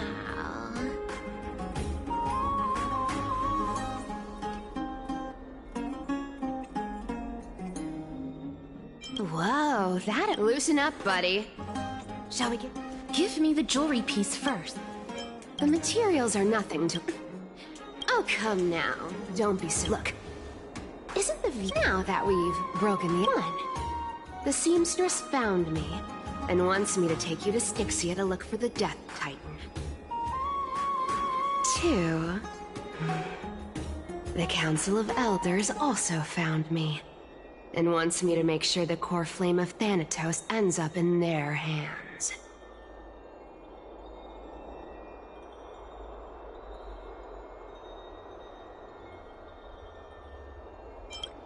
Of course.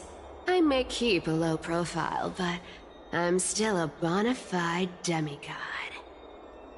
And last, but not least, I'm telling you that I'm not interested in doing either of those things.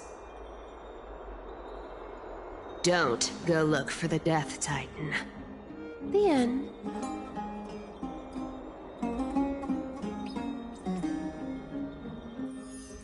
Wow, this is some high-quality stuff. And this room is full of it. How much are these worth, Did you get all this through that Aranova gimmick? Some of it is family fortune, while the rest came from my business as a dressmaster.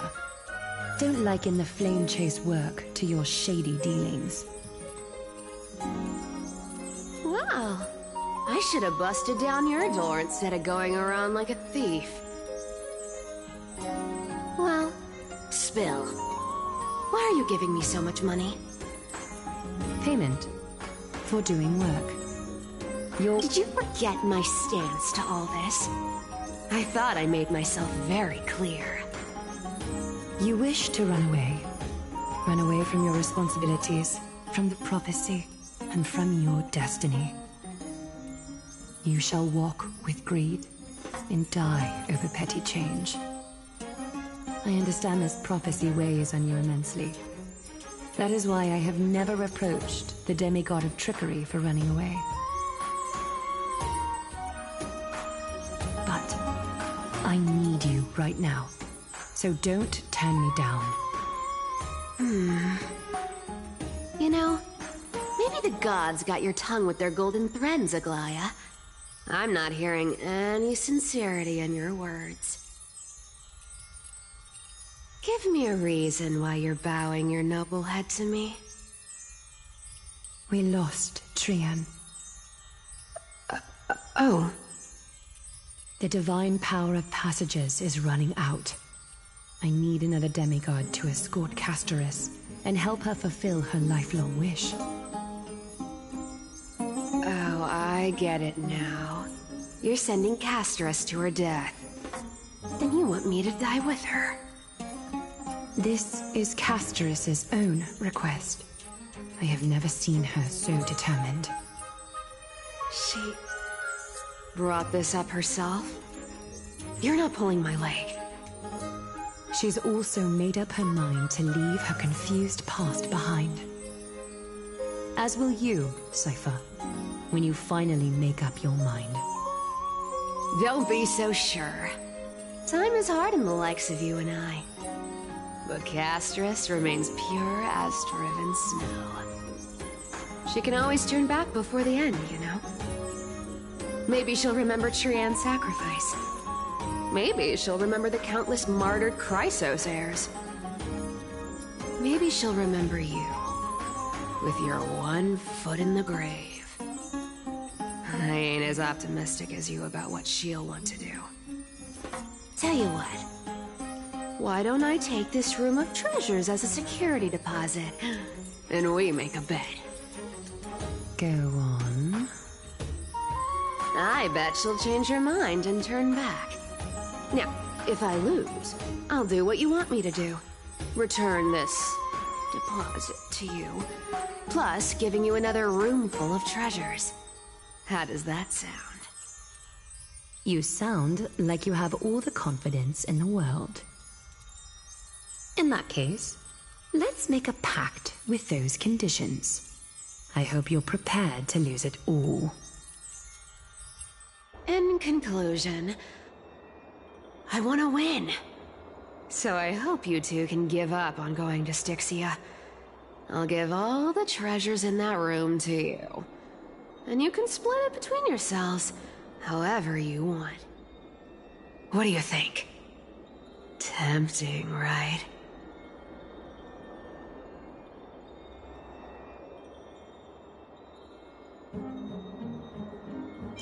Oh, please!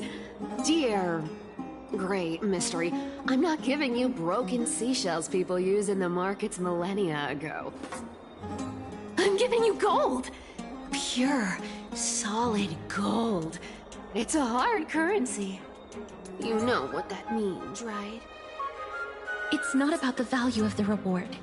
If we don't find the Death Titan, his soul will... Oh? I can't go into the details, but we have to go to Styxia. I really don't get how. Princess, homebuddy, you keep talking about needing to find Thanatos, about getting rid of your curse, and you don't care about anything else. But did you ever live for your own pleasure? Even for just one day? What are you trying to say? I'm saying, contrary to your beliefs, Aglaia didn't take you in just so you can die for her Aranova. The flame chase journey walks hand in hand with sacrifices. Isn't that why you're always running away from Lady Aglaia? Fine. Never mind. We all have our own problems. I ain't gonna say anything anymore. It's not like I was gonna honor that bet anyway. But listen to me. Styxia is no tourist destination. Sure, the treasures buried in there are 10, no, 50 times richer than Aglaia's vault. Yet, I've never been there. And I never plan to. Because even a demigod can't be sure they can walk out of that place alive. And now I'm supposed to escort you to Styxia. Sure. Pay up.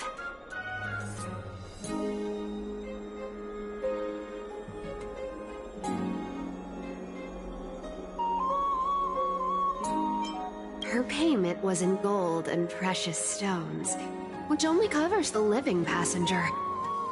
You need to pay me as a member of the dead. I don't like this. However, I have lived a longer life than most people. Though I'm not as good at doing business as Lady Aglaia, I still have some savings. I can give them all to you. Then how are you going to live the rest of your life? Then I'll give you 90. No, 80%. Well, don't mind if I do. 80% of Castrus's savings and a bottle of dew of divine blood. Not a bad trade.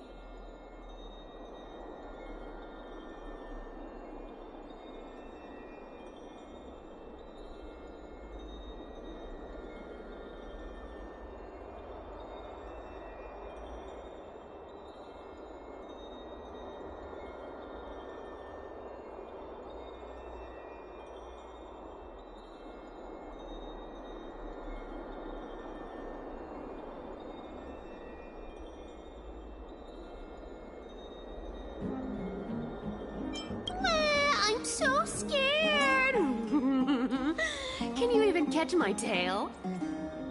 Here! Catch! Be careful with that! A minor change in plans, though. Don't go to the bath tomorrow. Come look for me at Akama's city gates instead. So, why are you changing the meeting place? Oh, nothing really. Just a bit scared of the seamstress's frosty face. I wouldn't stay a second longer in Akama if it were up to me. Well, now that we've struck a deal, why don't I give you guys a lift back? It's gonna be a long ride.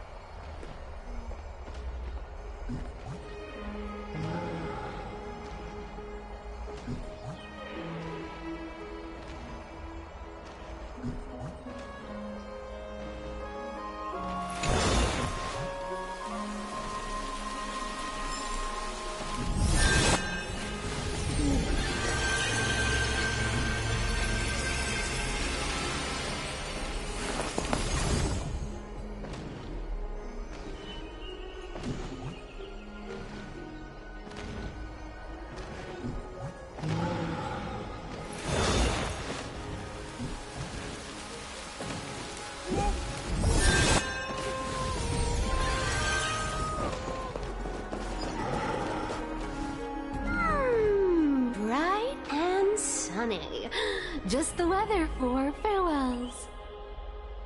You are here.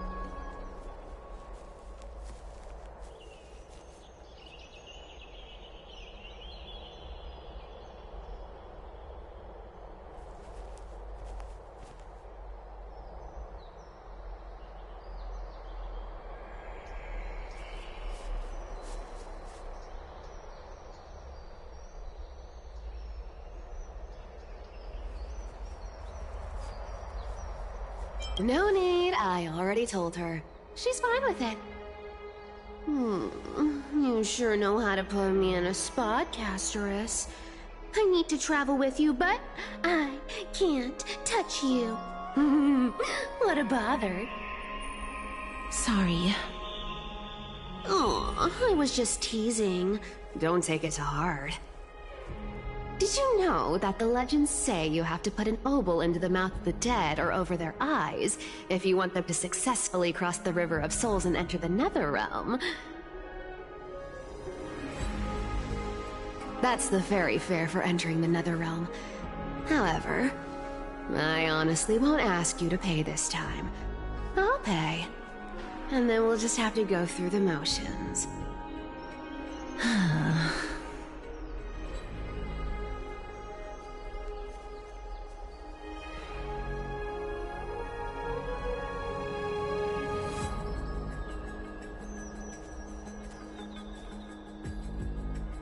Hey, that was a different purchase. Look, I'm just trying to make this journey feel more special.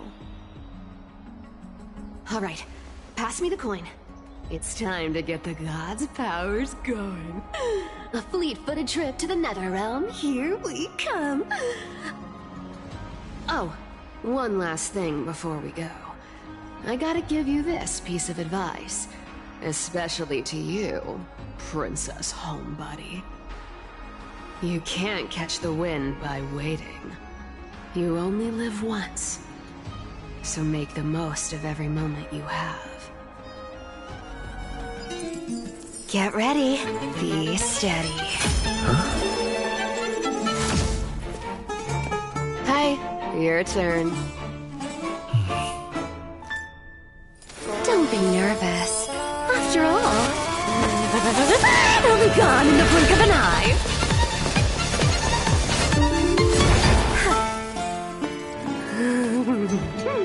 All done. Bye-bye.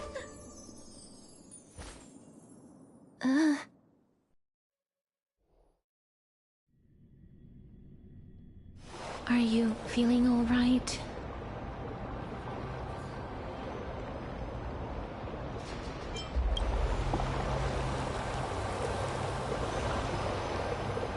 She's the demigod of trickery.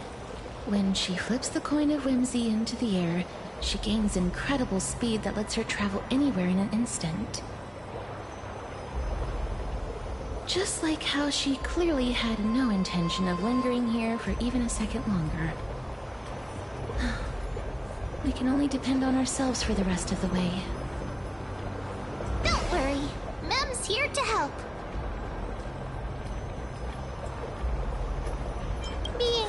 fight isn't my only forte. I'm strong, too.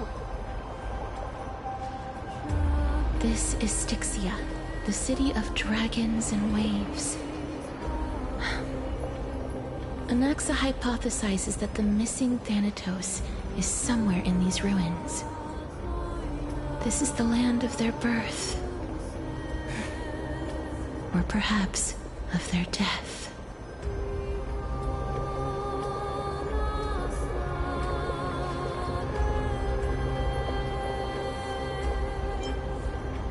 Anaxa had used a secret alchemical art to temporarily fuse his soul with Circe's and Kephae.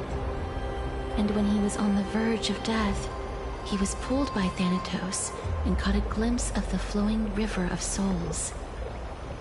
This alchemy, considered a sacrilegious act, might actually make the souls of mortals and titans attract each other.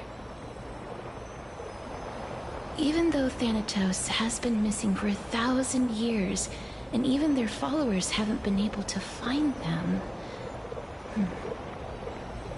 perhaps that special attraction could summon them here. Oh, so are we going to use that Philosopher's Stone to conjure the Titan? I guess that's the only way. The only leads we have now are the name of this city and the fairy tale about the dragon. Thanatos is even more mysterious than I am.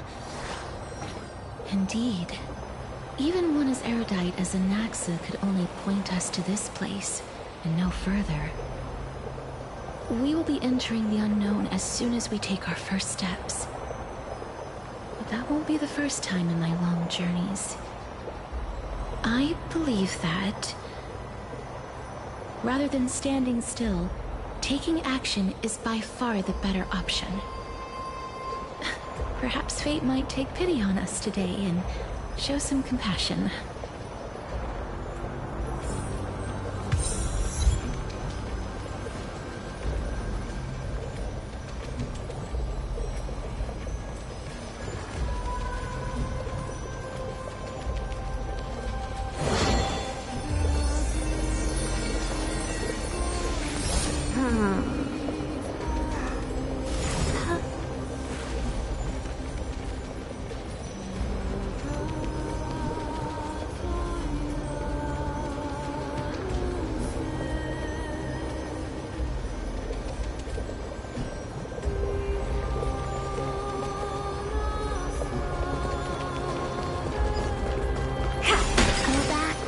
You came. Go back.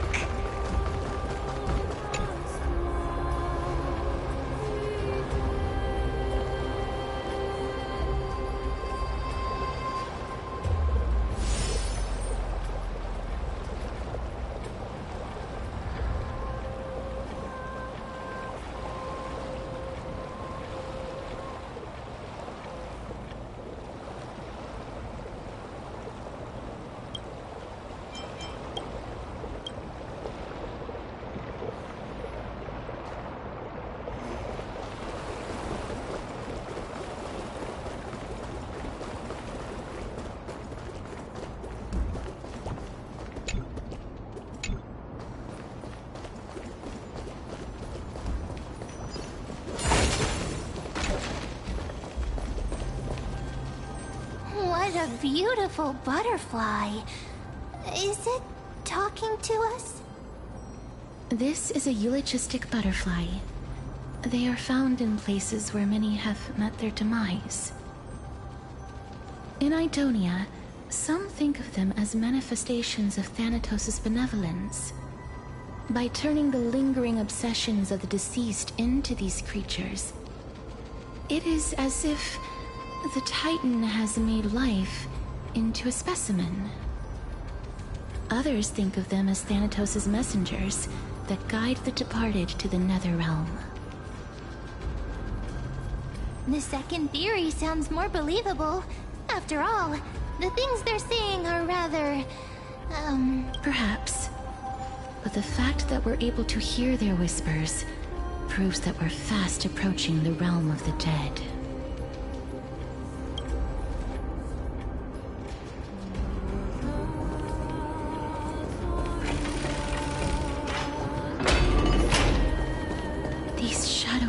figures.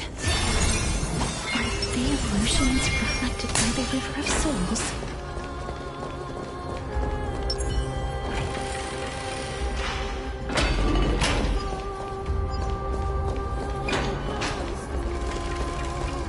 Do you want to buy any fish? Huh? Wait. I'm not selling my fish to living people. You lot are too shameless. Buying fish without paying. Could it be that you're all dead souls that never achieved rest?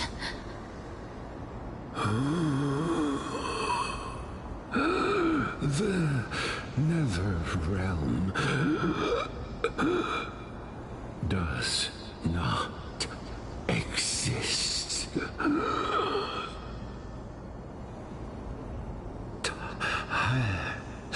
Titan rejects you. Me.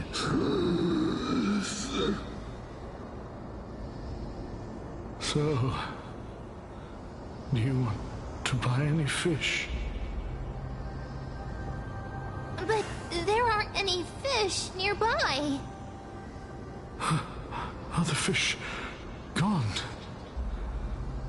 The people are gone too. I can only keep selling fish. So, do you want to buy any fish?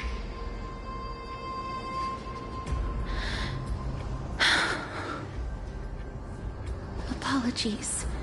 I don't have much in the way of savings, but perhaps there's another way for me to release you from your suffering.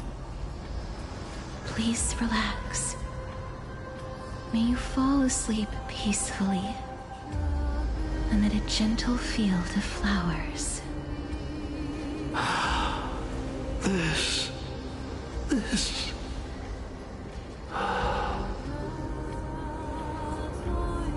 I knew it. These people aren't illusions. They're the souls of the deceased. They're supposed to reach the end of the West Wind by floating down the River of Souls. Yet, they have floundered upon the shoals of the stream, unable to move forward. Did Thanatos reject them? Or perhaps they didn't really die at all?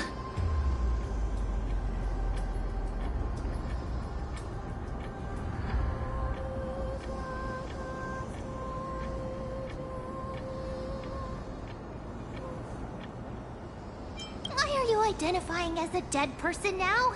Don't give up on yourself! I have no idea.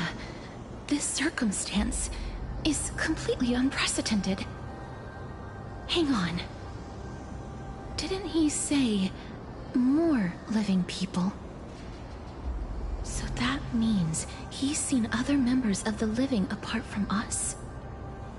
Could it be that these souls are stuck here due to someone's deceit? If something is done out of goodwill, are you really gonna call it deceit? Goodwill? I can't see anything good out of... Wait a minute. Lady Cypher? That's me. I still belong to the land of the living as of now. Thank you very much. Could it be that you are the living being that those souls met? I couldn't take their behavior anymore. So I stole some things here and made up some lies there. Just trying to give them something to look forward to, you know? It's because of vile living creatures like you that we're being misunderstood by all of them. What else am I supposed to do? You can see the mess this place is in. These poor souls are denied by the Netherrealm. So now they're stuck in a few brief moments of their life. unable to move forward or back. Did you see those two blacksmiths on the way? They've been here for as long as the sun's been around, wailing over and over about casting a shield. Styxia is so freaky. Then why have you come back, Lady Cypher? Hey, I'm not here to aid your adventure. I hate water more than anything else in this world. Especially that stinky river of souls. But, I just discovered some stuff before I left. And I reckon you should know about it. It's about that boy who defied death. I found traces of him here. Lord Mighty? Oh, right! That's his name. Well, now you know.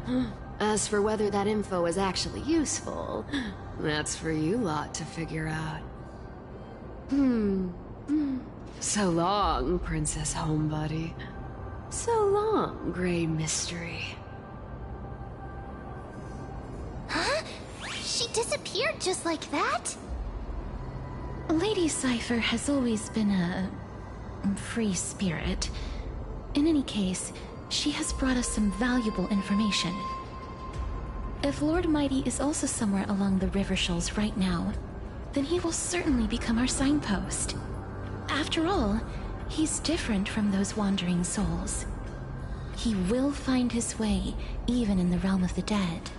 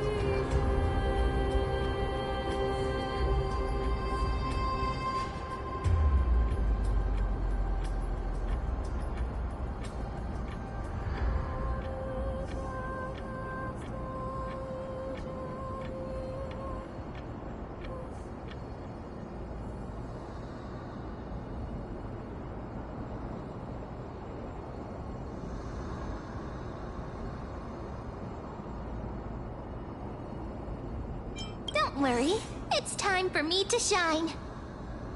Orynyx's Rune of Recollection is nearby. Use prayers to return the river to before it got flooded.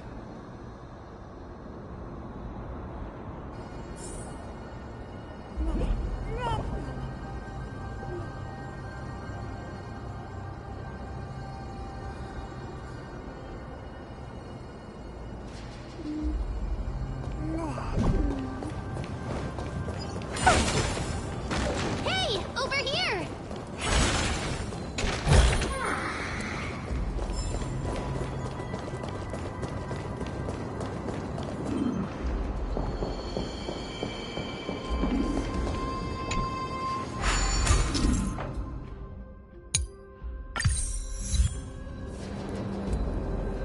Orynyx's miracle has appeared. Amazing! It's like we're inside a giant bubble. Even the river got parted.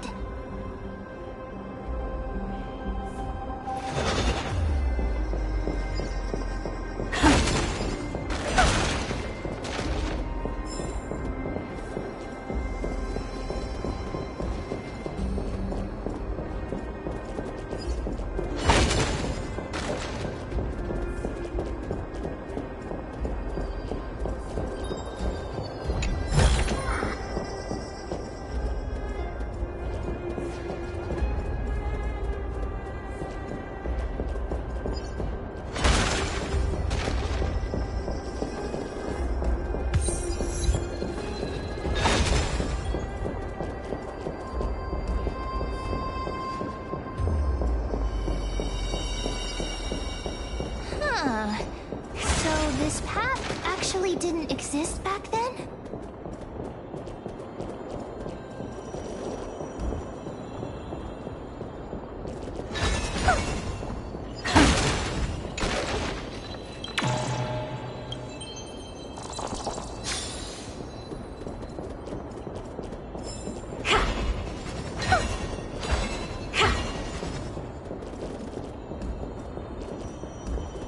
wandering souls of the deceased here as well.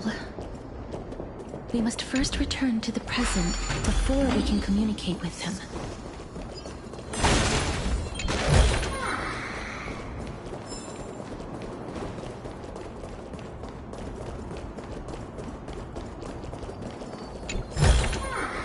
Oh, you want this? Fine. Take it in the music. Don't let me down. Open sesame. Lend me your strength. To guard and defend. Crush them. Expand your thinking. Time for a lesson. Endless freedom. Nothing but a force. Spend freely. Bust. Or maybe I'll take it all. Watch your head.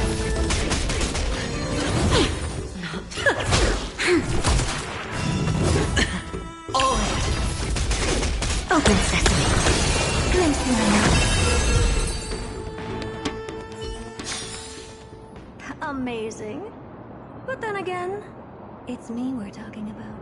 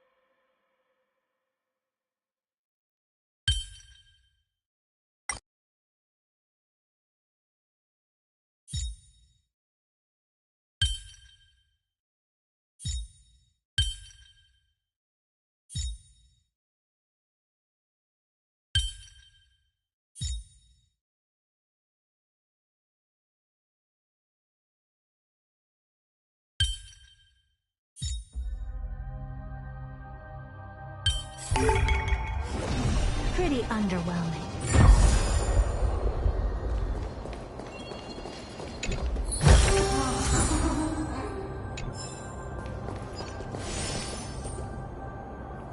Take a look.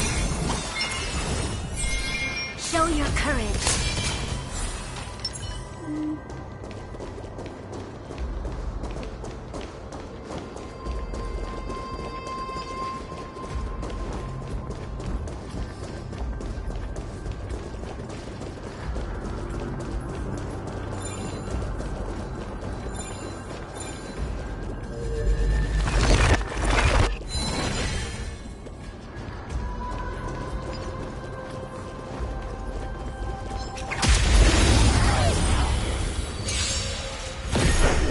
I always deliver. Expand your thinking. Endless freedom. Nothing but a force. Open sesame. Glimpse the unknown. Bending the rules. There's no backing out now, for me or you. It's on me. Who's the little backstabber?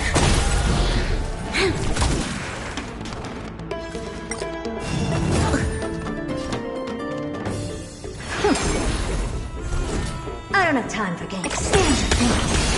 Endless freedom. Nothing but a force. Misery.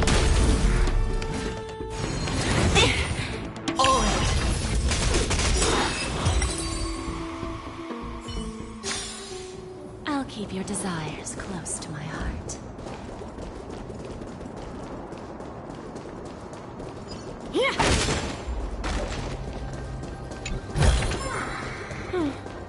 Not exactly eye-catching.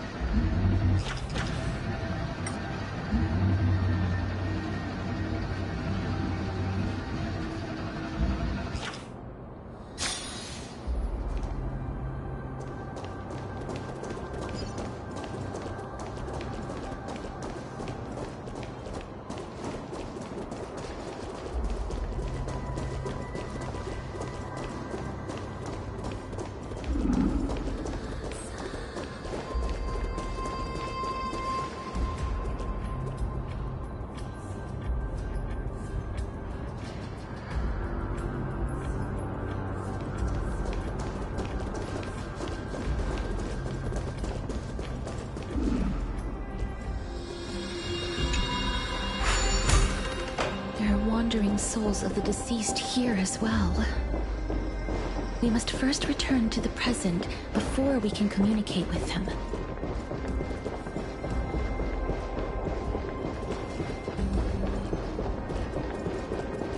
Huh.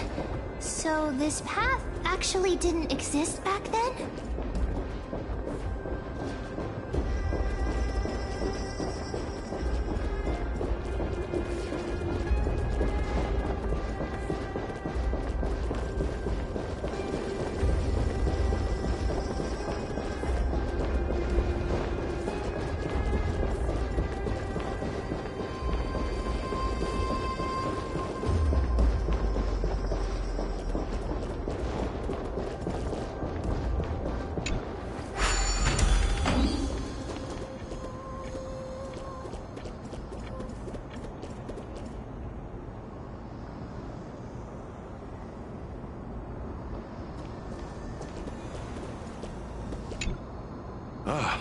By the since the current camp...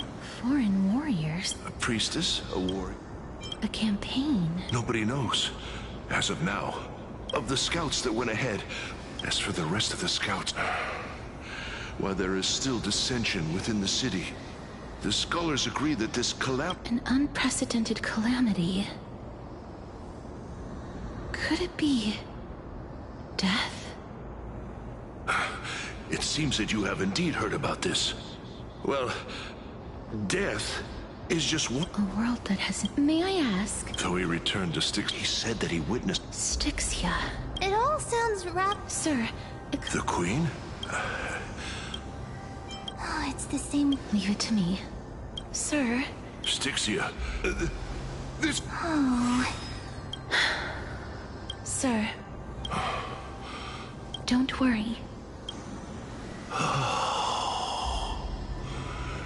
Is it over? Have we won?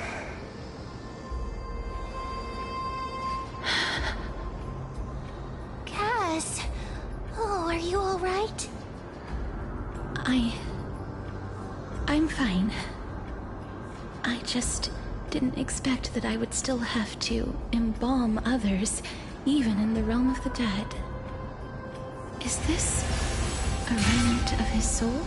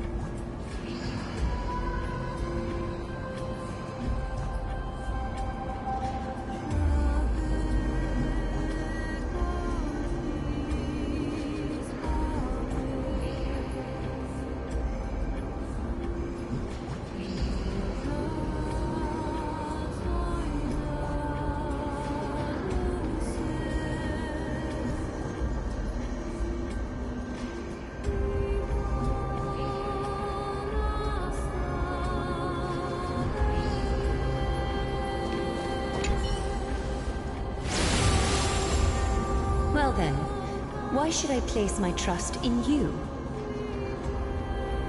Holy maiden from afar. Wait, this is... I don't quite understand what you're trying to say. Since the prophecy has already pronounced your name as Chrysos, heir of death, Akima ought to treat you as an esteemed guest.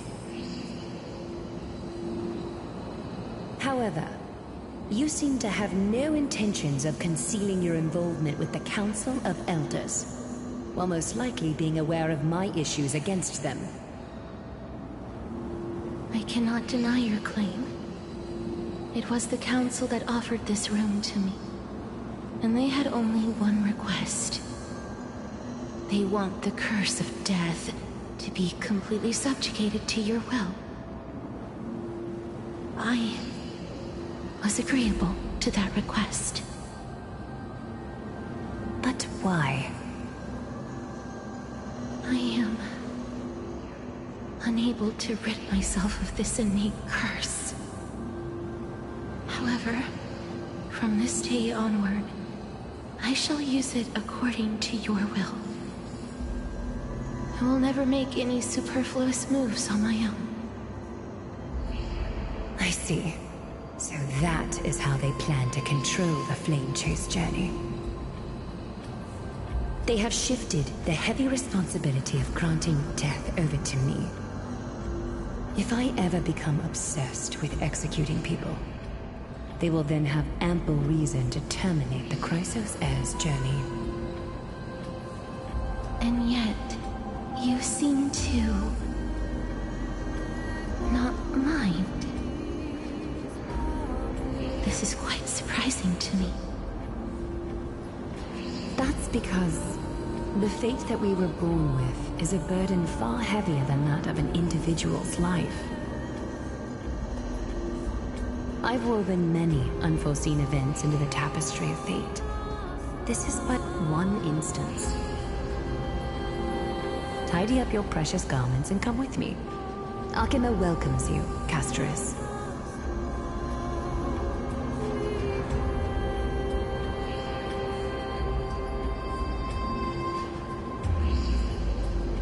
I didn't think we'd find vestiges of memory here. Maybe they've got something to do with Orynyx's rune? Perhaps, but I do not need a reminder from them. This memory is one that I will never forget.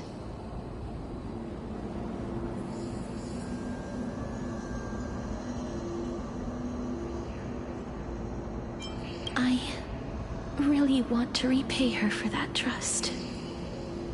But why would this memory appear right now? Is this really Orynyx's power?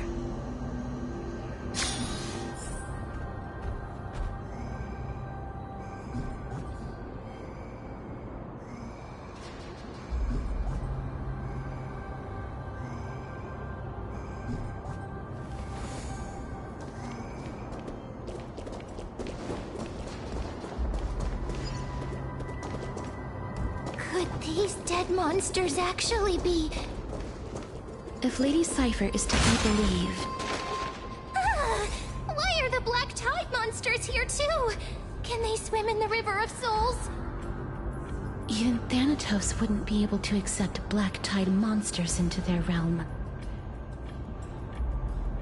These traces seem to suggest that anybody who trespasses upon death will pay a heavy price.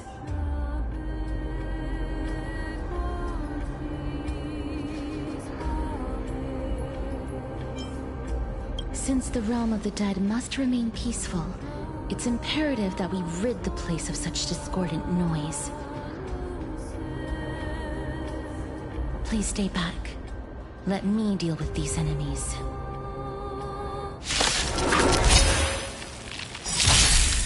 Lose some, win some.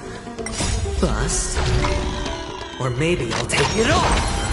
I always deliver. There's no backing out now. For me or you. Expand your thinking. Misery.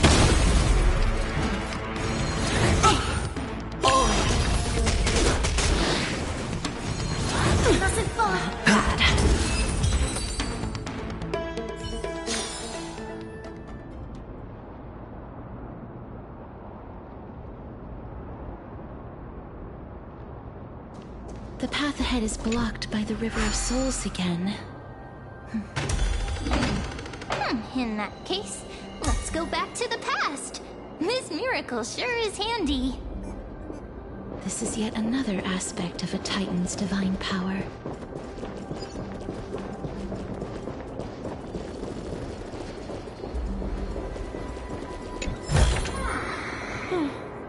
Not exactly eye-catching.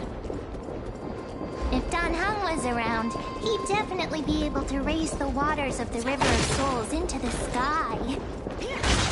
If Lady Hycelens was still alive, I think she might be able to do that too.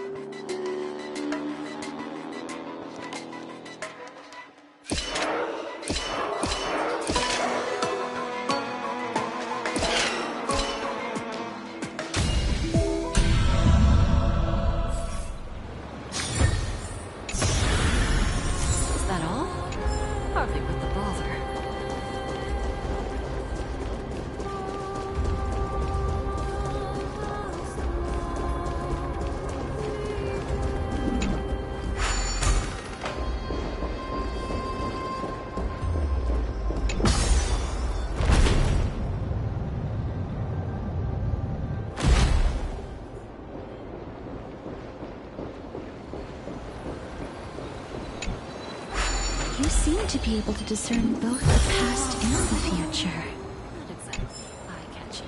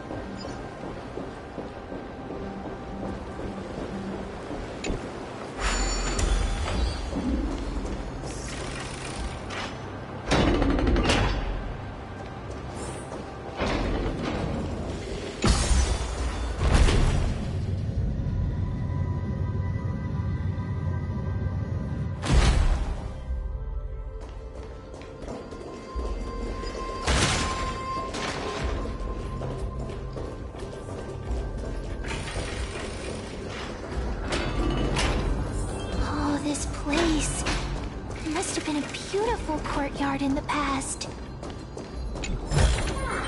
Is that all? Hardly worth the bother.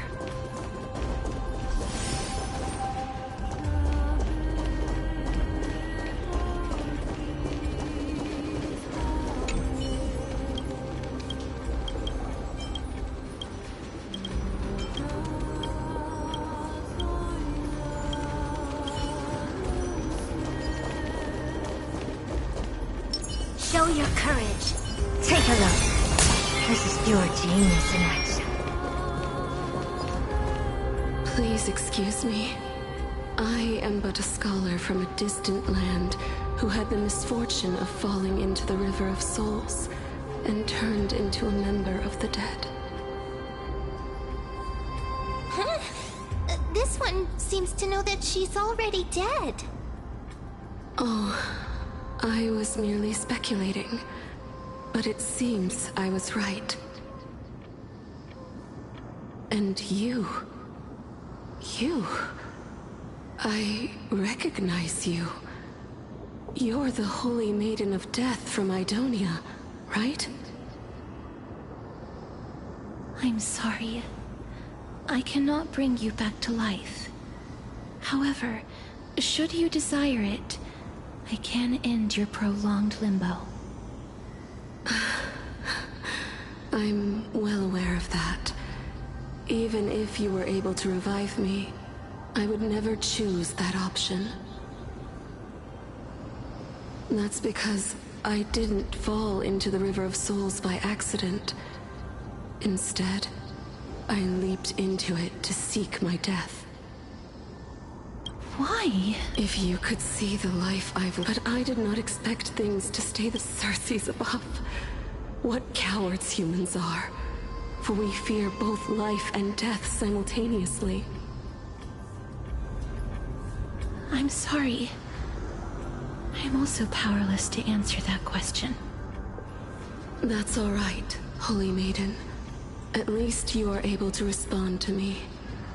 Please, grant me death.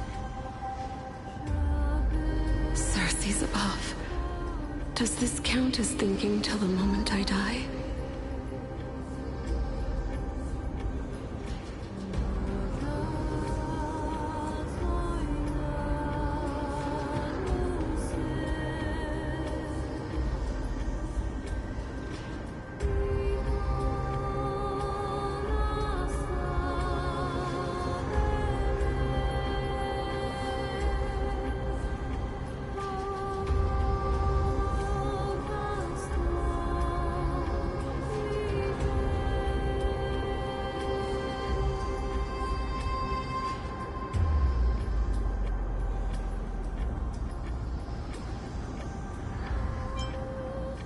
I have seen too many farewells.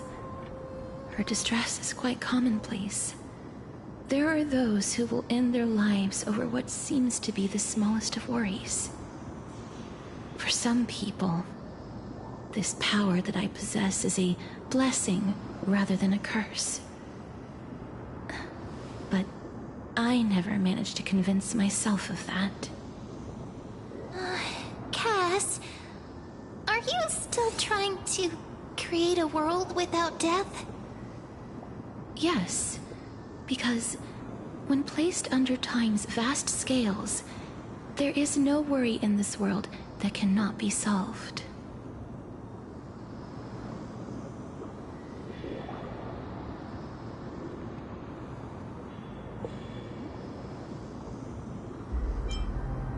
This is a wish that I've held for almost a millennium.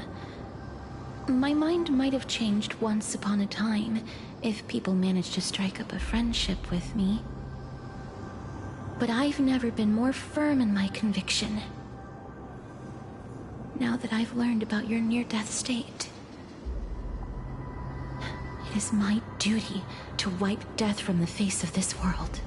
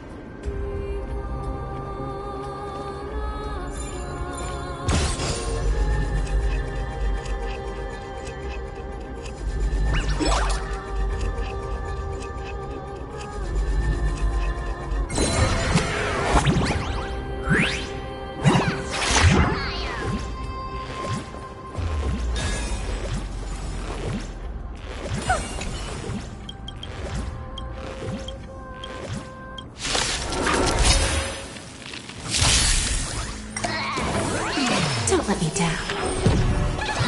Expand your thinking. Endless freedom. Nothing but a force. Bending the rules. Bust? Or maybe I'll take it all! Open sesame. What a crow.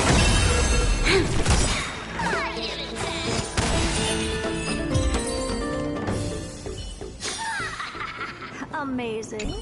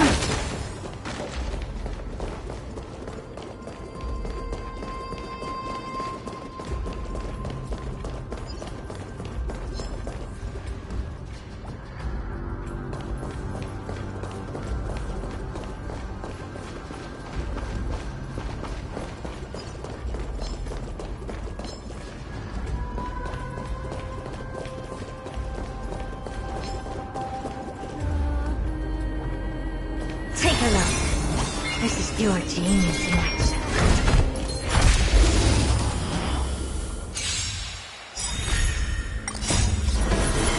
To guard and defend. Crush them. I always deliver. There's no backing out now, for me or you. Expand your thinking. Misery. Endless freedom. Nothing but a force. Open sesame. Glimpse me now. Spend freely.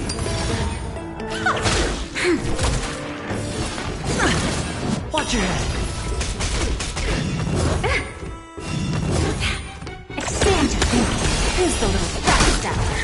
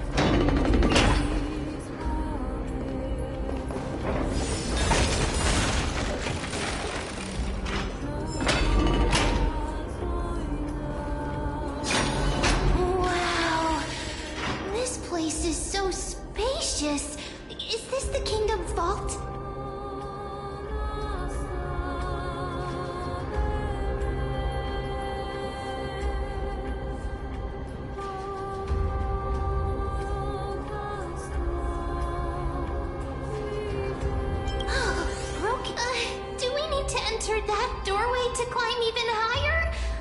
There seems to be a person. Oh, more like a soul guarding it. But how should we get up there?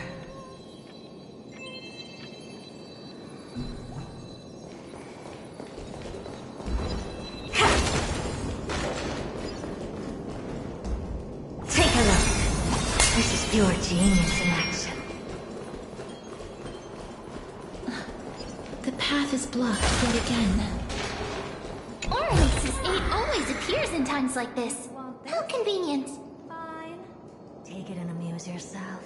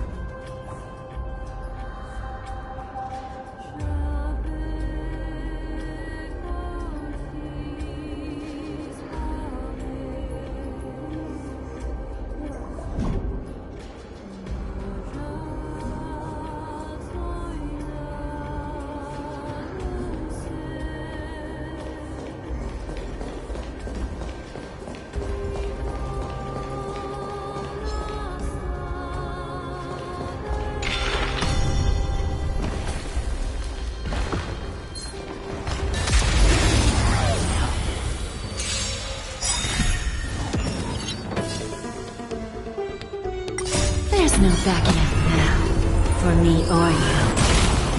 Endless riddle. Nothing but a void. Don't let me down. Expand your thinking. Glimpse in my eyes. Amazing. But then again, it's me we're talking about.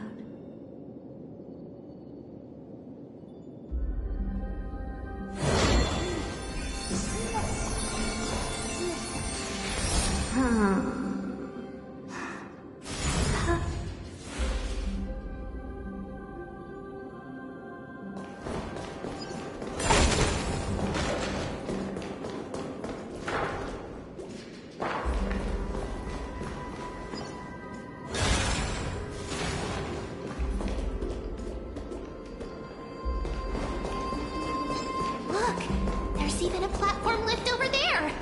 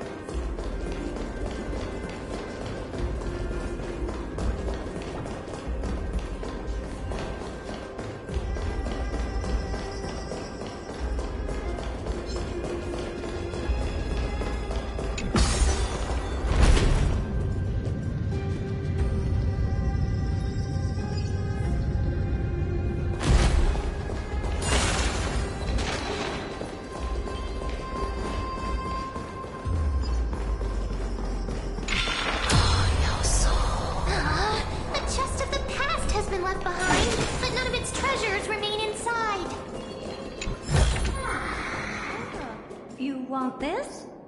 Fine. Take it and amuse yourself.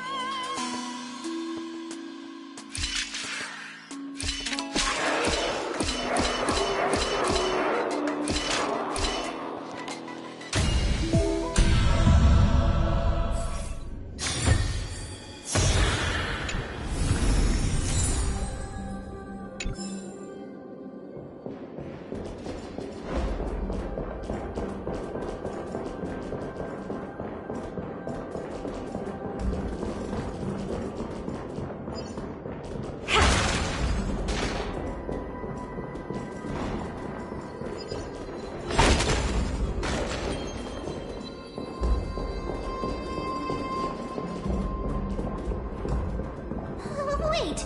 What if the miracle suddenly loses its effect? Ma'am, do you really want me to answer that?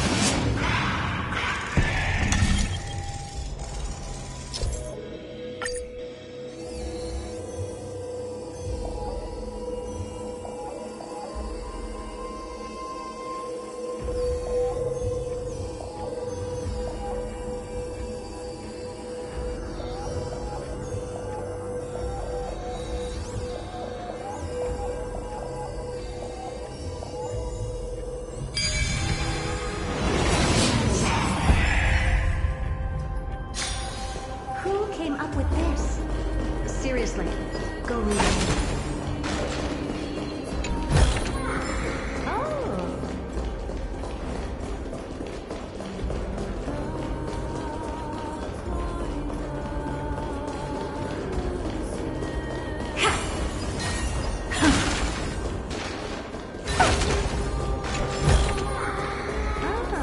You want this? Fine. Take it and amuse yourself.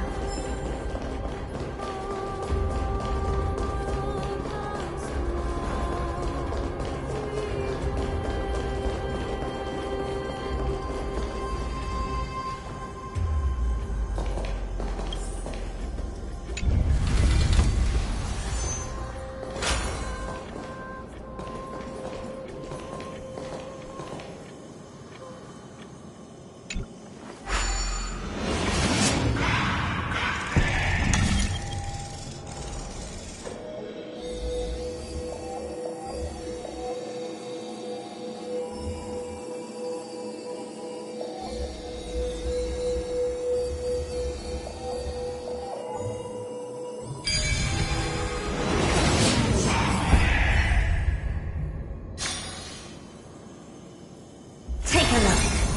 This is pure. Show your courage.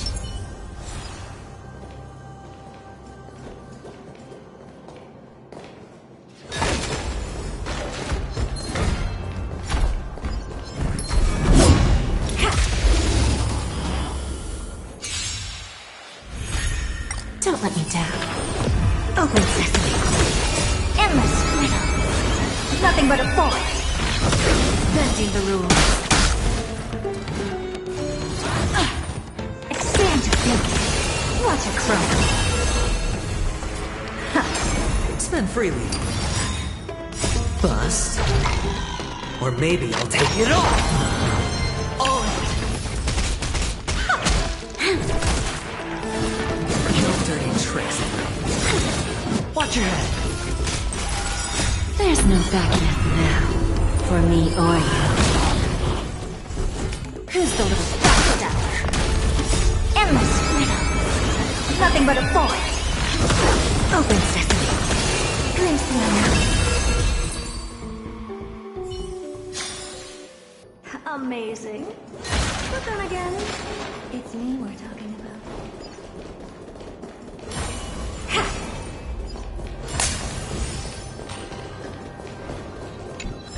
Ah, you want this?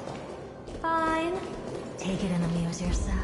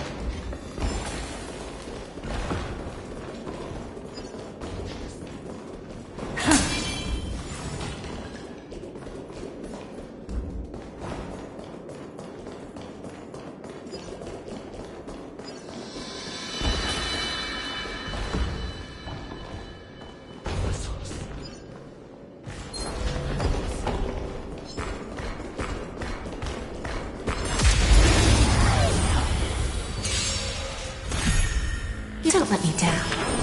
Expand your thinking. Lend me your strength. Open sesame. Bending the rules. We have a deal. There's no backing out now. For me or you. Endless freedom. Nothing but a force. Spend freely. Bust. Or maybe I'll take it all. Watch your head. Who's the little backstabber? To guard and defend. Crush them. It's just a graze. Expand your thinking. Watch it crumble.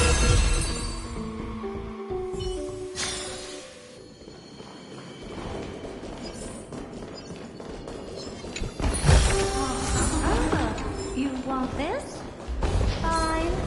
Take it and raise yourself.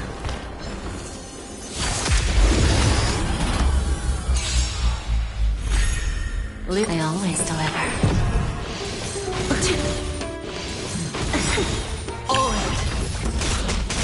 There's no backing up now. For me or you. Watch your head. Open sesame.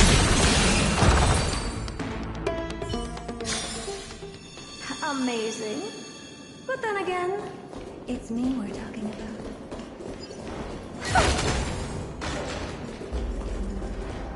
Take a look. This is pure genius. Show your courage. No soul.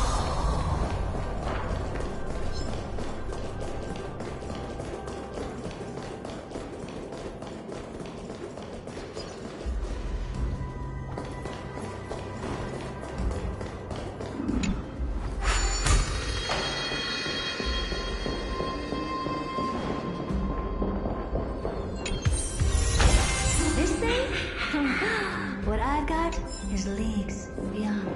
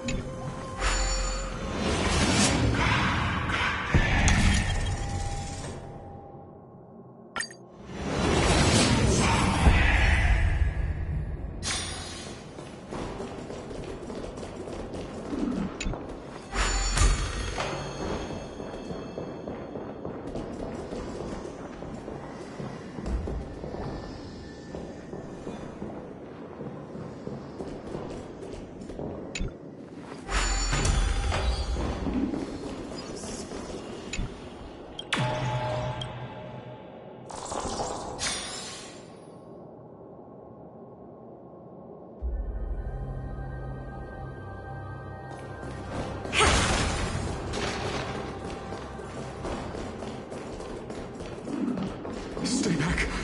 Don't come any closer. Don't come near me. Huh? Why does he look so panicked? Did the black tide monsters frighten him? Or is he actually scared of his own extraordinary power?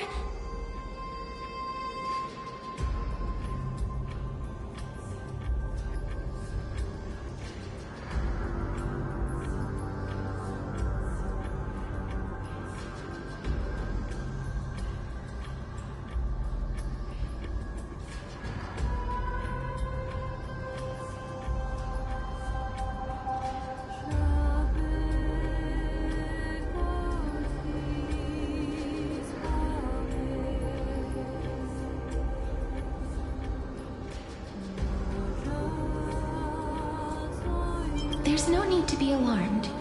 We're just...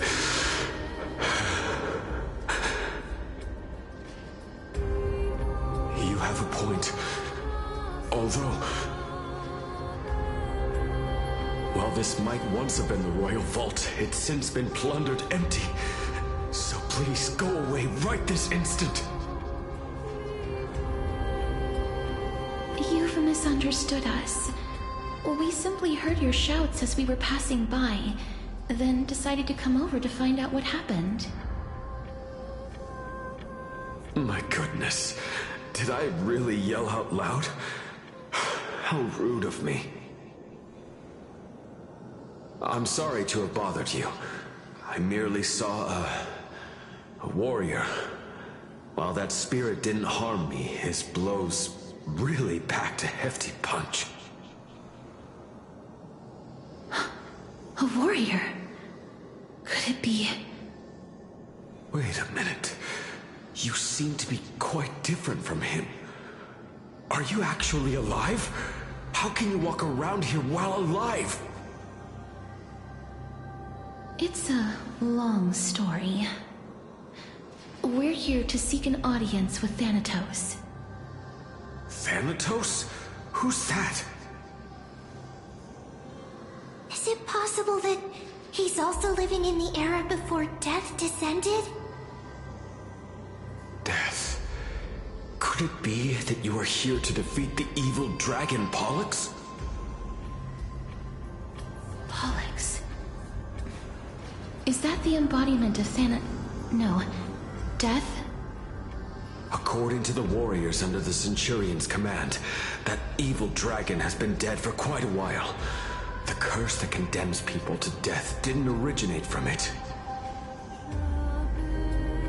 But they saw a girl within the dragon's embrace, and she is the true Reaper.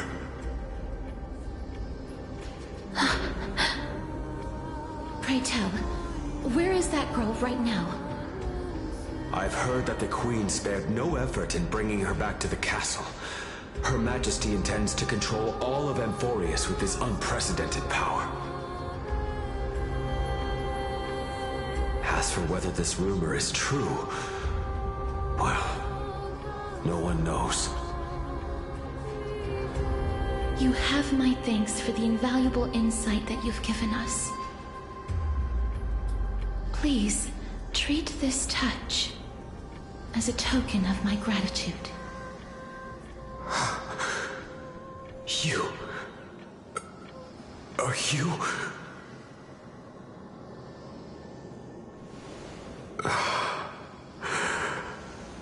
Thank you. This is his...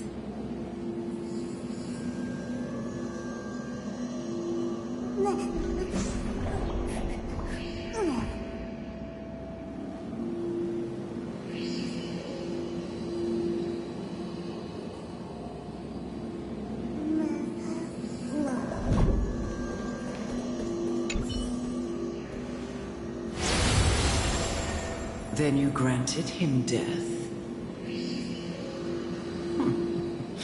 That isn't like you. You would have refused even if I commanded you to do so. I don't know. I did it out of sympathy, believing that I wouldn't be racked with agony, but I am still in a state of turmoil. Sympathy? Sympathy for that youth who triumphed in every battle? That young man was favored by Talantin, who taught him a move that will defeat any mortal enemy with a single blow and emerge victorious every time. He could rely on that move to always achieve victory during Era Chrysia.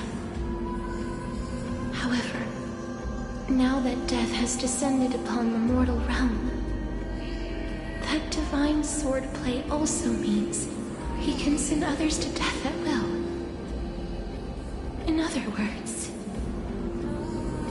You feel that he's similar to you? Yes.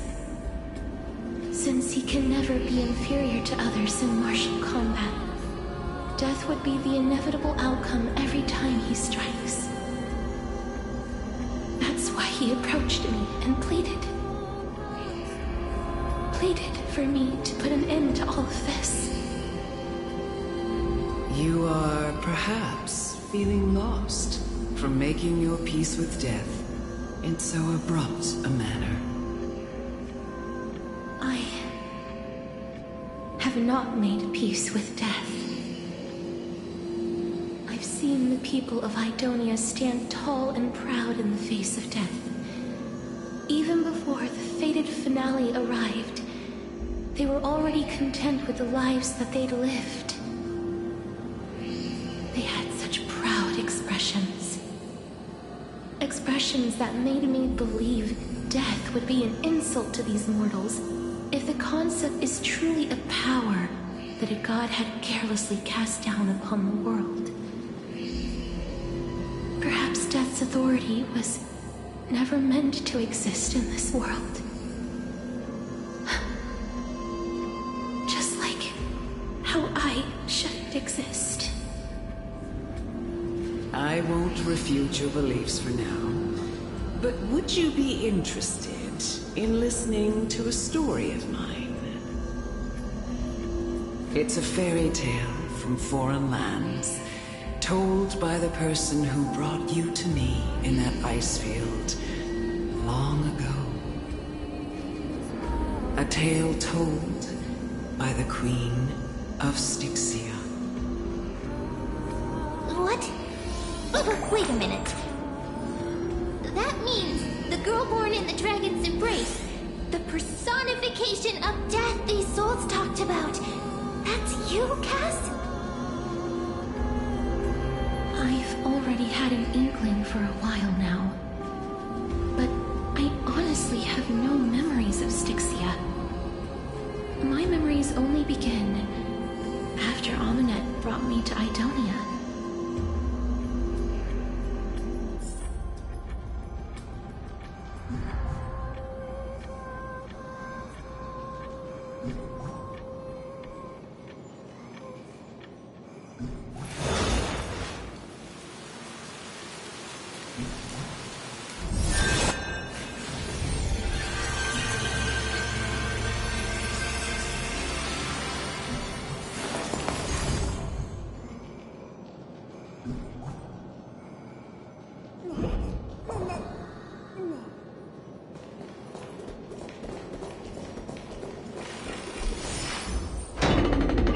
Don't look back. Keep moving forward. Always. It's yet another eulogistic butterfly. Are we getting closer to the Netherrealm?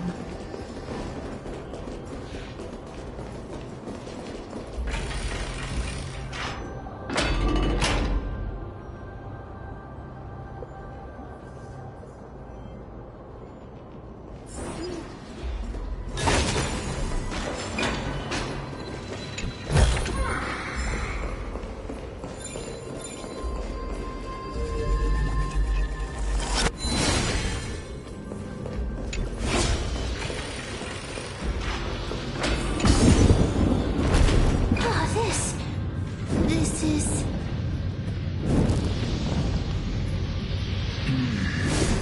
Living ones?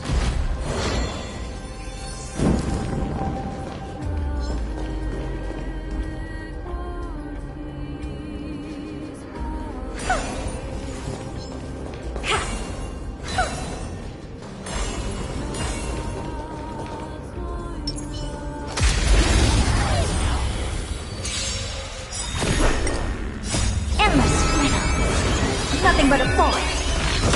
I always deliver. Open sesame. Watch it grow. Expand your thinking. Bending the rules.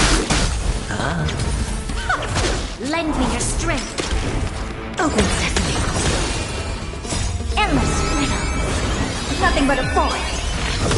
Time for a lesson.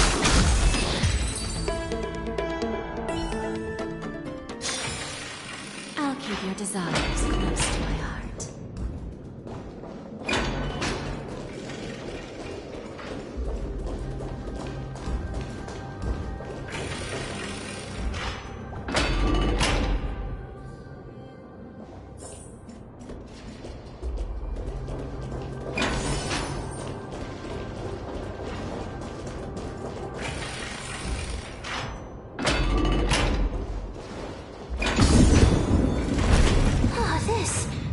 This is...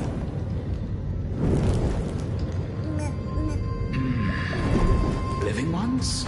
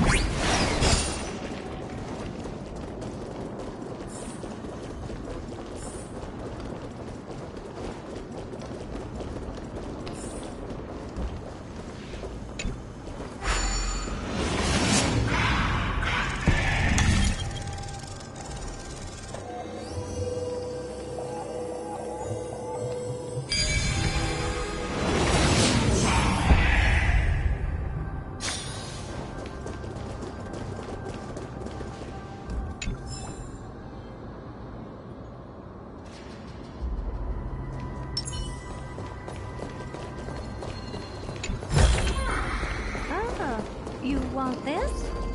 Fine. Take it and amuse yourself.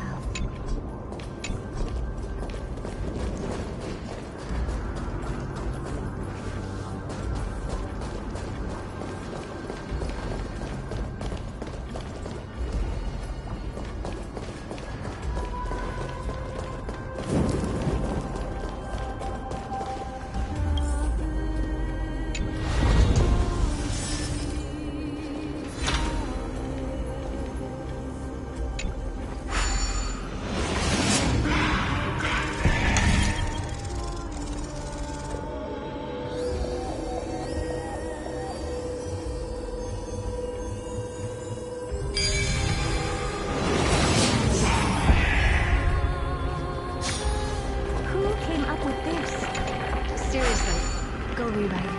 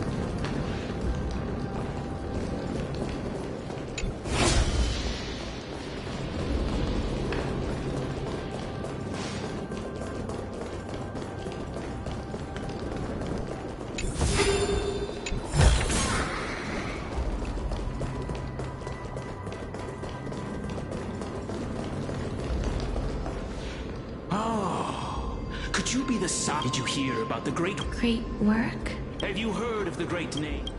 You don't have to just... During the age of myth. But... Oh. Well, it's true that the myth... So... This is the deceased arse... That's right. That final ingredient. What's going on? You didn't touch him, did you? I know. This... We had been inebriated instead of unable to rest in peace. That child, please. You must nurture her to adulthood and prevent her from experiencing all of the suffering that we went through. I promise that I will care for her as a mother, that I will protect her from the evils of death. My Fagusa above, thank you for your kindness. As her mother, please bless this child with a name. Before I am swept away by the river of souls, please, let me know how I should address her in my next life. Oh. Like how a transient raven butterfly, a fleeting papilio castor, perches on the twig of death. Castorus. That shall be her name. That's... where my name comes from? The sound's back. What is making that ruckus?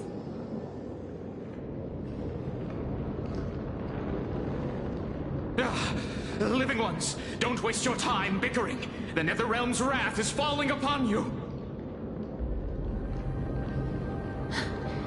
Black Tide Creations. When did they...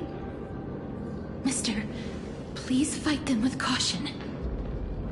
Be careful not to suffer the same fate as those Black Tide creatures!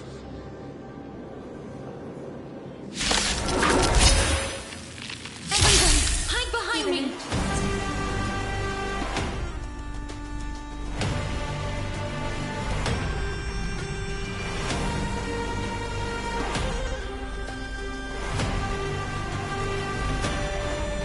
Relax.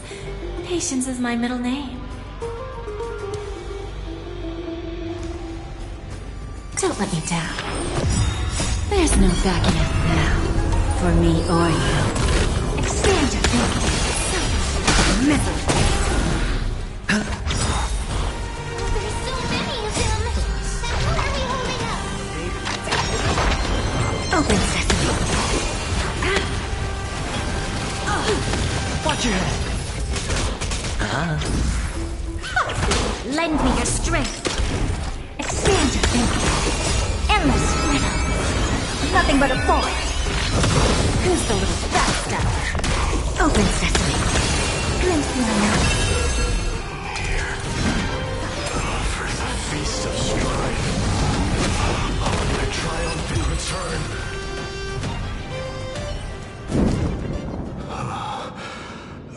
You? Lord Mighty?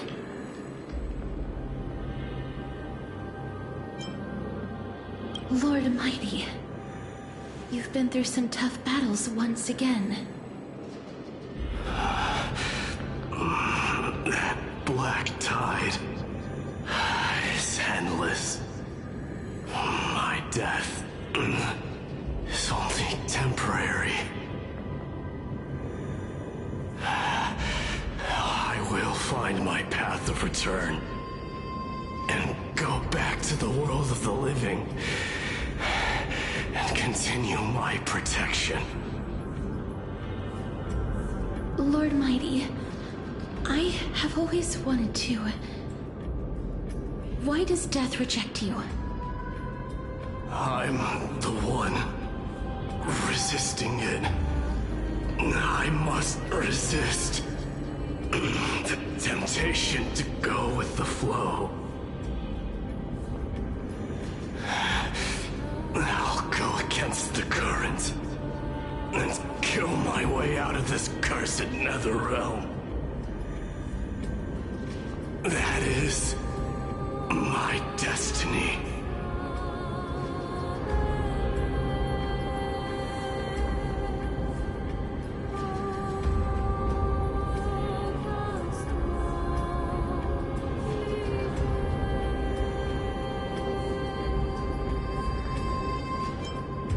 Seems like he's completely focused on resisting the temptation of the dead's whispers. He's working hard every minute to deny death. It seems his battlefield is not limited to the world of the living. Lord Mighty, are you willing to travel with us? We're headed for the Matrix inside that tower, to summon Thanatos from their prolonged concealment.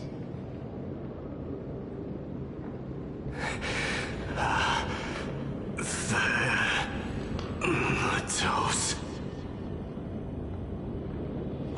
Challenge. Death. That's right.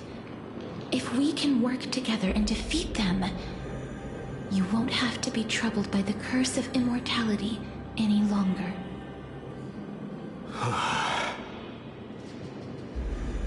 Let's go together, Castorus. Let the person who has brushed against death countless times guide your way. Cass, are you sure you want to do this? The alchemist said he wanted you to be a sacrifice. I'm not afraid. There's no reason for us to turn back anymore. Rather than standing still, taking action is by far the better option. Perhaps fate might take pity on us today and show some compassion.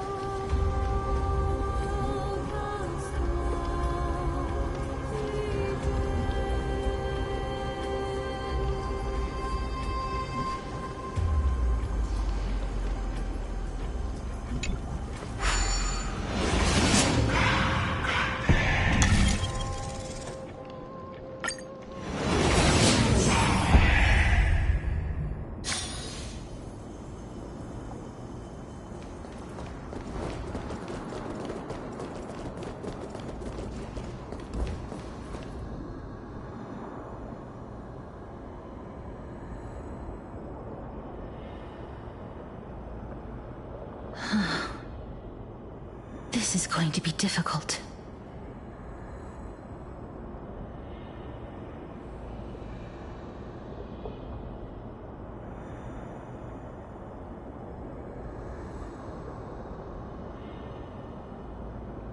Please calm down. The Rune of Reco... Oh, could it be? That sounds so weird. Forget it. Just leave it to me.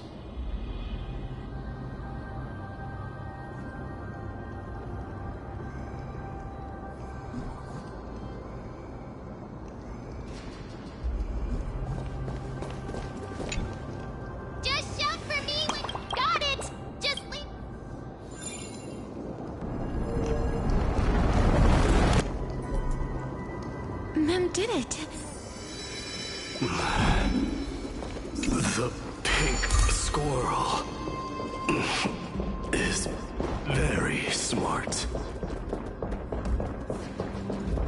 Why am I a squirrel now? The miracle's range is limited. Please come a little closer. Aren't I a good fit for Ornyx's priest? Of course. You're the most competent priest ever.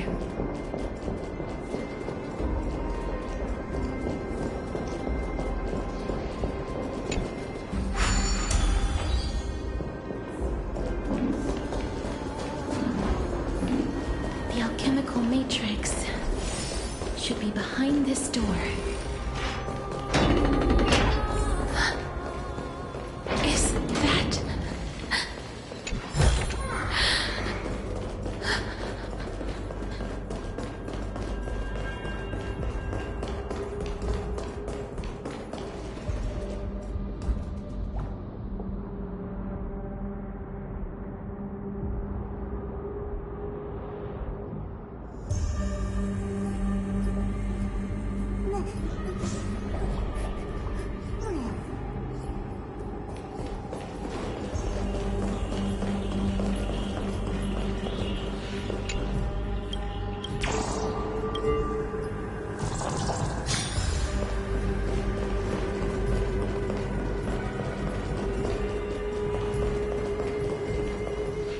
Wow, there are so many of you! It's little Cass and little Grape.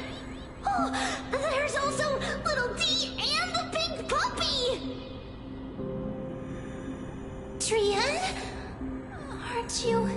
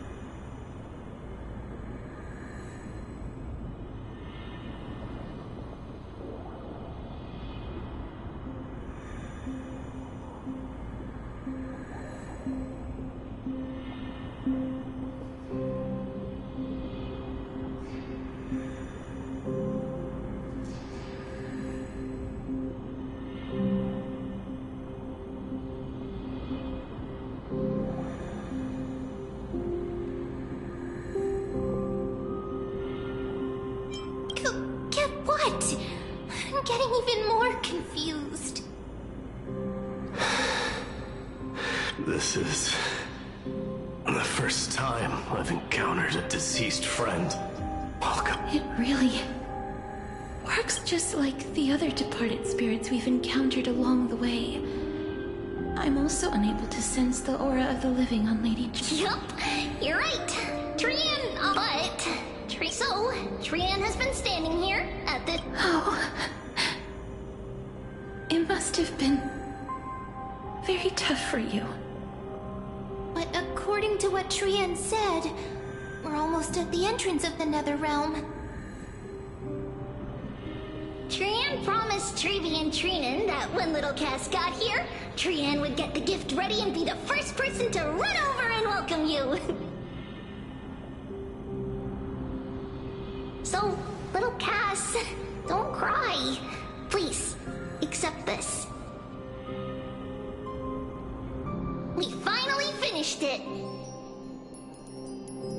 This is what Lady Trevi once mentioned. The gift for me that you didn't manage to finish. The Holy Maiden of Janus. Even when separated by life and death, their thoughts are still connected. Trian spent a lot of time drawing this. Trian hopes that little Cass likes it. Seriously? It's seriously a wonderful drawing. Lady Trian.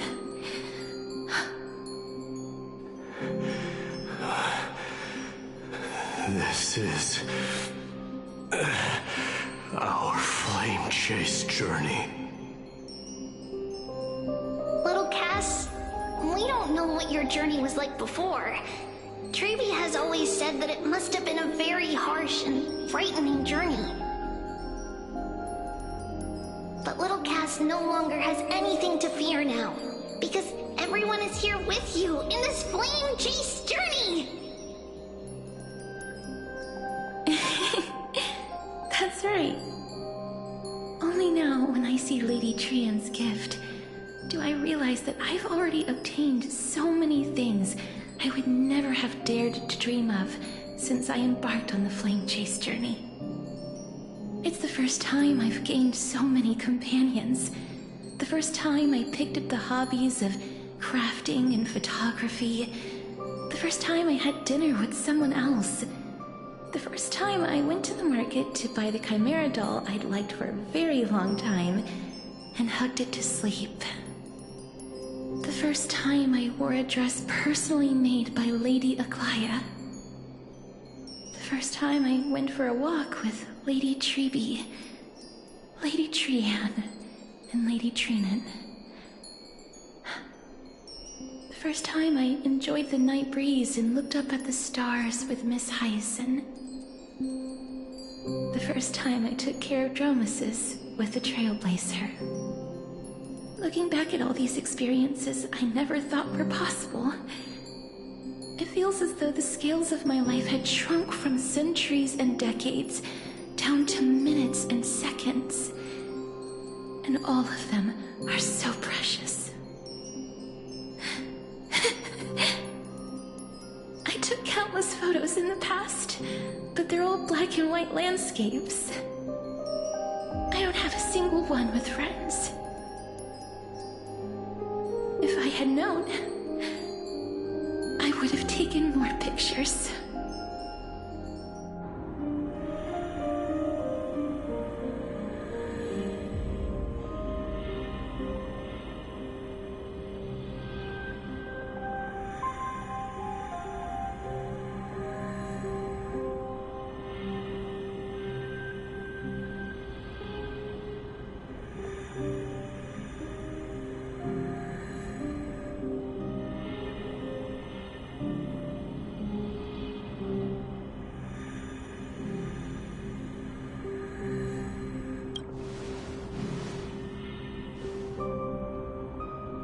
Trian says yes!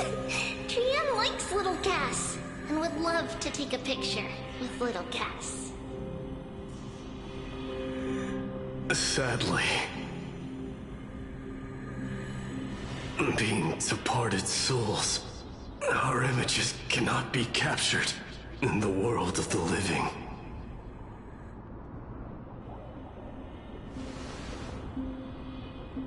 I thought so too. What? Are we seriously going to leave any room for regret?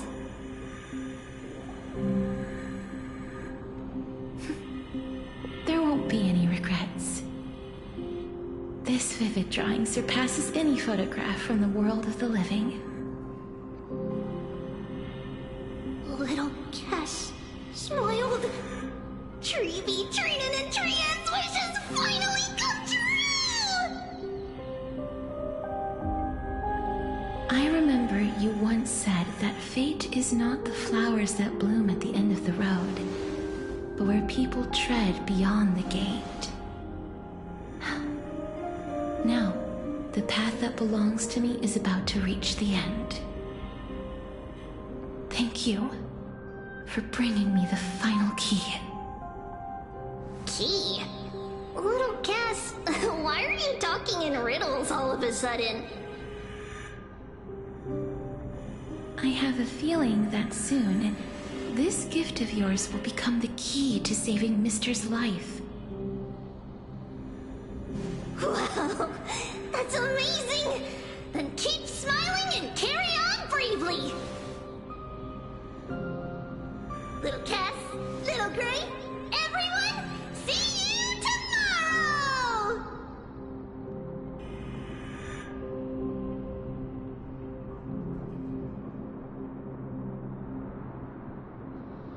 Lady Trian. The aura of this place. We have indeed reached the end of the stream of souls. If I go any further, I might lose myself. I must leave now, for the black tide still wreaks havoc in the realm of the living.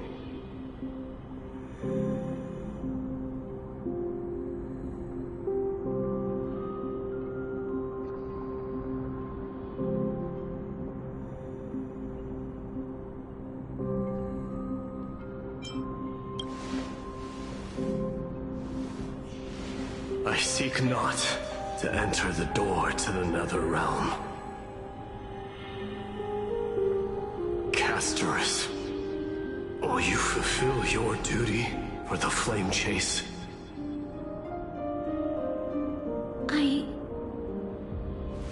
I have yet to make my decision, Lord Mighty.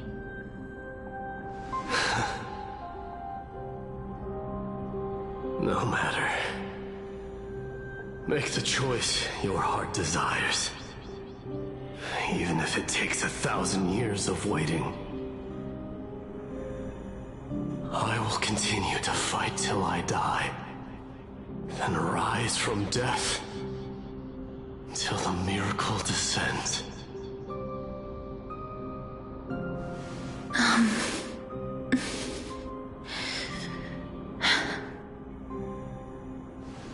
There is one more thing you should know, Lord Mighty.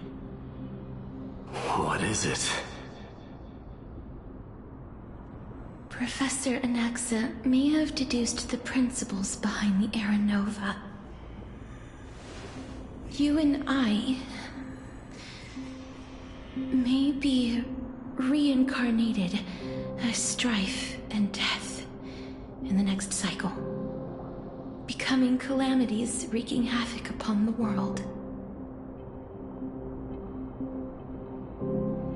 I see.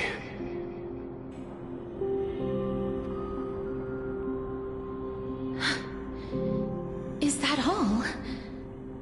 Are you going to accept such a fate without complaints? Do you have a strategy to shatter the shackles of our fate? I haven't found it yet. Perhaps I never will. Then, Cease wasting your thoughts on futile matters. Control what little you can. And when fate's inescapable grasp comes, resist it with the strength of your mighty will.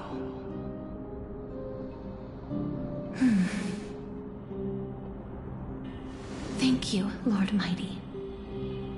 I will find the right decision.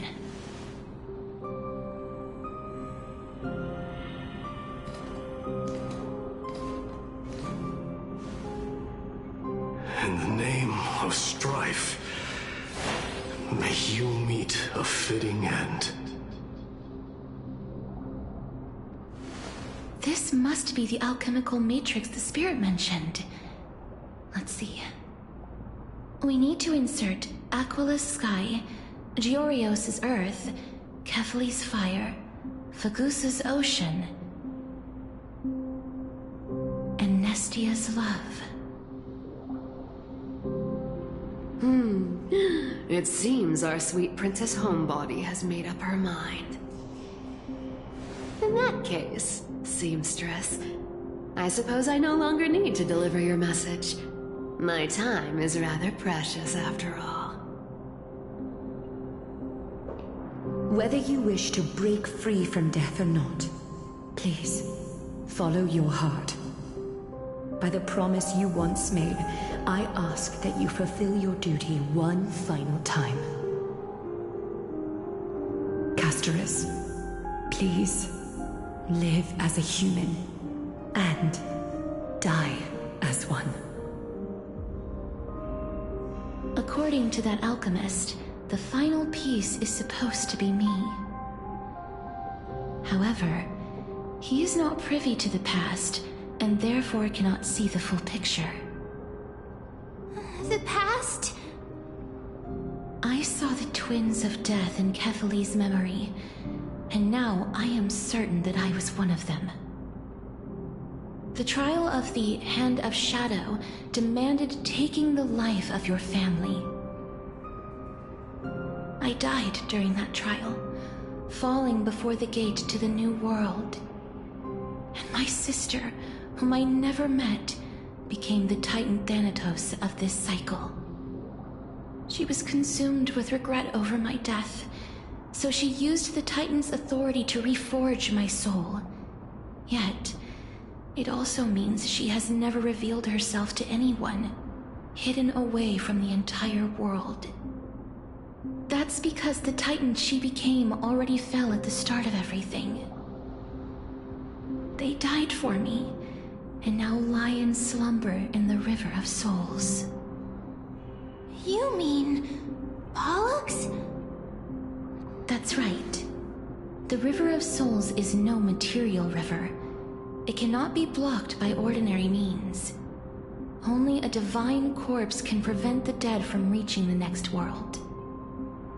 And that's why we have to awaken Pollux from death before we can retrieve the core flame of death. We have to reforge its body with the power of alchemy. But Cass, if that alchemist speaks the truth, does that mean you're also part of the dragon body? According to those departed spirits, I was indeed born as the dragon's twin. But before we talk about that, have you heard the sighs?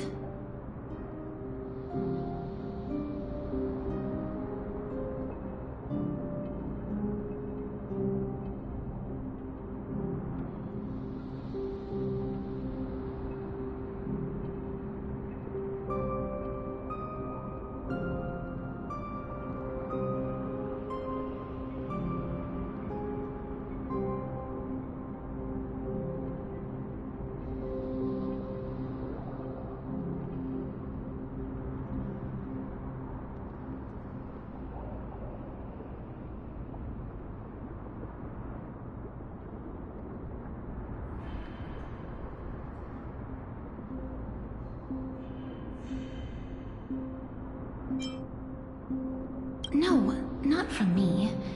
The the sounds that come from the memories when we were collecting the souls. Ah, I heard them too. So what are those? I think it's probably the sign of Pollux's wish being fulfilled. They must have realized how heavy a price they'd need to pay when they used their divine authority to resurrect a dead woman. That's why they exerted every ounce of their strength to send me to Styxia, a city that called for death, a land where none is hostile to death. They never saw their wish fulfilled and fell so prematurely, all because they wanted to give me a new life. Pollux must really want to know how their sister has been after giving their all to save her. That wish is the reason Pollux's soul still lingers in the mortal realm even after their fall, quietly watching and documenting every detail of their sister's life. Ah! So instead of picking up objects on the way here, we were instead showing things to a strand of yearning that lingers here. Now, we must weave these yearnings together and restore them into Pollux's complete soul. but all of this is just a hypothesis, right? What if we go through with the ritual and it turns out totally different? That's fine. As Professor Anaxa often reminds us, such is the nature of alchemy. The true outcome can only be known once the process is complete. This is why alchemy is also known as the miracle of creation. Now, the puzzle of Pollux's yearnings is nearly complete, with only one final piece remaining. I shall reveal what they have been yearning to know in the alchemical matrix. I will show them my whole life since I left Styxia. Lady Trianne has already drawn a picture of my entire life, and it is now in my hands.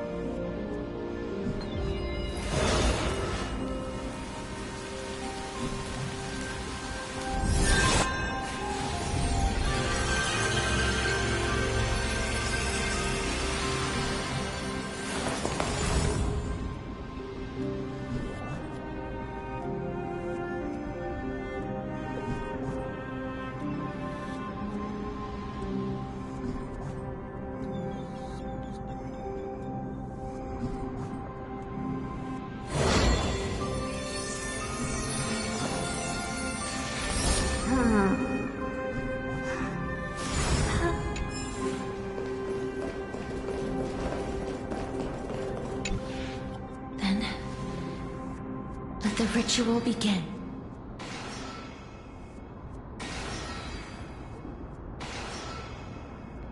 Now, the objective is complete. That is all. Such is what Professor Anaxa always says after preparing for an alchemical ritual. And now, Pollux, I shall lift you from the river of souls and reforge your soul. Perhaps you will be disturbed by this, and your body may become horrifying to behold. But if even the slightest trace of your soul remains, the soul that once ferried me to this side of the shore, then please, look at me. I wish to thank you in person. I have obtained everything you sacrificed your divinity for. Lady Almanette. Did she recognize you? Oh, she must be the first soul we can communicate with here, right? I'm afraid she is just another spirit trapped here, like the rest of them. The only difference is that I was there when she died. Please, go on. I'm listening. Are you about to tell the story of Styxia? Yes. You're just as smart as I imagined, but... never mind. Now's not the time. There's no need to worry, Elder. Take a look around you. You're already at the resting place of the dead. The world of the dead? But how? I understand that you chose to remain silent about the story to protect Casterus, the girl who coexists with death. But you no longer need to hide that story. I can assure you that you have protected that girl's life well.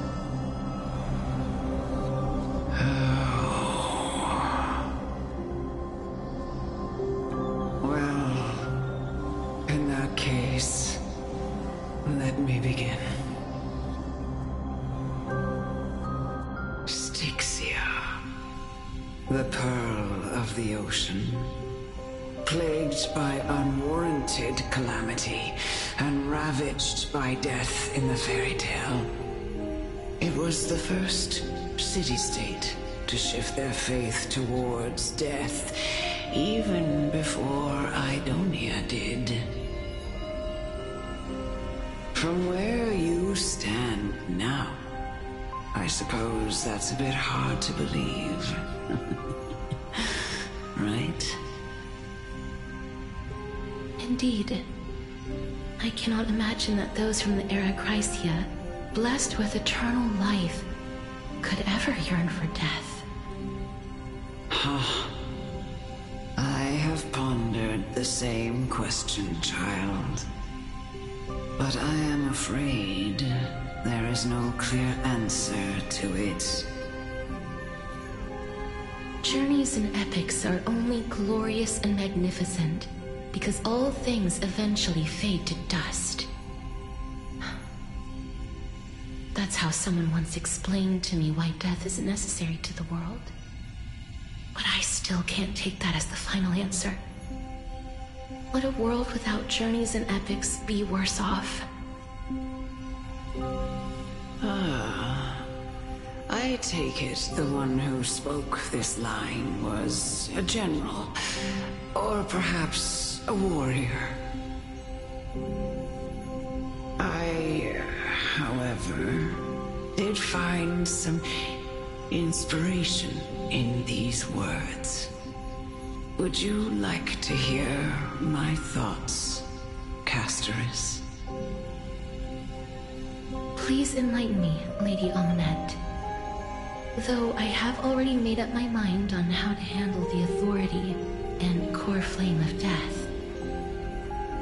Your words might truly guide me toward the path forward. You and I are neither warriors nor generals. Therefore, journeys and epics cannot truly resonate with us. But what if I reframe it like this? What if love is not a trait bestowed upon mortals by Nestia, but a blessing from death? Love. No one ever invented the word cherish in the era when life was eternal. For all the good things in the world can be revisited endlessly, and every bond formed carried no risk of being severed. The so-called Era Chrysia was an age devoid of both virtue and sin. People did not truly live. They simply existed, going through the motions without passion or purpose, then waiting for something to happen. Perhaps the people of Styxia chose to embrace death not out of fascination with its cruel and fearsome side, but instead became fixated and obsessed with the impulses and desires tied to a finite existence. Therefore, death is not a thing of fear and desperation, but... That's right, Casterus. It is the reason we shed tears when parting ways, and also the original spark that ignited the passion of mortals. If you truly intend to deprive the world of death, then be prepared to witness it return to a state of stagnation. I understand, Lady Amulet. Our limited lifespan shapes all that we know and love. Not even the Death Titan has the right to take that away from humankind again. Nestia's love was the chrysalis of Gold's first blessing, but it most likely wasn't understood by mankind. We only learned to interpret this wonderful gift after Thanatos' arrival. If the world was bereft of death, then the Queen of Styxia wouldn't have played midwife in delivering me into this world. You wouldn't have welcomed me into Idonia, and Aglaya would never have invited me to join the Flame Chase journey. None of these stories would ever have happened, and I would never have lived, let alone found happiness. Thank you, Mother. I will use all the love I've experienced in this long life to complete the final miracle. My teacher, Anaxagoras, grant me the wisdom of all things. I call upon thee, the stripped dead dragon's corpse.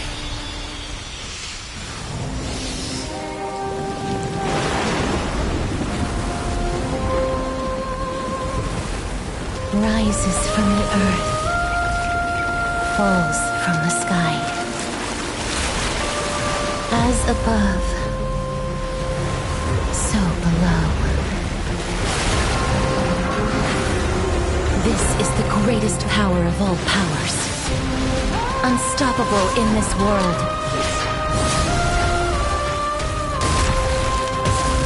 The great work that commands all death. I shall grant you embrace.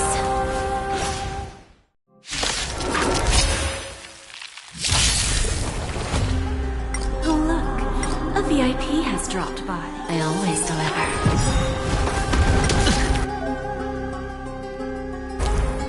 Just is the girl who once saved my life truly gone?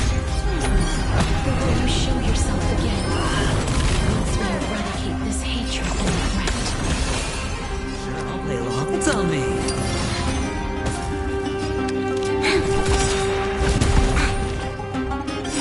We've entered the storm. To guard and defend! Crush them! Who's the little backstabber? Never seen perfection before. Curious? Endless freedom. Nothing but a boy. Open sesame. Watch it crumble.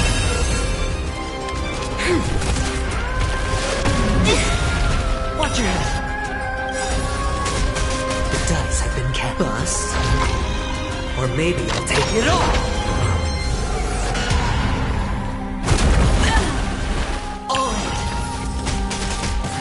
Hedge your bets.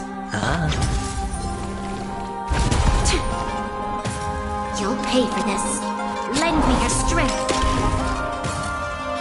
Expand your thinking. Miserable. Watch your head.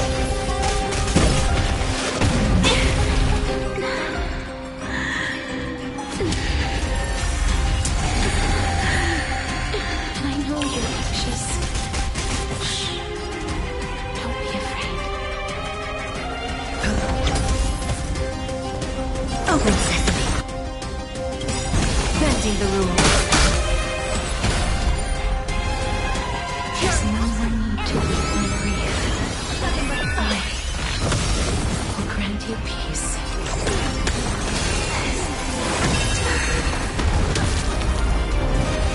Yes, it's me. I'm back. Lend me your strength. Never seen perfection. Time for a lesson. Me? There's no backing out now. For me or you. Sure, the dice have been bust. Or maybe I'll take it all! Bad. Watch your head. We've entered the storm. To guard and defend! Crush them! I don't have time for games. Open sesame. This battle is unavoidable. Lend me your strength. Give an inch and I'll take. Don't let me down. Curiosity. Endless freedom. Nothing but a force. Miserable. Never seen perfection before?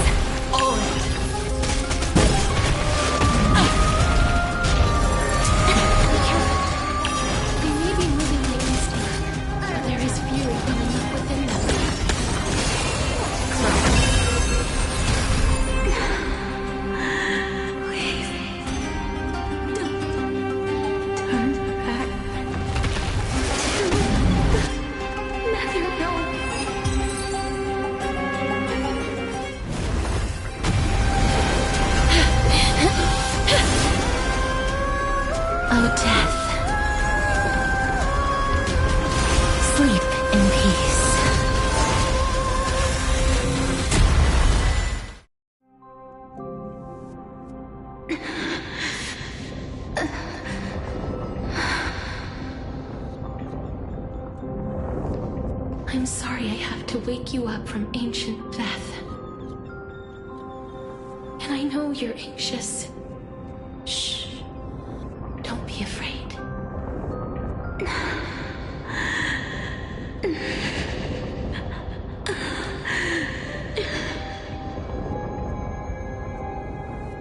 Do you remember me? I'm the girl you once carried across the Sea of Souls. I'm sorry I wasn't able to remember you, but with the help of many people, I was finally able to pick up these broken fragments of my past. I'm back, Pollux.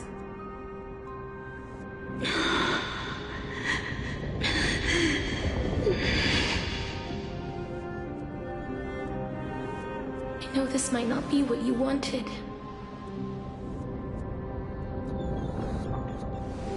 But I have to do this.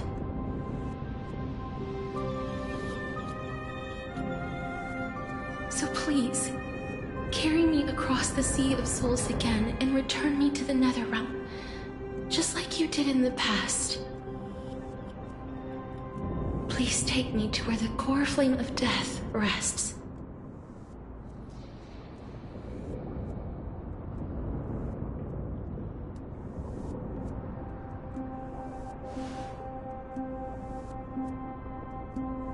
I'll be going now.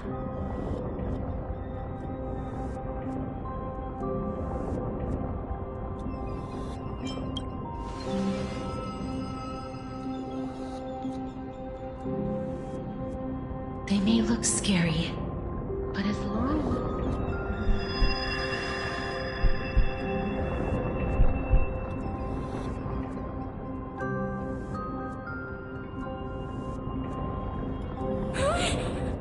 What's wrong?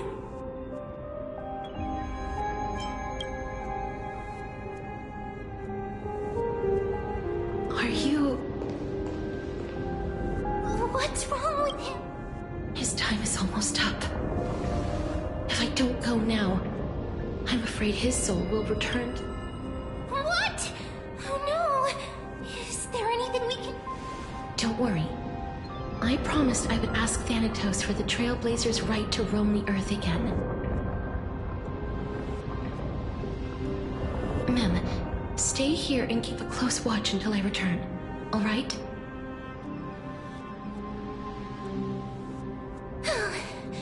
All right. I'm the best at taking care of others. Go on, Cass. Make sure not to leave yourself with any regrets.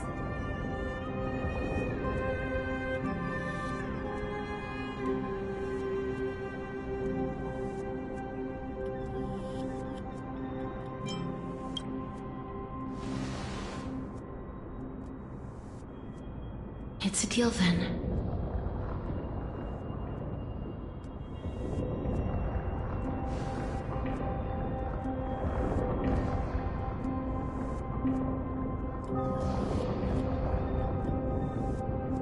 Please.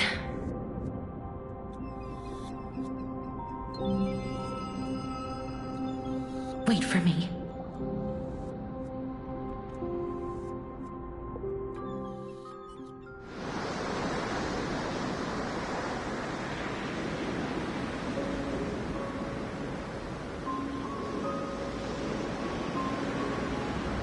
After all that, you still ended up back here.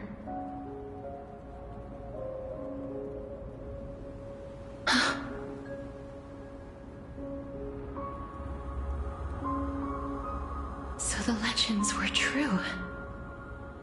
The Netherrealm really is a sea of flowers. Yes. Just like the flower fields we tended to back then. Is that you, Plexia? Do you remember me? I don't have the memories from that time, but I've seen you before during an experiment. I see. Call me Thanatos, then. It'll be easier.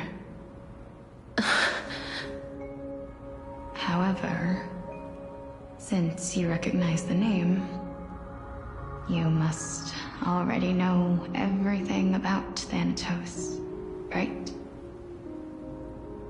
Yes. I'm here to reforge the order of life and death in Amphorius.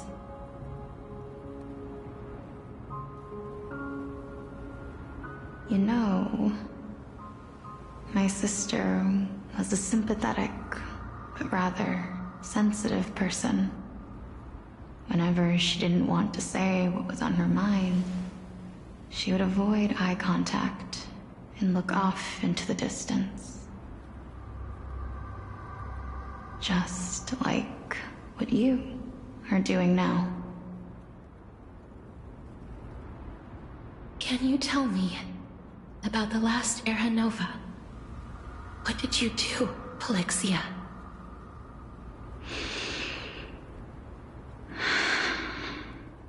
Where should I begin? I suppose we can start from the beginning. A long, long time ago, there were a pair of like-minded twins.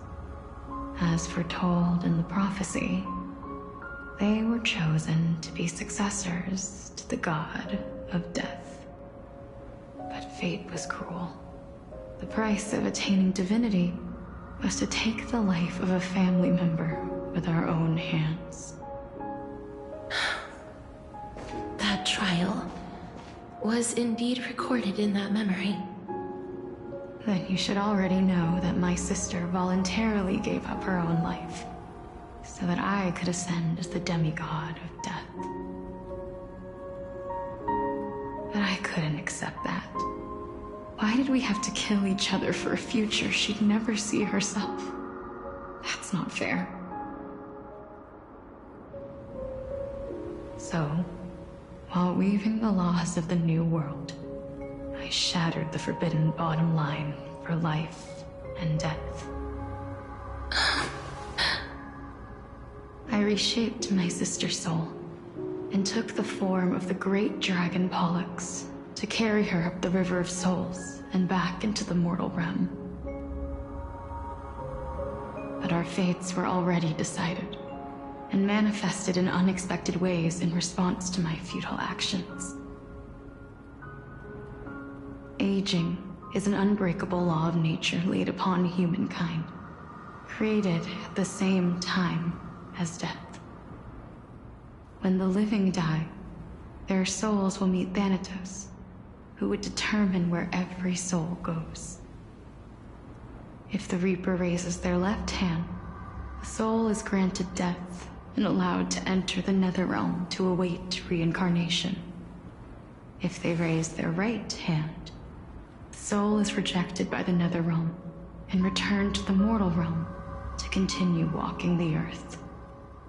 That's why the Hand of Shadow can only lay down judgment and not embrace another being. Yes.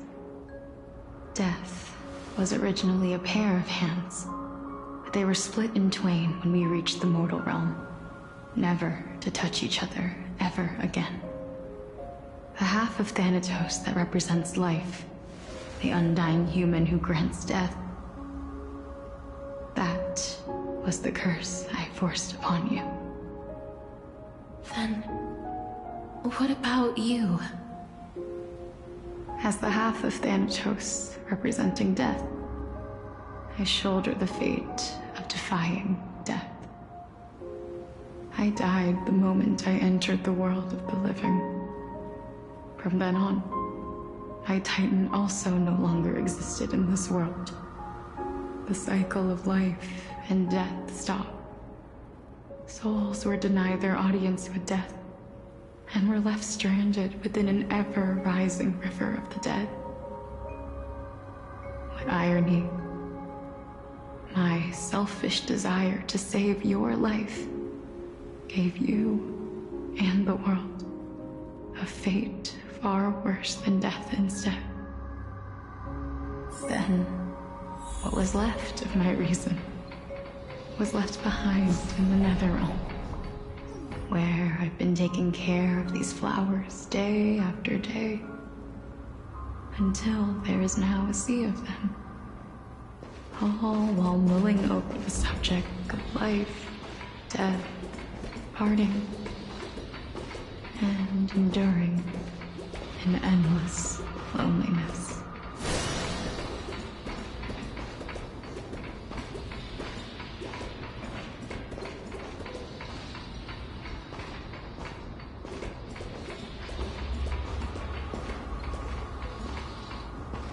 Fate is absurd indeed. Our lives were a mirrored image of one another, like a pair of hands. Even so, we arrived at the same destination.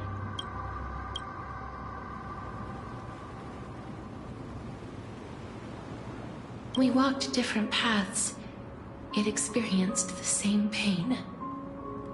I had hoped that maybe you would at least have a good life in this cycle. I'm sorry. I lived my life well. It didn't go to waste. As far as I'm concerned, you did nothing wrong. Even though I forced the authority of granting death to humanity upon you, a total stranger. Too many responsibilities were forced upon me in the course of this long journey. was once lost, but I realized recently that if it weren't for your blessing, I wouldn't have understood the source of these emotions, nor would I have realized my purpose. I wouldn't have made it here to reunite with my missing half. And we wouldn't be discussing our past while sharing the same view of this landscape. I wouldn't have understood the meaning of our existence. The meaning of our existence. This sea of flowers blooms on dead land, because we sowed it with the seeds of our separation, and watered it with our tears of loneliness. Yes, the only thing death is allowed to create are flowers that bloom from blood and tears. That's why Thanatos cannot create living beings at will. Nor can the Hand of Shadow determine a person's remaining days. Because the life and death of mortals should never be dictated by another's will. Are you saying there's no point in Thanatos? No. No single being can bear the scales of life and death on their own. Not even a god. Life and death weigh equally heavy. We both know that.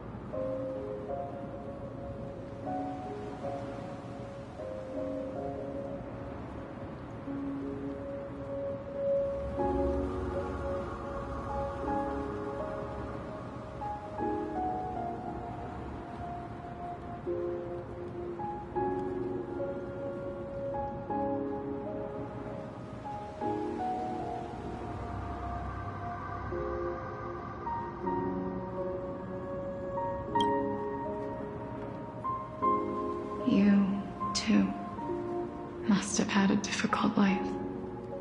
We've taken quite a ridiculous journey together, haven't we? I had a feeling, even back then, that we would meet again one day.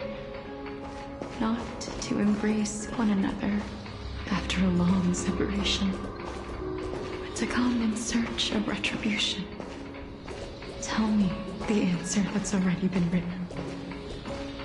And let us draw this seemingly endless. It's been far too long. I've waited here for centuries, watching day after day as desperate spirits are denied by this lonely wasteland.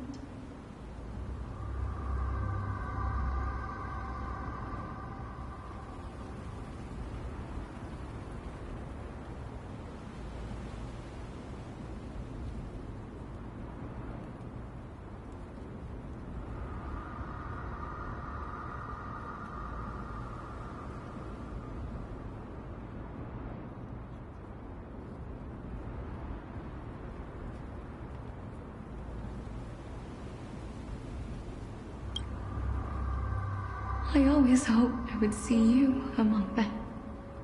But I was also afraid of seeing you.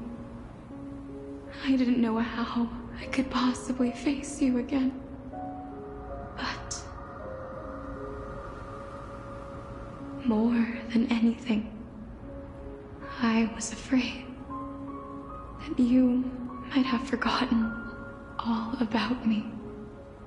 I know. But don't you see, Polixia? I made it back anyway.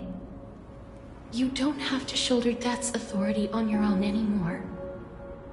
It was always meant to be held in two hands anyway. So, let's give our core flame to him, and have him take it back to the mortal realm. Give humanity back their cycle of life and death. Our responsibility as Thanatos was never about picking out favorite souls. We were only meant to watch over life. Let's tend the field together and create a warm sea of flowers for all the souls to come.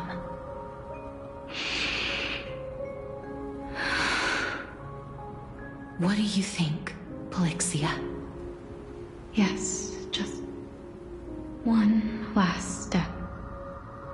You shall wither, and through that, the dead will sprout again from the remains, and be reborn with the dead flame. As foretold by the prophecy, Thanatos' authority is only destined for only one person to wield. As the Chrysos heir of death, as their demigod, as a titan, our fated moment has arrived once again. Just like before. Yes, just like before.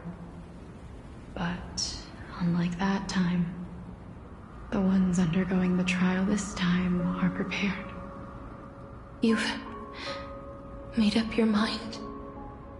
Yes, as dictated by fate. But I won't be afraid. As long as you're here with me. Complete your trial in this life. Grant me the embrace of death, and light the spark of life ablaze. You've been tempered by life and death. I know you'll be able to give this wasteland its first breath of life. Like a raven butterfly, flying swiftly into the netherrealm, perching on the twig of death.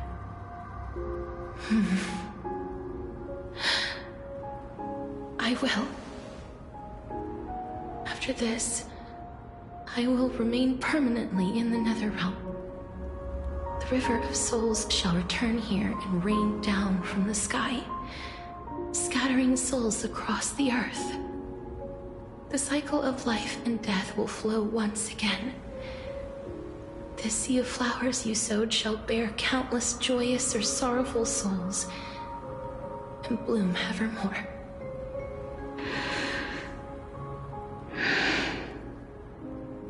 Thank you. Just one last thing. Can you grant me one wish? Of course.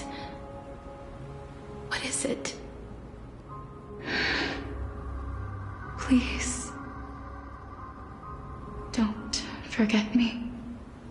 I promise you, when we meet in the next world, even if I have endured another reincarnation,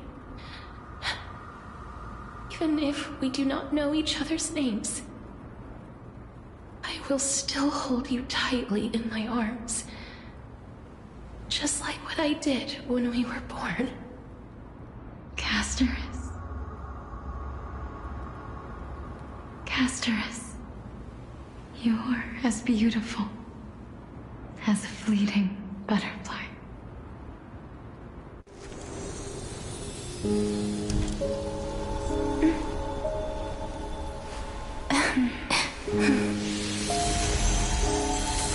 I will bring rest to death. And from now on, stagnant life will once again flow.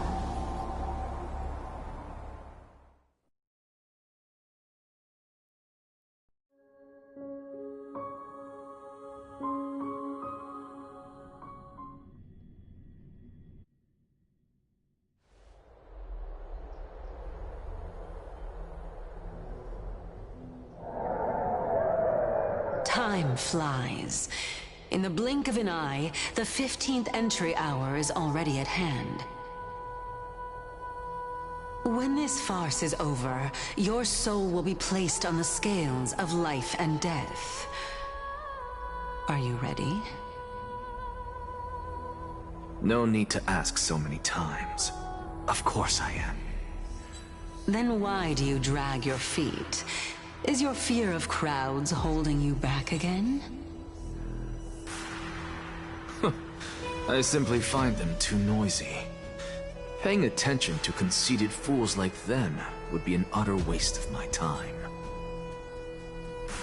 Such harsh words. As I see it, you are no less arrogant than they are. I couldn't agree more. Oh. I did not expect to hear that from you. Are you not going to refute me? I know myself better than you think I do. At the very least, better than a stowaway like you. And they say men whose ends are nigh have but kind words. Well, that is exactly why I chose you. Should I thank you for the compliment? The hour of the trial has come. Do you have an answer for me? And how will you prove the veracity of your argument? I suppose there is no point in putting this off any longer. Do you recall where we stopped the last time? You were saying that Amphorius's history is cyclical. Indeed. The demigods that bear the core flames eventually become the new titans at the world's end. Remember what happened on the Holy Mountain? Calypso, Naias. As their destined ends approached, one by one they left this world, leaving only the twins, who are fated to succeed death. Unfortunately, while their journey is consistent with ours, you and Calypso, as well as Nikador and Naias, act as supporting evidence. I can only come up with a rough sketch for my theory of a cyclical history. For all the pains I took to reach this point, I had already lost hope of ever obtaining definitive proof. After all, the past is in the past. Proving that we are the legacies of heroes of the past is a hopeless endeavor. That is, until I met a girl named Polixia and her sister. If Castorus was truly sent from the past to the present for the Titan's self-serving reasons, then having lived through 2 cycles, and with Styxia as the pivot, she will no doubt be the link to connect all of this together. If the Twins of Death can bridge 2 cycles to reunite at the shores of the Sea of Souls, then my hypothesis will no longer be just a hypothesis. And you too will get the answer to your question. Well, that is all well and good, but how can you be so sure? If there is even the slightest error in your hypothesis, the girl will be shattered. It matters not. The most important quality a scholar must possess is foolhardiness. If you are overly cautious, then you'll never have the gumption to make the first step, and change will never come. Besides, I, Anaxagoras, am destined to overturn this farcical world. Come, let us go and teach those pathetic worms one final lesson.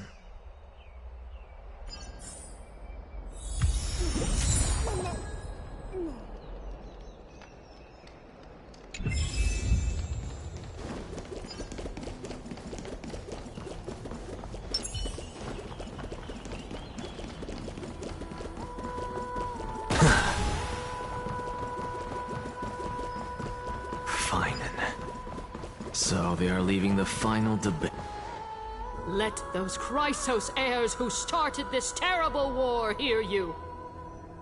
Let them hear the voices of the people!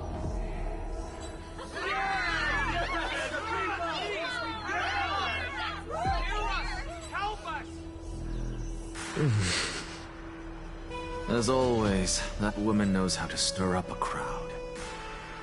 Professor Anaxa, I thought you'd pass on this. Everyone must cast their vote, or this assembly would serve no purpose.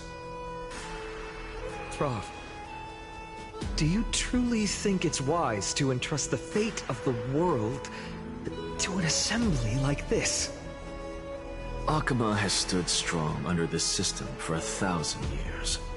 It stands to reason that there is purpose in its existence. But that is not what you're asking, is it? What you really want to know is Aglaya making the right decision in entrusting the fate of the world to you? Nothing ever escapes you. I didn't spend all those years teaching you for nothing. Most people only take 4 years to graduate, if I recall. To tell the truth, I feel like I'm on my way to an execution chamber instead of a podium. So, do you have an answer to that question? No, I don't. I thought so. Because that question is not yours to ask in the first place. Is Aglaya entrusting the world to you the right decision? Don't make me laugh. That is a question that woman must answer herself. Why are you fretting about this on her behalf? Or have you been seeing yourself as her pawn all this time? Listen up. I'll say this only once. Flip your perspective around and ask yourself this instead. What should I do to ensure that the world doesn't stray from the correct path? That is what you should be thinking about. You still have time, so give it some thought. Oh, and don't bother telling me the answer. Tell it to those begging for salvation from the gods. Got it. Thank you, Professor Anaxa. That's Anaxagoras to you. Who will you be voting for? That'll depend on how well you perform. May Circe safeguard your thoughts.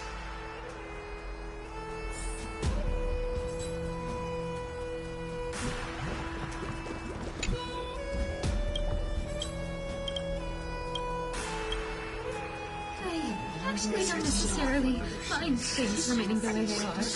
We would say.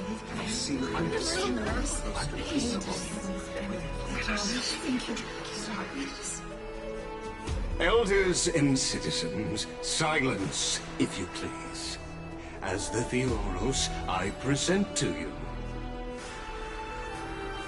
Finan of Ides Elysiae, virtuous citizen of Akima, and the last speaker of the assembly. Much obliged, Lord Lycus. I remember him. He's the penniless lad working for Aglaya. Where's Lady Goldweaver? Why is she sending this guy to give the last speech? Is this really the end of the Flame Chase journey? Can this dude really face down kindness? I actually don't necessarily find things remaining the way they are. We would say. By Kefali above, dear citizens of Akima, as you look upon me, so too do I see you. I see your fear and misgivings, your apprehension about the discord between the Chrysos heirs and the Council of Elders, and your uneasiness about the future of the Holy City. Yet, before you contemplate something as grand as the fate of the world, I ask that you look closer. Look beyond the horizon illuminated by Kefali, at the crisis threatening to overwhelm us. What? Ides Elysiae, my beloved hometown, is a village forgotten by time. It is a place with the most invigorating breeze and wheat fields that spread all the way to the sea. I once thought that there I would enjoy a lifetime of peace and quiet with my friends and family. How I wish I could invite all of you to that paradise, far from the noise and chatter of the world. Alas, I can't. Because she, and all that she nurtured, all that I loved, they have long been devoured by the black tide. My beloved home is no more.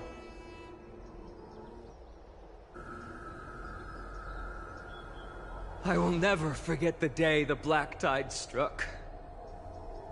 My father, Hieronymus, fought with a broken sword to his last breath to protect his child. My mother, Aldada, she was ripped apart by monsters. Also, I might live to stand before you here and now. Galba, he was a hunter. But in the end, those arms that once drew a bow instead embraced Piso, his beloved son, as they both breathed their last. Pythias, the teacher, risked her life to save her students, but a burning beam fell on her, crushing her. And what of Livia, her daughter? Did she make it out alive? No, she didn't. Livia, Piso, and so many other children. My childhood friends. They were all swallowed by the black tide and turned into monsters. They kept saying the same thing over and over. Even up until the final moment, I finally steeled my heart and granted them eternal peace with my sword. Why, Vina? Aren't we the best of friends?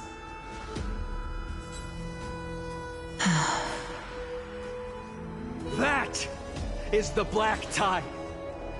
A looming threat that can bring Akuma to its knees any time.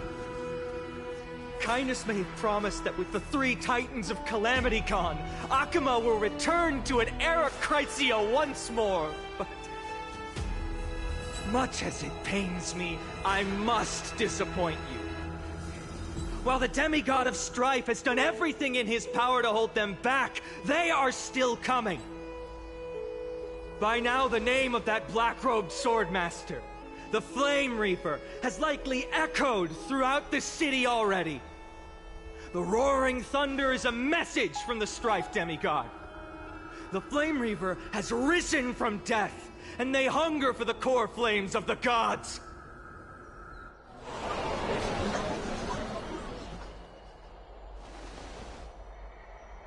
Lies! If such a powerful enemy is indeed approaching, why is Akuma still a picture of peace? Exactly!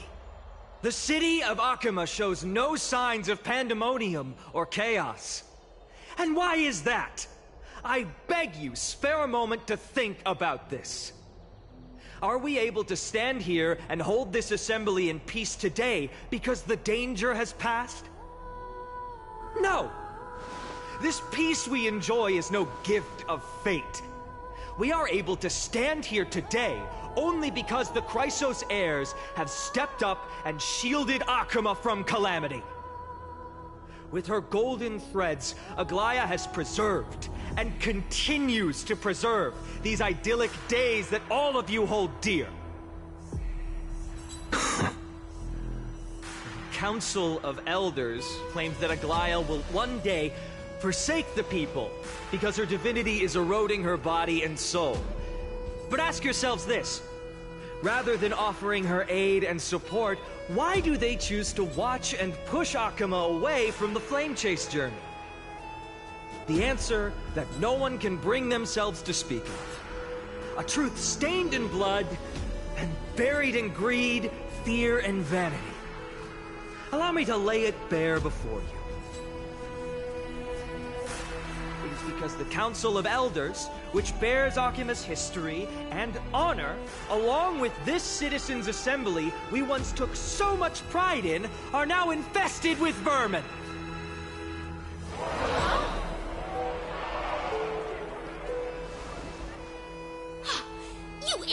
whelp! How dare you!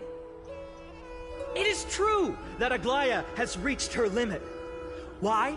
Because she has been working tirelessly to weave the defenses of our holy city against the encroaching evil. All while these vermin are making up baseless accusations about her and scheming in the shadows.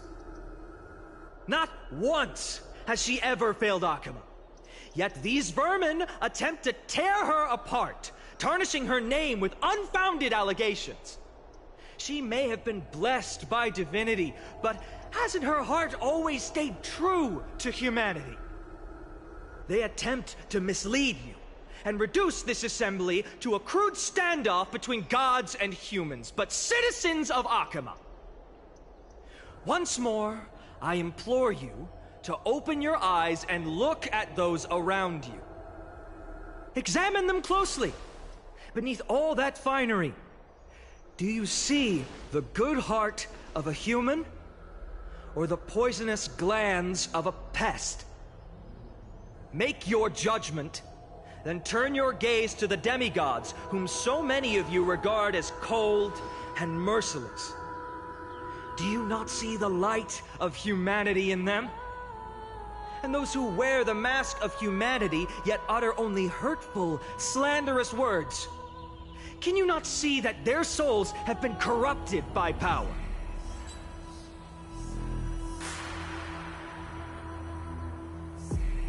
Yet, no matter what your answer is, and no matter who your vote goes to, rest assured that you have nothing to fear.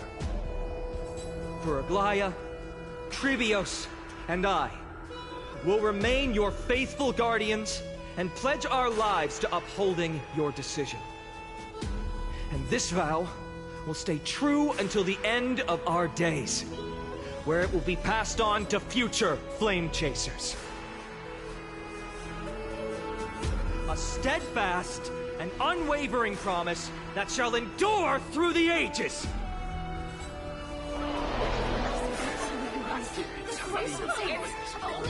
Just mine. I still don't understand. I would never believe Marcus's heroes are all have to end. So...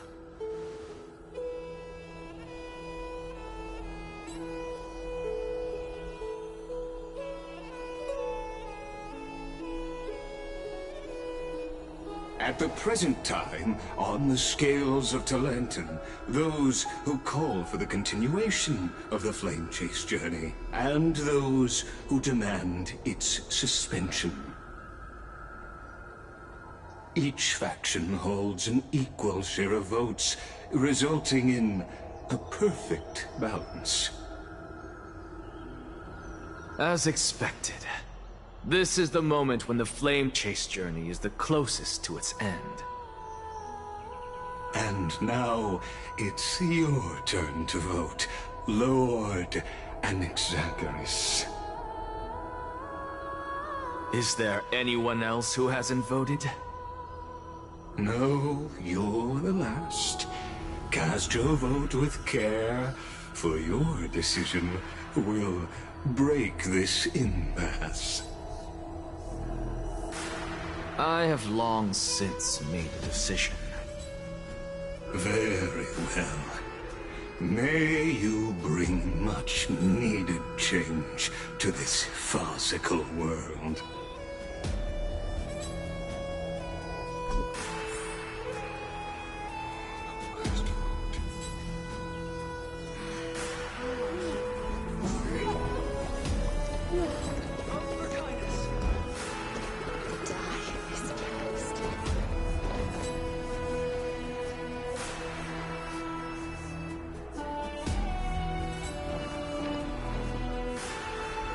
You've done well, Finan.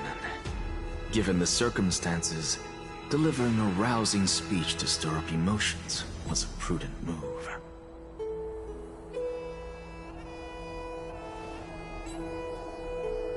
Thank you all for your patience. On behalf of the 7 sages of the Grove of Epiphany and the scholars of Amphorius, I, Anaxagoras, am ready to cast my vote. But before that, in the interest of fairness, Lady Goldweaver, I pose a question to you before all who are gathered here. Will you, as Finan has promised, stand by the decision made in the Assembly, regardless of outcome? In the interest of fairness, I make no promises, lest it should influence your decision. Very well. I thank you for your honesty.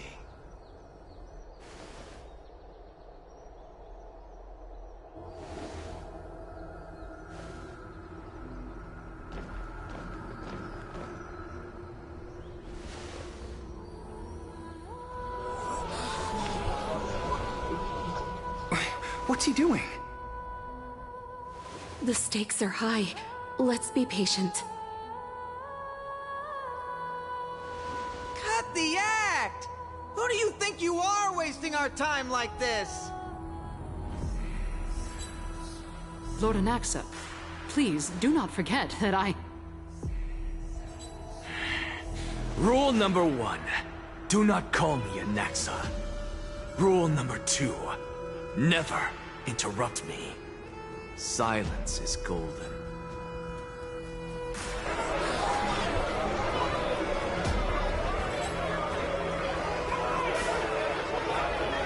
Just vote already. What are you waiting for?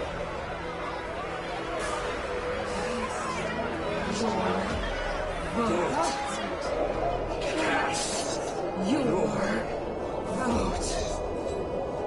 Cast your vote.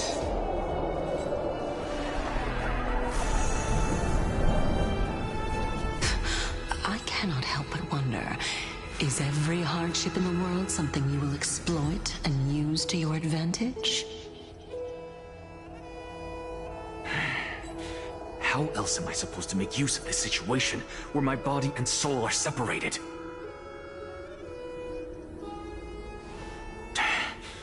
Oh, Circes. Or should I say Calypso? Accompany me on this final journey. Let us journey to the Netherrealm and see how she will substantiate the answer to your question and validate my decision. We need only to follow the sound of the tides.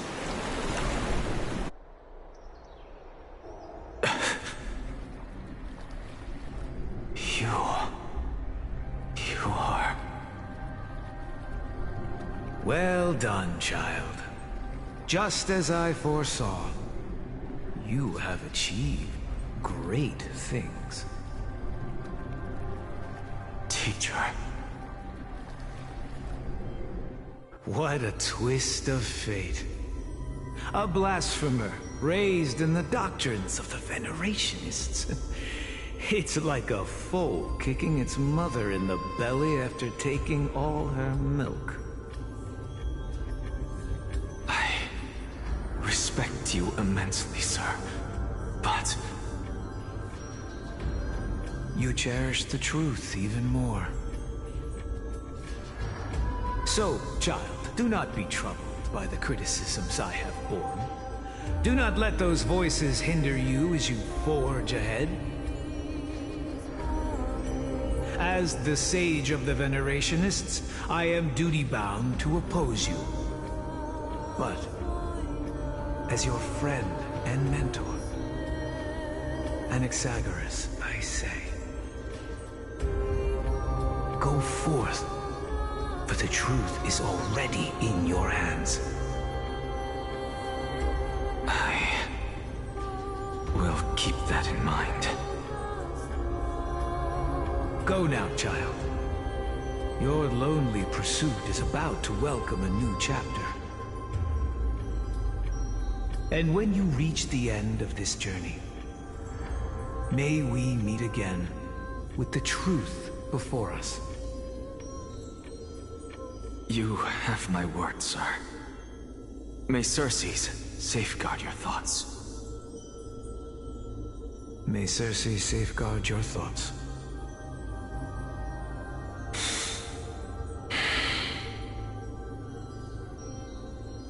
You are right, Empedocles. lonely pursuit is about to welcome a new chapter. I must be on my way now. May we meet again with the truth before us, Empedocles. What are you waiting for? Just cast your vote. Silence! Silence, everyone! Behold, Circes, here at the center of the world, I shall write the final step of my proof. For this place is but one step away from the truth.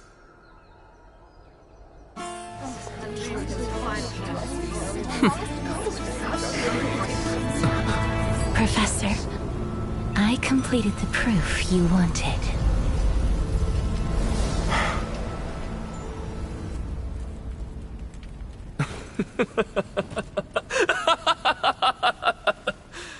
Thank you, Castorus. The answer is plain as day. My vote goes to the Flame Chase journey and nothing else! Elder Kindness, I have deciphered the truth of this world!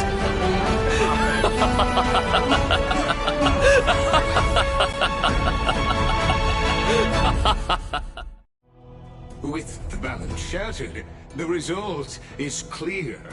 Buy carefully and to Lenten above, as the Theoros I have observed. No! Lygus, you can't! Onyxa, what have you done? Have you lost your mind?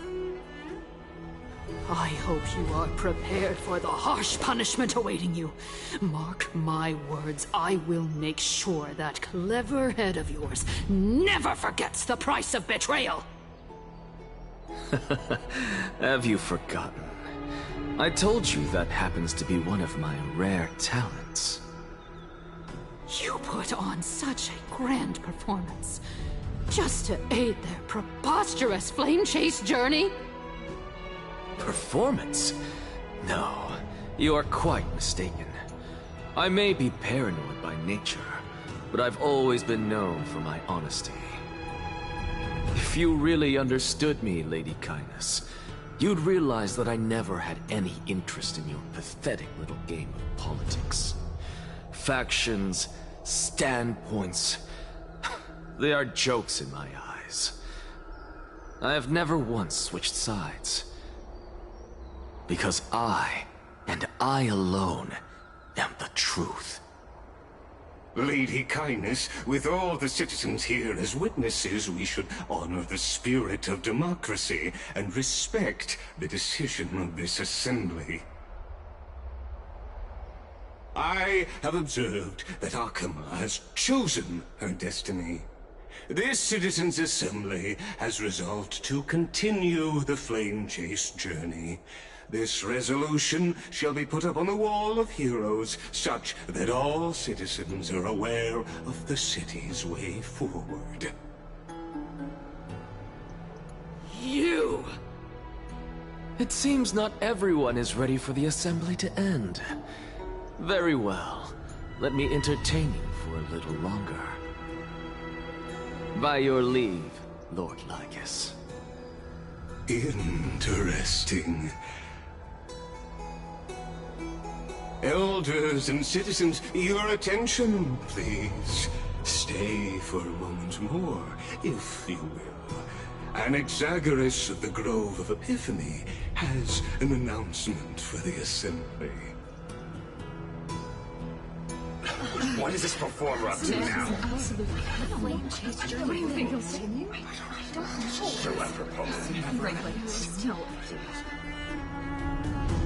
Just moments ago, all of you made a decision on the fate of Amphorius.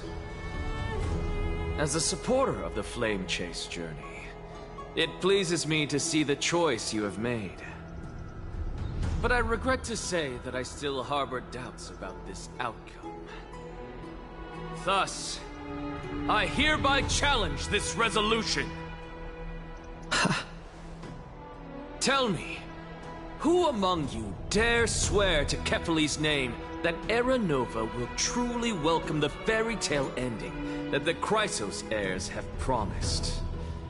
A beautiful new world free of calamity and madness? Nonsense! That's impossible! What is he getting at? Of course not. Not even a second. No one? Must I pick somebody to answer? Very well. You, the one acting so wise and profound, in front of all present here, do you dare swear that it will happen for sure? No? Fine. Next. You, the one with ignorance written all over your face. Yes, you. Do you dare swear by it in front of the Titan? What are you trying to do? Useless. Your turn, then. With that smug look of yours, you must be confident that the Flame Chase journey is the best course to take, right? Hey! Mind your tongue! So, no one? I see. In that case, Finan, answer me this. Your speech was filled with such passion just now. How confident, then, are you in making this promise? Professor, what are you doing? Let him continue with his performance.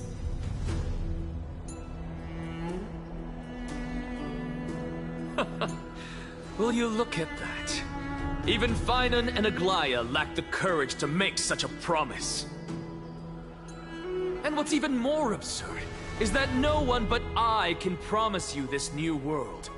And yet, the Assembly passed the resolution anyway.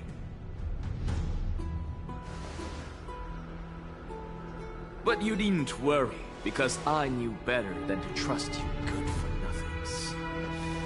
That is precisely why I am here today. To give you one final lecture. Now listen up and listen well. I, Anaxagoras of the Grove of Epiphany, hereby declare everything that the Flame Chase journey promises is true! Finan of Ides Elysiae, the prophesied demigod who shall succeed Kefali, will reforge each and every one of us in the new world with his complete, intact memories. What? The core flame-bearing titans were the Chrysos heirs of yesterday, and the Chrysos heirs who carry the core flames today will become the titans of tomorrow. All of our souls shall endure for eternity in the miracle of the World-Bearer. And all under Kefali's protection shall step into that new world.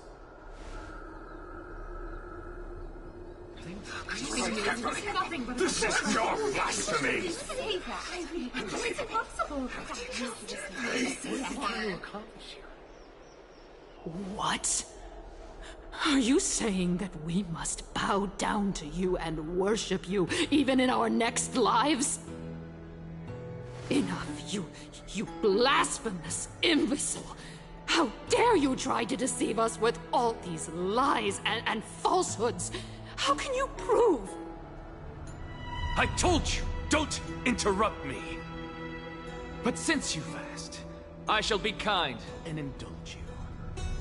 My statements are based on my experiments on the divine body of Kefali themselves.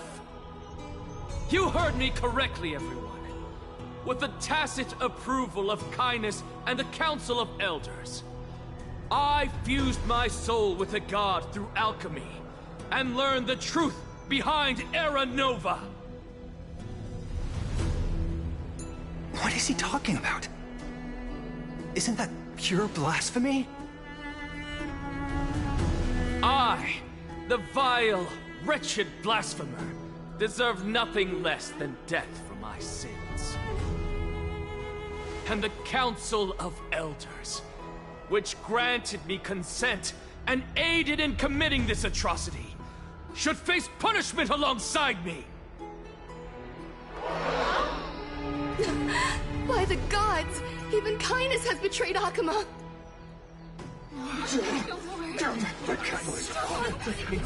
We're carefully afloat.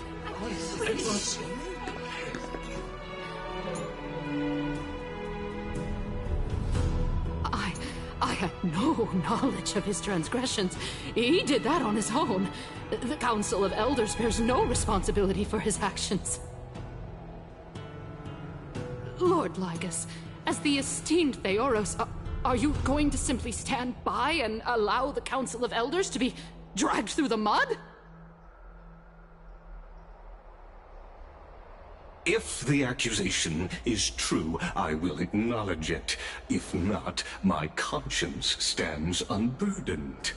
Lady Kindness, the reputation of the Council of Elders was not built in a day, nor will it be shattered overnight. Repercussions await those who fool the people, and punishment must be meted out on those who abandon their vows. We should respect this beautiful city and her people. You... Lady Aglaya, the Gold Weaver, I humbly ask that you take on the responsibility of overseeing this judgment in the name of the fairness of Talantin and the justice of Kefali.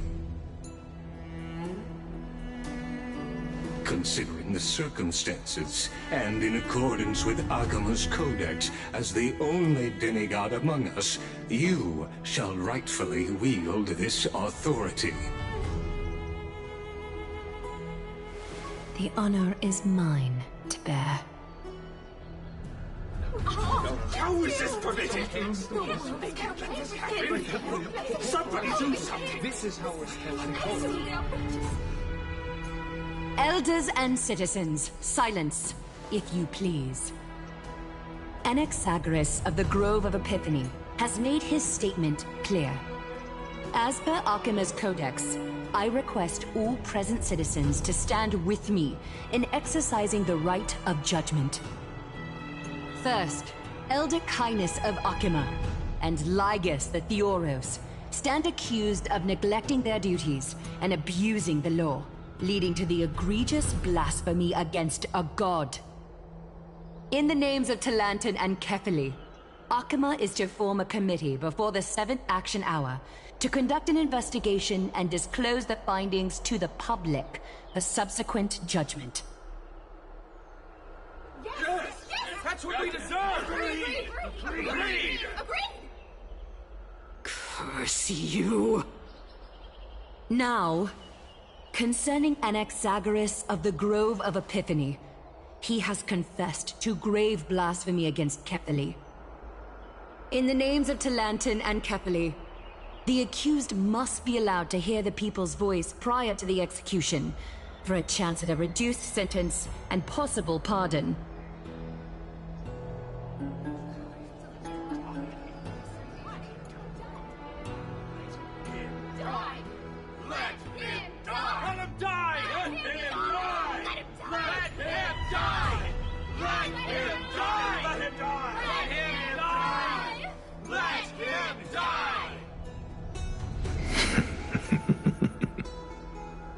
Professor.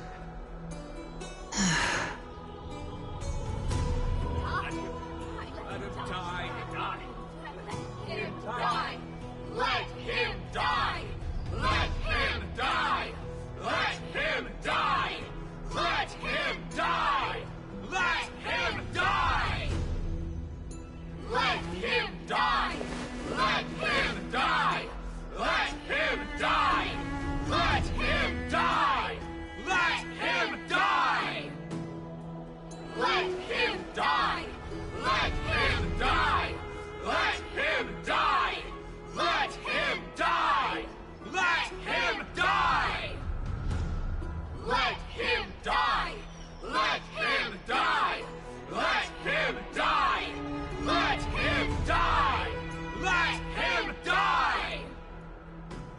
What decision will you make, Lady Goldweaver? Enough with the hesitation, Aglaya. This is not like you. Let him die! Let him die! Let him die! Let him die! Let him die! Let him die! Let him die! Let him die! Then, in light of the people's voice, O Talantan on high, may you bring death upon him.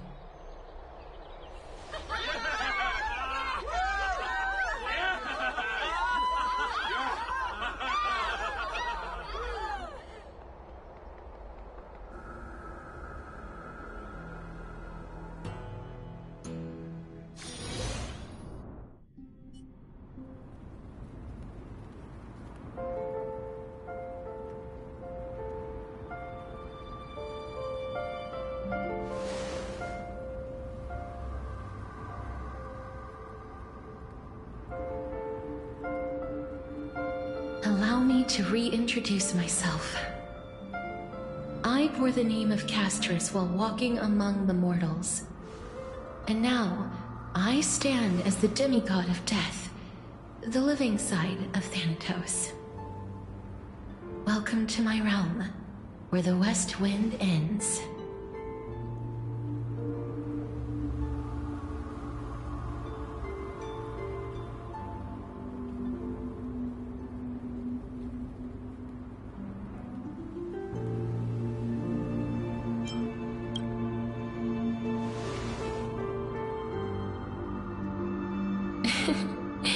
You're still as energetic as always.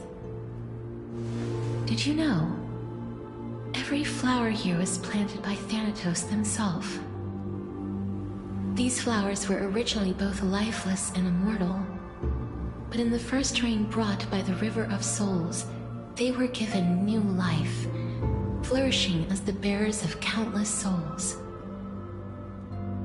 And it is my duty as the Master of Death to tend to their well-being and foster their growth in this serene haven. Similar to the structured cycle of life and death in the mortal world, these flowers too shall wither and fade, returning to the earth and then ascending to the sky with mist and tides. Eventually, they will descend to the mortal land as gentle rain. Every soul undergoes the perpetual cycle of reincarnation, albeit in varied forms, until the world meets its end. Yet, sadly, there's no time left for Emporius to wait for when the flowers bloom again. Now, death is the power at my fingertips. It once led the souls of the deceased here, but I shall open the gate of the Netherworld and return you to the realm of the living.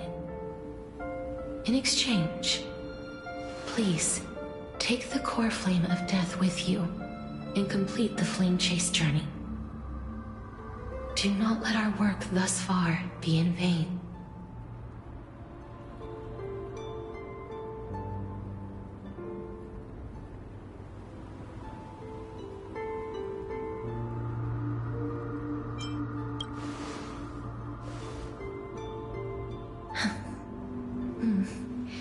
Just like the other demigods, I will stay here and embrace my destiny. That being said, it is not easy to guide a lost soul back to the mortal realm. The whispers of death are sweet and alluring. If your determination wavers, you will succumb and be forever ensnared by the Netherworld's grasp. Please consider this a one-time exception. I will do everything in my power for the flame chase journey. And for your life, the only life I can save.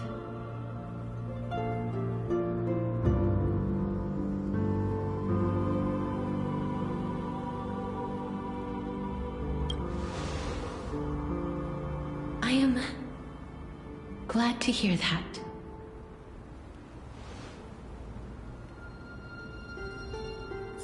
Over here!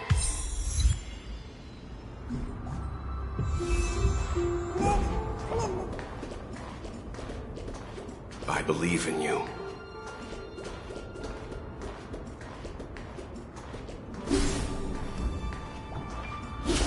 Just forget about all the hardships of the moon around us.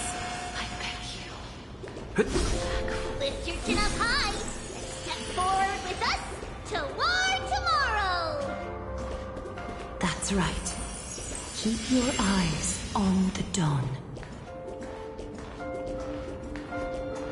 Onward. Show me your courage.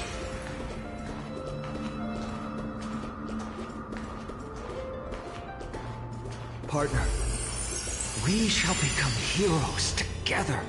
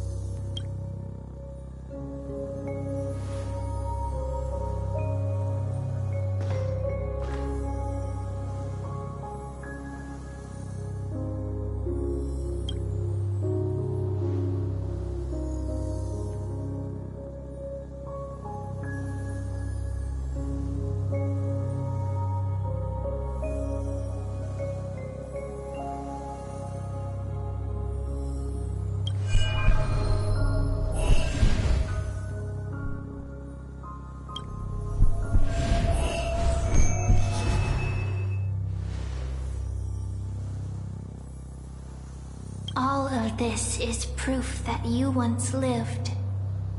Your soul, your memories, the years you've journeyed through, and the path they revealed, leading you back home. So, continue onward. Do not stop moving forward, and do not let her sacrifice, and the support of all who have stood by you, be in vain. Over here, friend! Take my hand! Let's go home.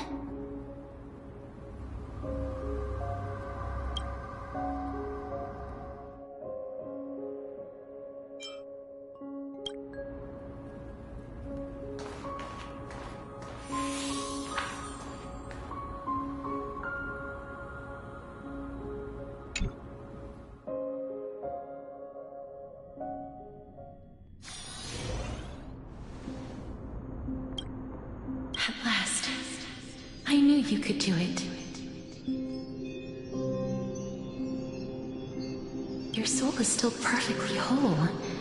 As if some kind of force is trying its best to keep it together. Is it Ornyx's final blessing?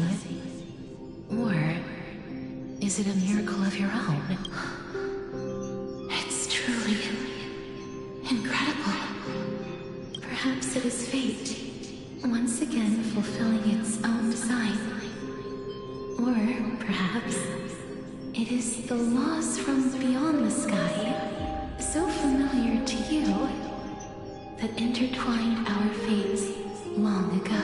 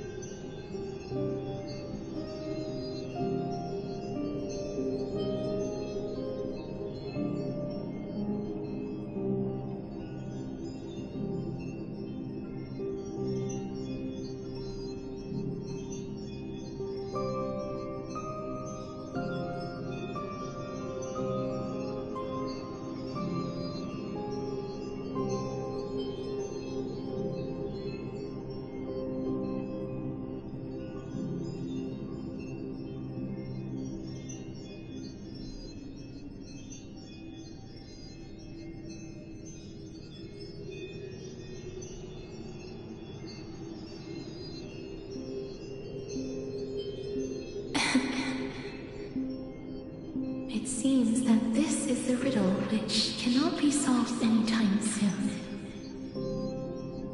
The sensation of becoming a demigod is truly wondrous.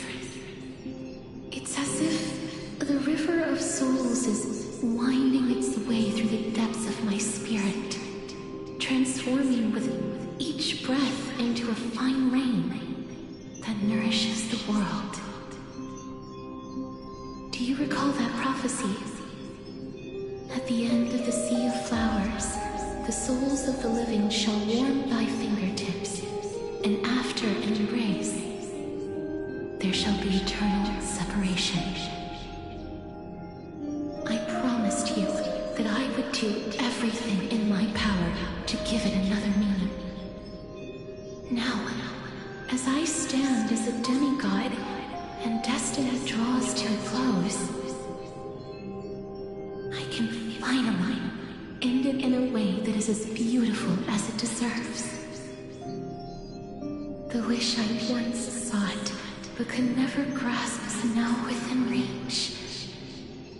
In this brand new world, every blooming life will lift its arms in celebration and recount the profound meaning of this very instant.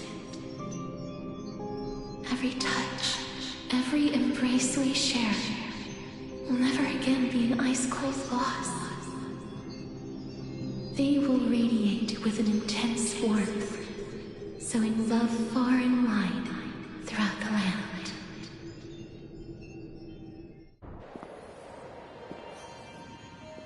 The other shore is very cold.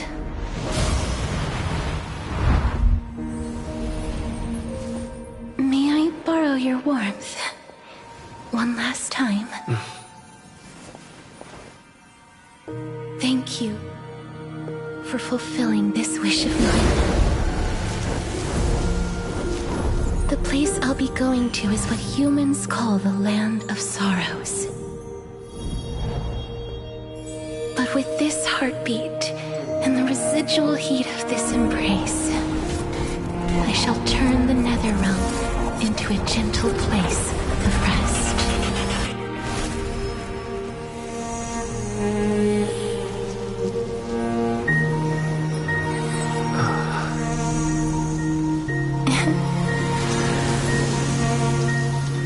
This embrace may be brief, but it's the proof that I once lived.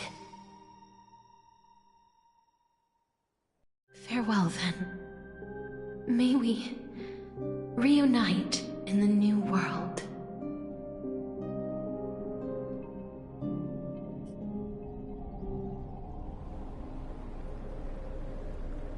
That grand and absurd performance was what you've been seeking your whole life? I gave up everything in search of truth, and it culminated in this very moment. You, on the other hand, performed as I expected. You did not hesitate when you saw the chance to attain power. It's as if you crave power, like a fly craves rot.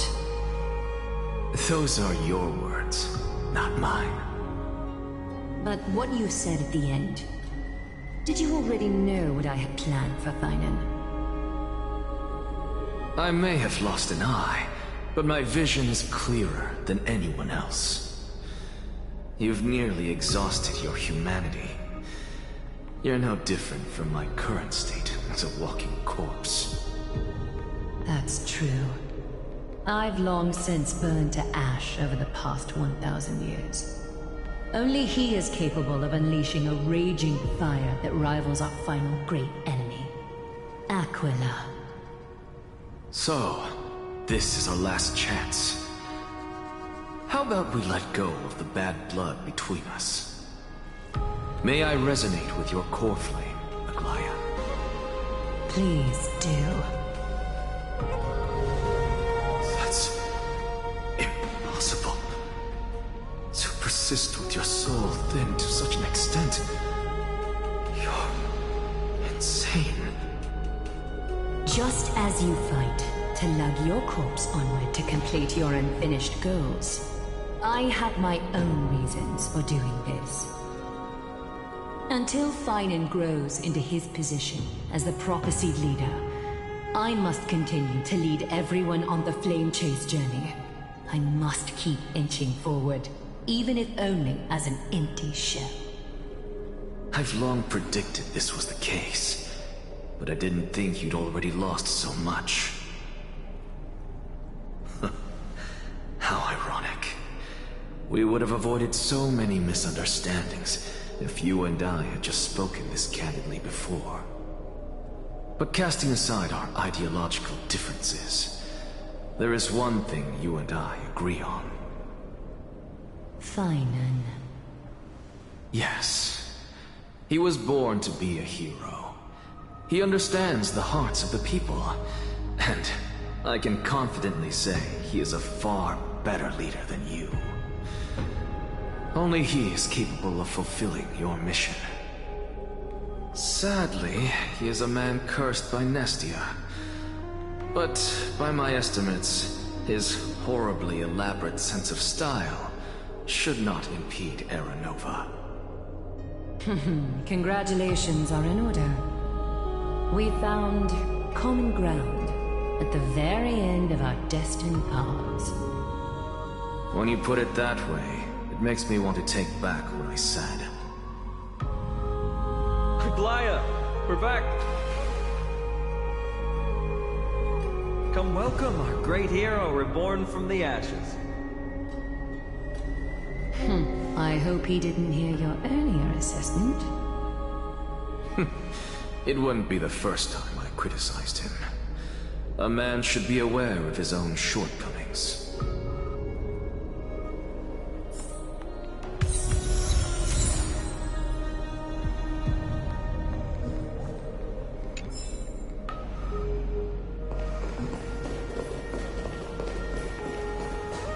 I'm gladdened. But I don't see Castris among your number. It looks like she not only helped me prove my theory, but helped you fulfill your mission as well.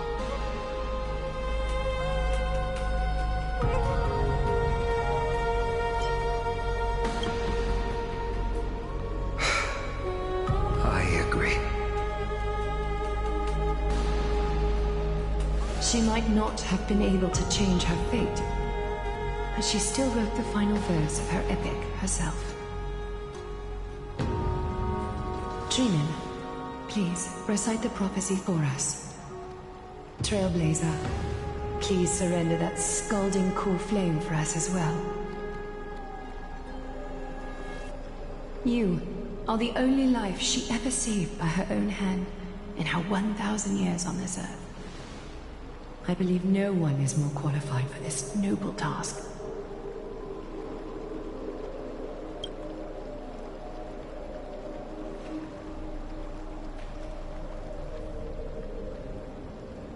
O gods who have returned, and gods who are still watching, today we bring you a soul laid bare. The Hand of Shadow, Thanatos, remembered their name from the past. From daylight they came, and to their fragrant dwelling they return, to walk now among your ranks.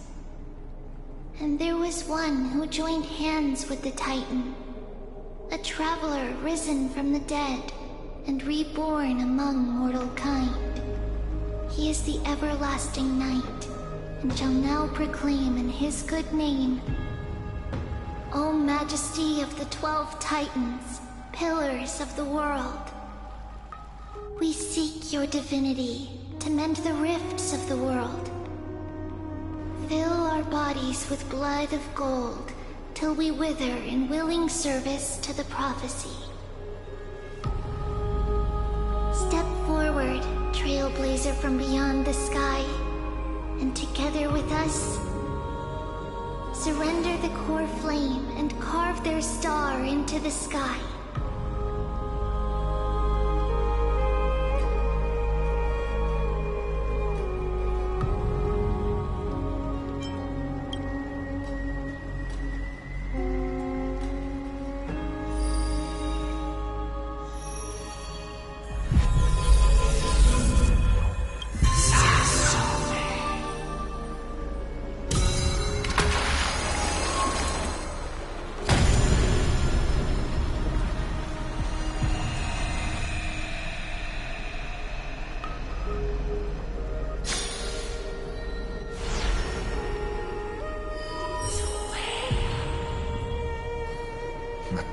consolation for death. For life and death, to be more precise.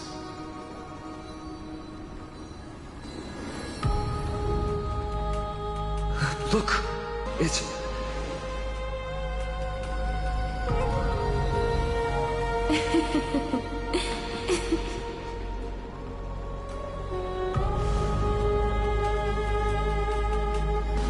No, it's only a divine echo. I think she's here for the trial.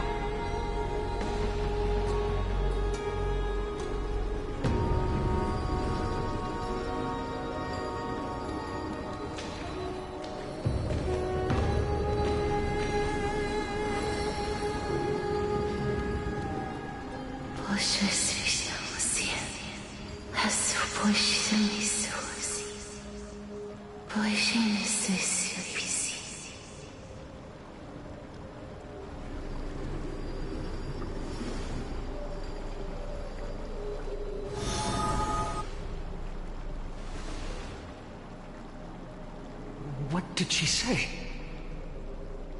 That's the language of the Titans. Castorus... No. The Titan. They said... I have illuminated the cold shadow of death. Onwards. For your path to the future is bright and its flame eternal.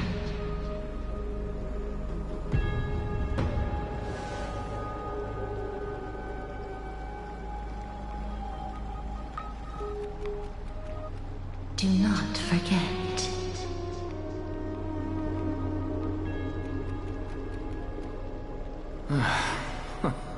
She made quite a scene. I suppose it's my turn now. I won't stop you. Professor, you... What's with that look? You were present. So, let's get this execution over with. We wouldn't want to bring shame to Akima's divine laws or keep me from creating a new world. You never change, do you, Professor? I don't understand. If your theory is correct, you'll lose all memories of your past life once you become a Titan. So what's the point of becoming a god? Of course there's a point. Even if I forget who I am, I'll still have my brilliant mind. It goes without saying, I'll find a way to retrieve memories of my past life. Besides, I still have you, don't I? I still don't really understand what you said during the assembly. Even if it were true, things reforged from memory could never be the same as the original anyway. Then allow me to tell you right now that you're wrong. What exactly are we? My answer is that the Chrysos heirs are the future Titans and vice versa. Of course, this answer only applies to us. So, what are we when it comes to regular mortals? The very essence of the world, our souls, are tiny invisible seeds that hold records of each person's memories of the world. And we are the buds that sprout from these seeds to grow into great trees. Is that what new sporism means? Correct. Once our physical bodies are born, we become new extensions of the world. From there, we plant our seeds into someone's memories, and then scatter them into the hearts of countless people in the future. Just as seeds are affected by their environment, so too will our appearances differ across memories. But the partial memories we carry will always be the same, because that is just how the world is. To destroy our very existence, one must destroy the world itself. But we have someone who will still live on with his perfect memory. That person is you, child of Kefali. This is what it means to be the world-bearing Titan. So, carry everything of this world and live on. Don't disappoint those most precious to you. Don't disappoint Lady Goldweaver. And especially, don't bring dishonor to my theory. Anaxa, I swear to you, I'll lead everyone to our reunion in the New World. Good. That is all I have to say. Farewell, everyone. May we meet again in the next life. Farewell, great performer. May Circes safeguard your thoughts.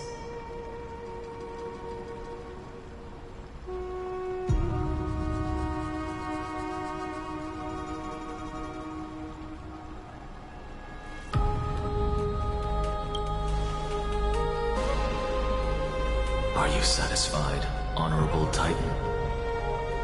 Very. I hereby swear I have borne witness. Anaxagoras of the New Sporists and the Grove of Epiphany has successfully overcome the trial of reason. Thus, I shall confer upon you these words. You shall transcend the peaks of purity and return to corruption and hardship. Oh, so that's a god's prophecy. It sounds like you just rephrased my past, present, and future. Ah, Circes, Circes. Is that all you've got? Well, you've already transcended the peaks of purity, and you were never the type to give me any leeway. That is true. But I do still have one question. I knew it. What is it? Maybe we're thinking of the same thing. As you've so boldly stated, we and the world itself live on through the memories of others. If that is the case, whose memories did the very first new spore sprout from? How should I know?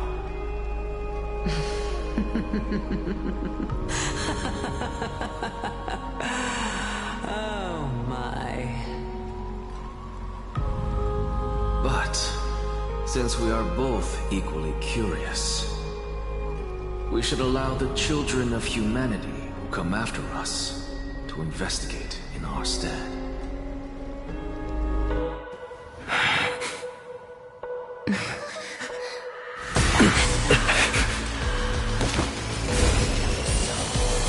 Rejoice, Circes.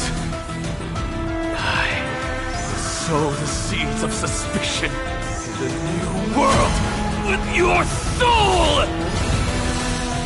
And now, the objective is complete. That is all.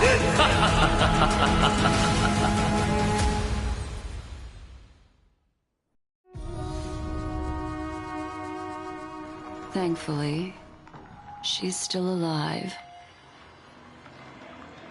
Was March 7th also in this condition when she was first rescued by the Express?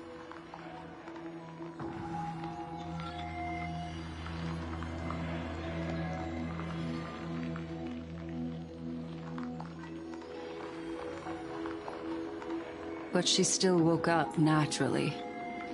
Looking on the bright side, that might happen this time as well.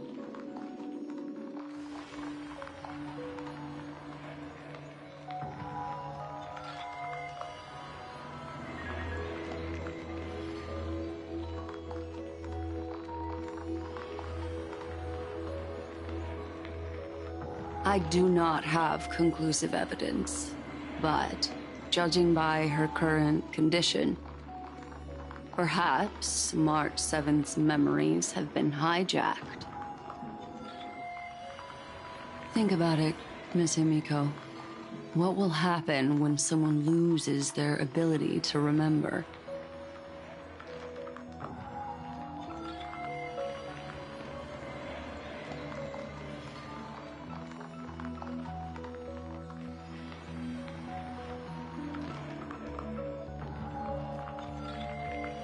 Unfortunately, short-term memory is an entirely different concept from the inability to remember. Perhaps it is difficult for you to imagine, but an individual who has lost their ability to remember turns into nothingness. The belief of the Garden is that everything in this universe can be interpreted through memories. This is the driving force behind the continuance of this path. The past is made up of memoria, while the future is a possibility that will eventually be converted to memoria. But the present, it doesn't really exist, and it's only an abstract expression. Therefore, when a person is affected by the path and loses their ability to remember, their physical form will also be affected.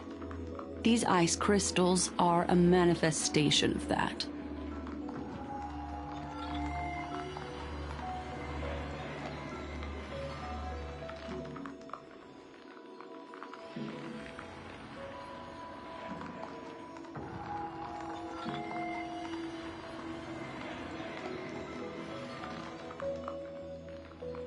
Is Miss Himiko suspicious of me?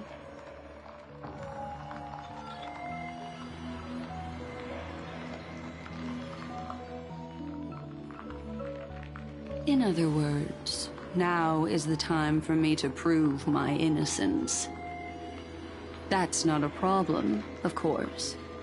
The true reason behind my intentions is that Amphorius holds special significance.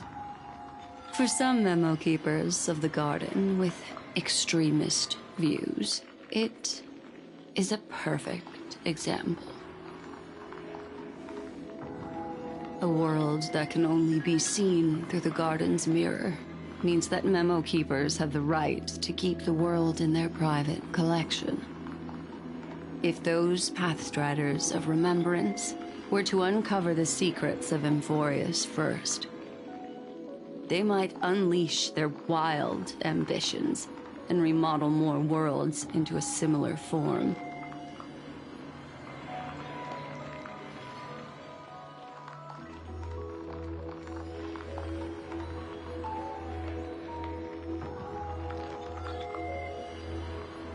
I chose to remain quiet before, because I did not want to involve you in the Garden's internal conflicts.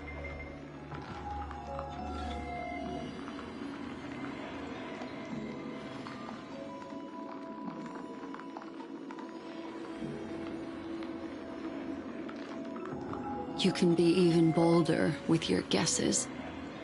The people that I'm talking about, they aren't just individuals.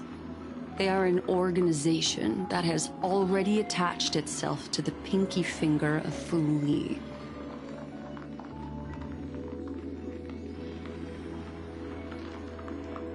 I cannot be certain, but at the very least, they are capable of doing so.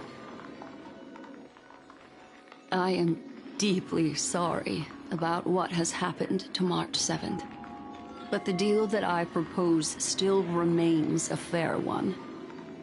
Amphorius is still an excellent destination, and investigating further might allow us to uncover the truth behind the accident. Miss Himiko, the wisest choice right now is for us to continue cooperating.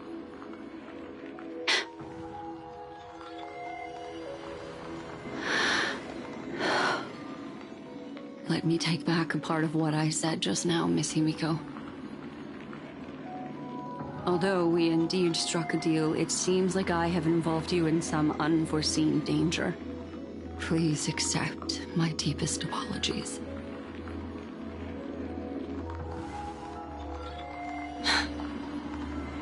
It's Fu Li.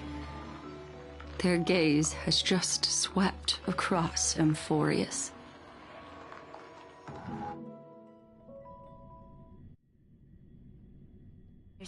Oh, how interesting. I never expected a mere memo snatcher to be actually hiding so much inside her head. What's even more interesting is that the word Amphorius has appeared in her subconscious. This lady seems to be having fun. Is she usually like this? It's hard to explain. What are you two whispering about? Has it not occurred to you that I can hear everything clearly? Oh, please pardon me, Madam Herta. Would you mind sharing with us what you've discovered? The ones who need help are the Astral Express. You will have to put up with my methods, even if they are rather unconventional. Let's get back to the topic. By using the fourth mirror, I rummaged through the brain of this memo snatcher and learned a good deal. Not only does this person know of Amphorius, but there are also many memo keepers who are interested in the place. I searched through her consciousness and found the following terms: the Eternal Land, the Rejected Land, and the private collection of the Garden of Recollection.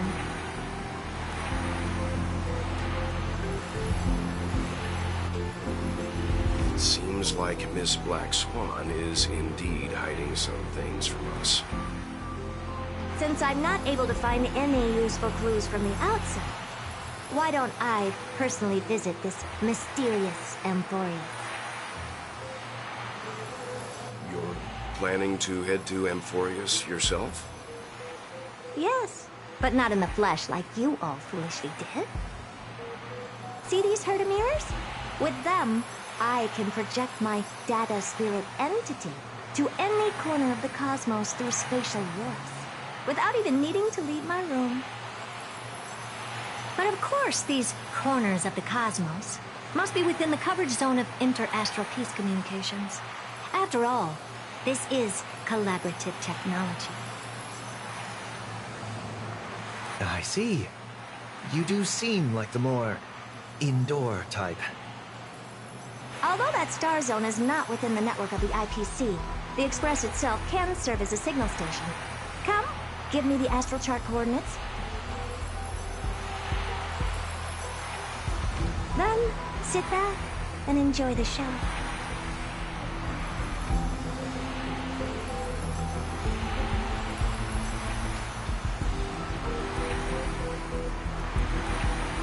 All right, now that everything is ready, mirrors, get to work.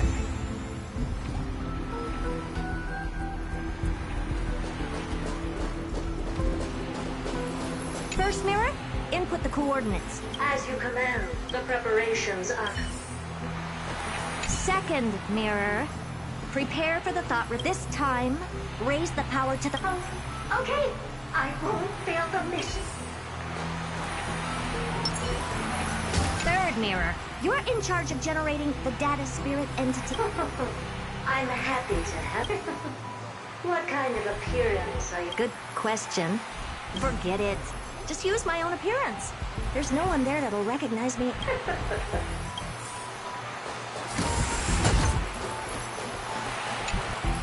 Preparation of the data spirit entity complete. Thought refraction at max. Excellent. First mirror. Have a safe trip, madam. May your journey yield good result. Coordinates input complete. Preparing to activate spatial warp. Spatial warp countdown. Warp activated. Oh! So that's Amphorius? Its appearance is, well, sure is unique. Second mirror. Prepare for thought refraction. It's time to send me in. Alright! Please read the safety protocols. Can't you hurry? Yes, ma'am. I didn't expect it to be so turbulent. I should have asked the second mirror to use slightly less... What a magnet. Let's see. Perhaps...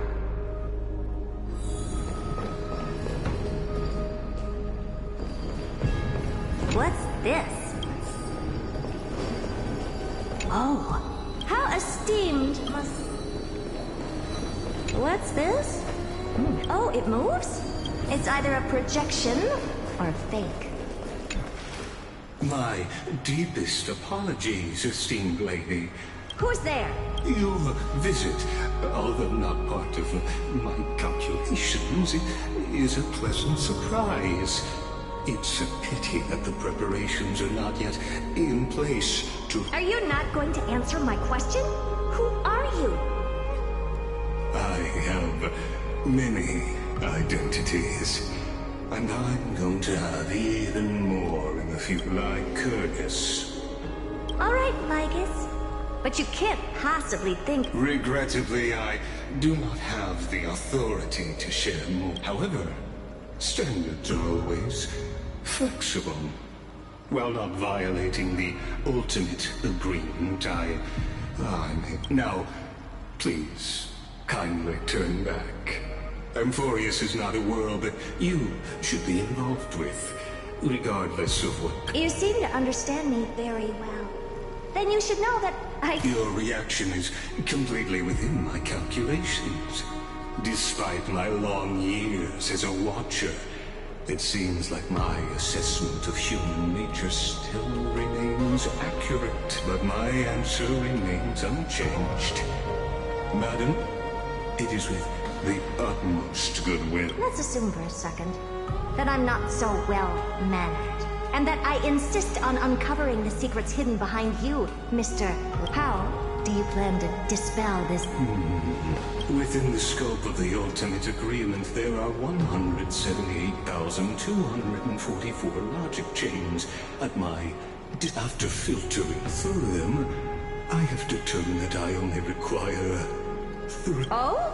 First, for reasons that cannot be disclosed, Amphorius is a completely isolated celestial. That's not a good argument. Second, if your plan is, as you've alluded to previously, to force just like you, I have basked in the gaze of the erudition.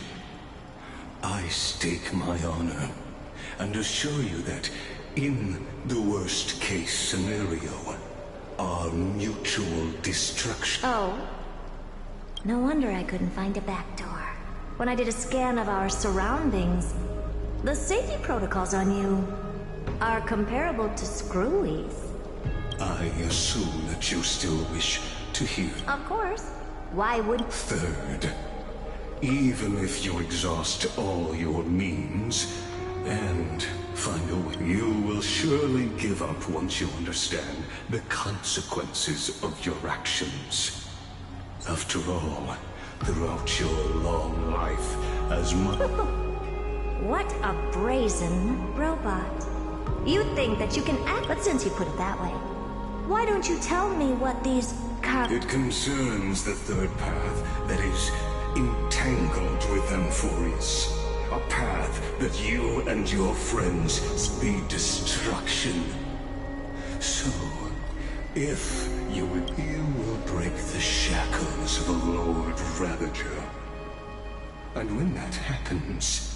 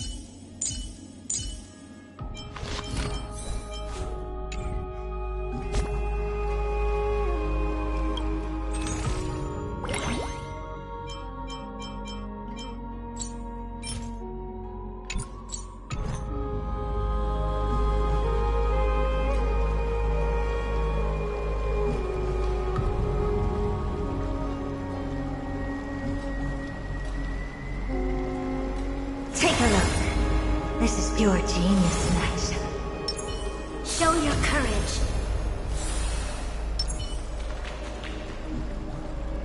Feeling lucky.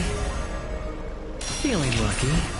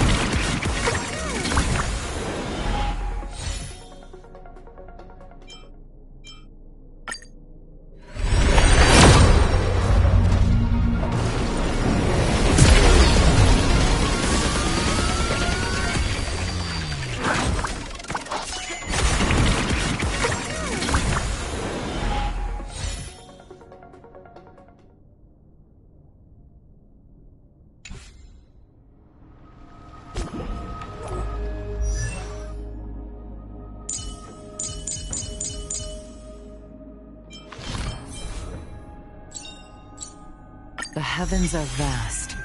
The kite flies where it wishes.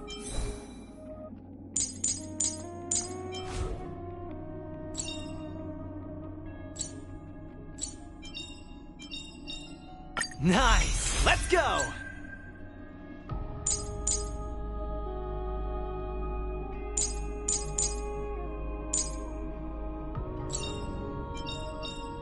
We mustn't cling to the past.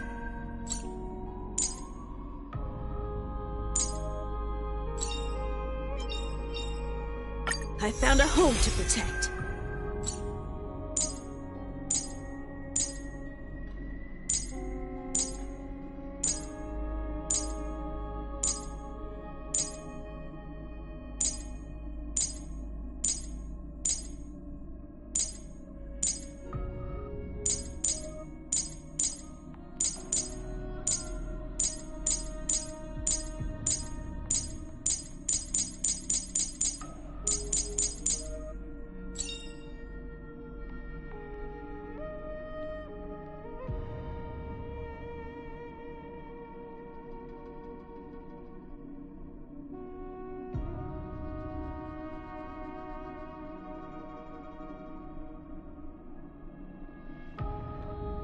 No matter how cold the other side is, there will still be the scent of flowers.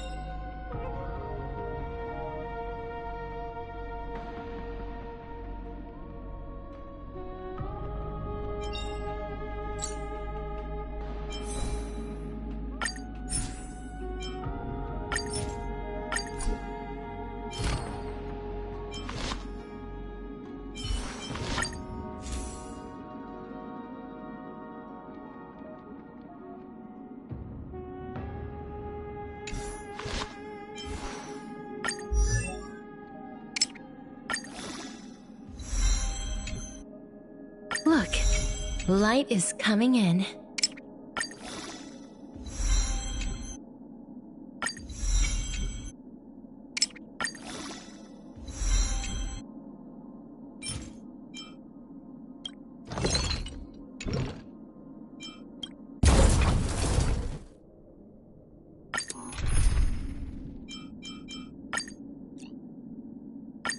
Oh, Lady Jade herself has come.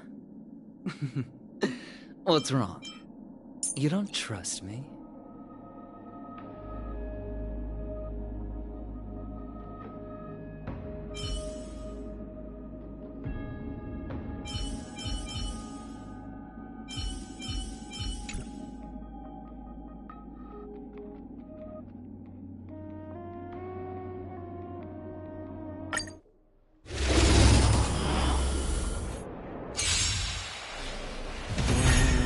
I always deliver.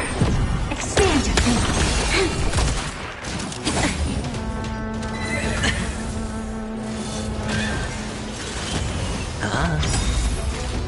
Endless riddle. Nothing but a forest.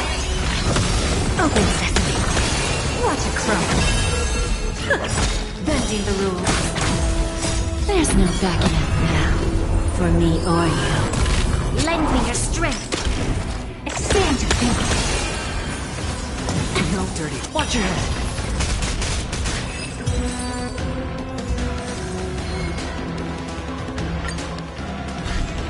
Don't let me down. Open sesame. To guard and defend. Crush them. Endless riddle. Nothing but a forest. Expand your thinking. Glimpse one out. No dirty tricks, alright? Time for a lesson. Lend me your strength. Open sesame.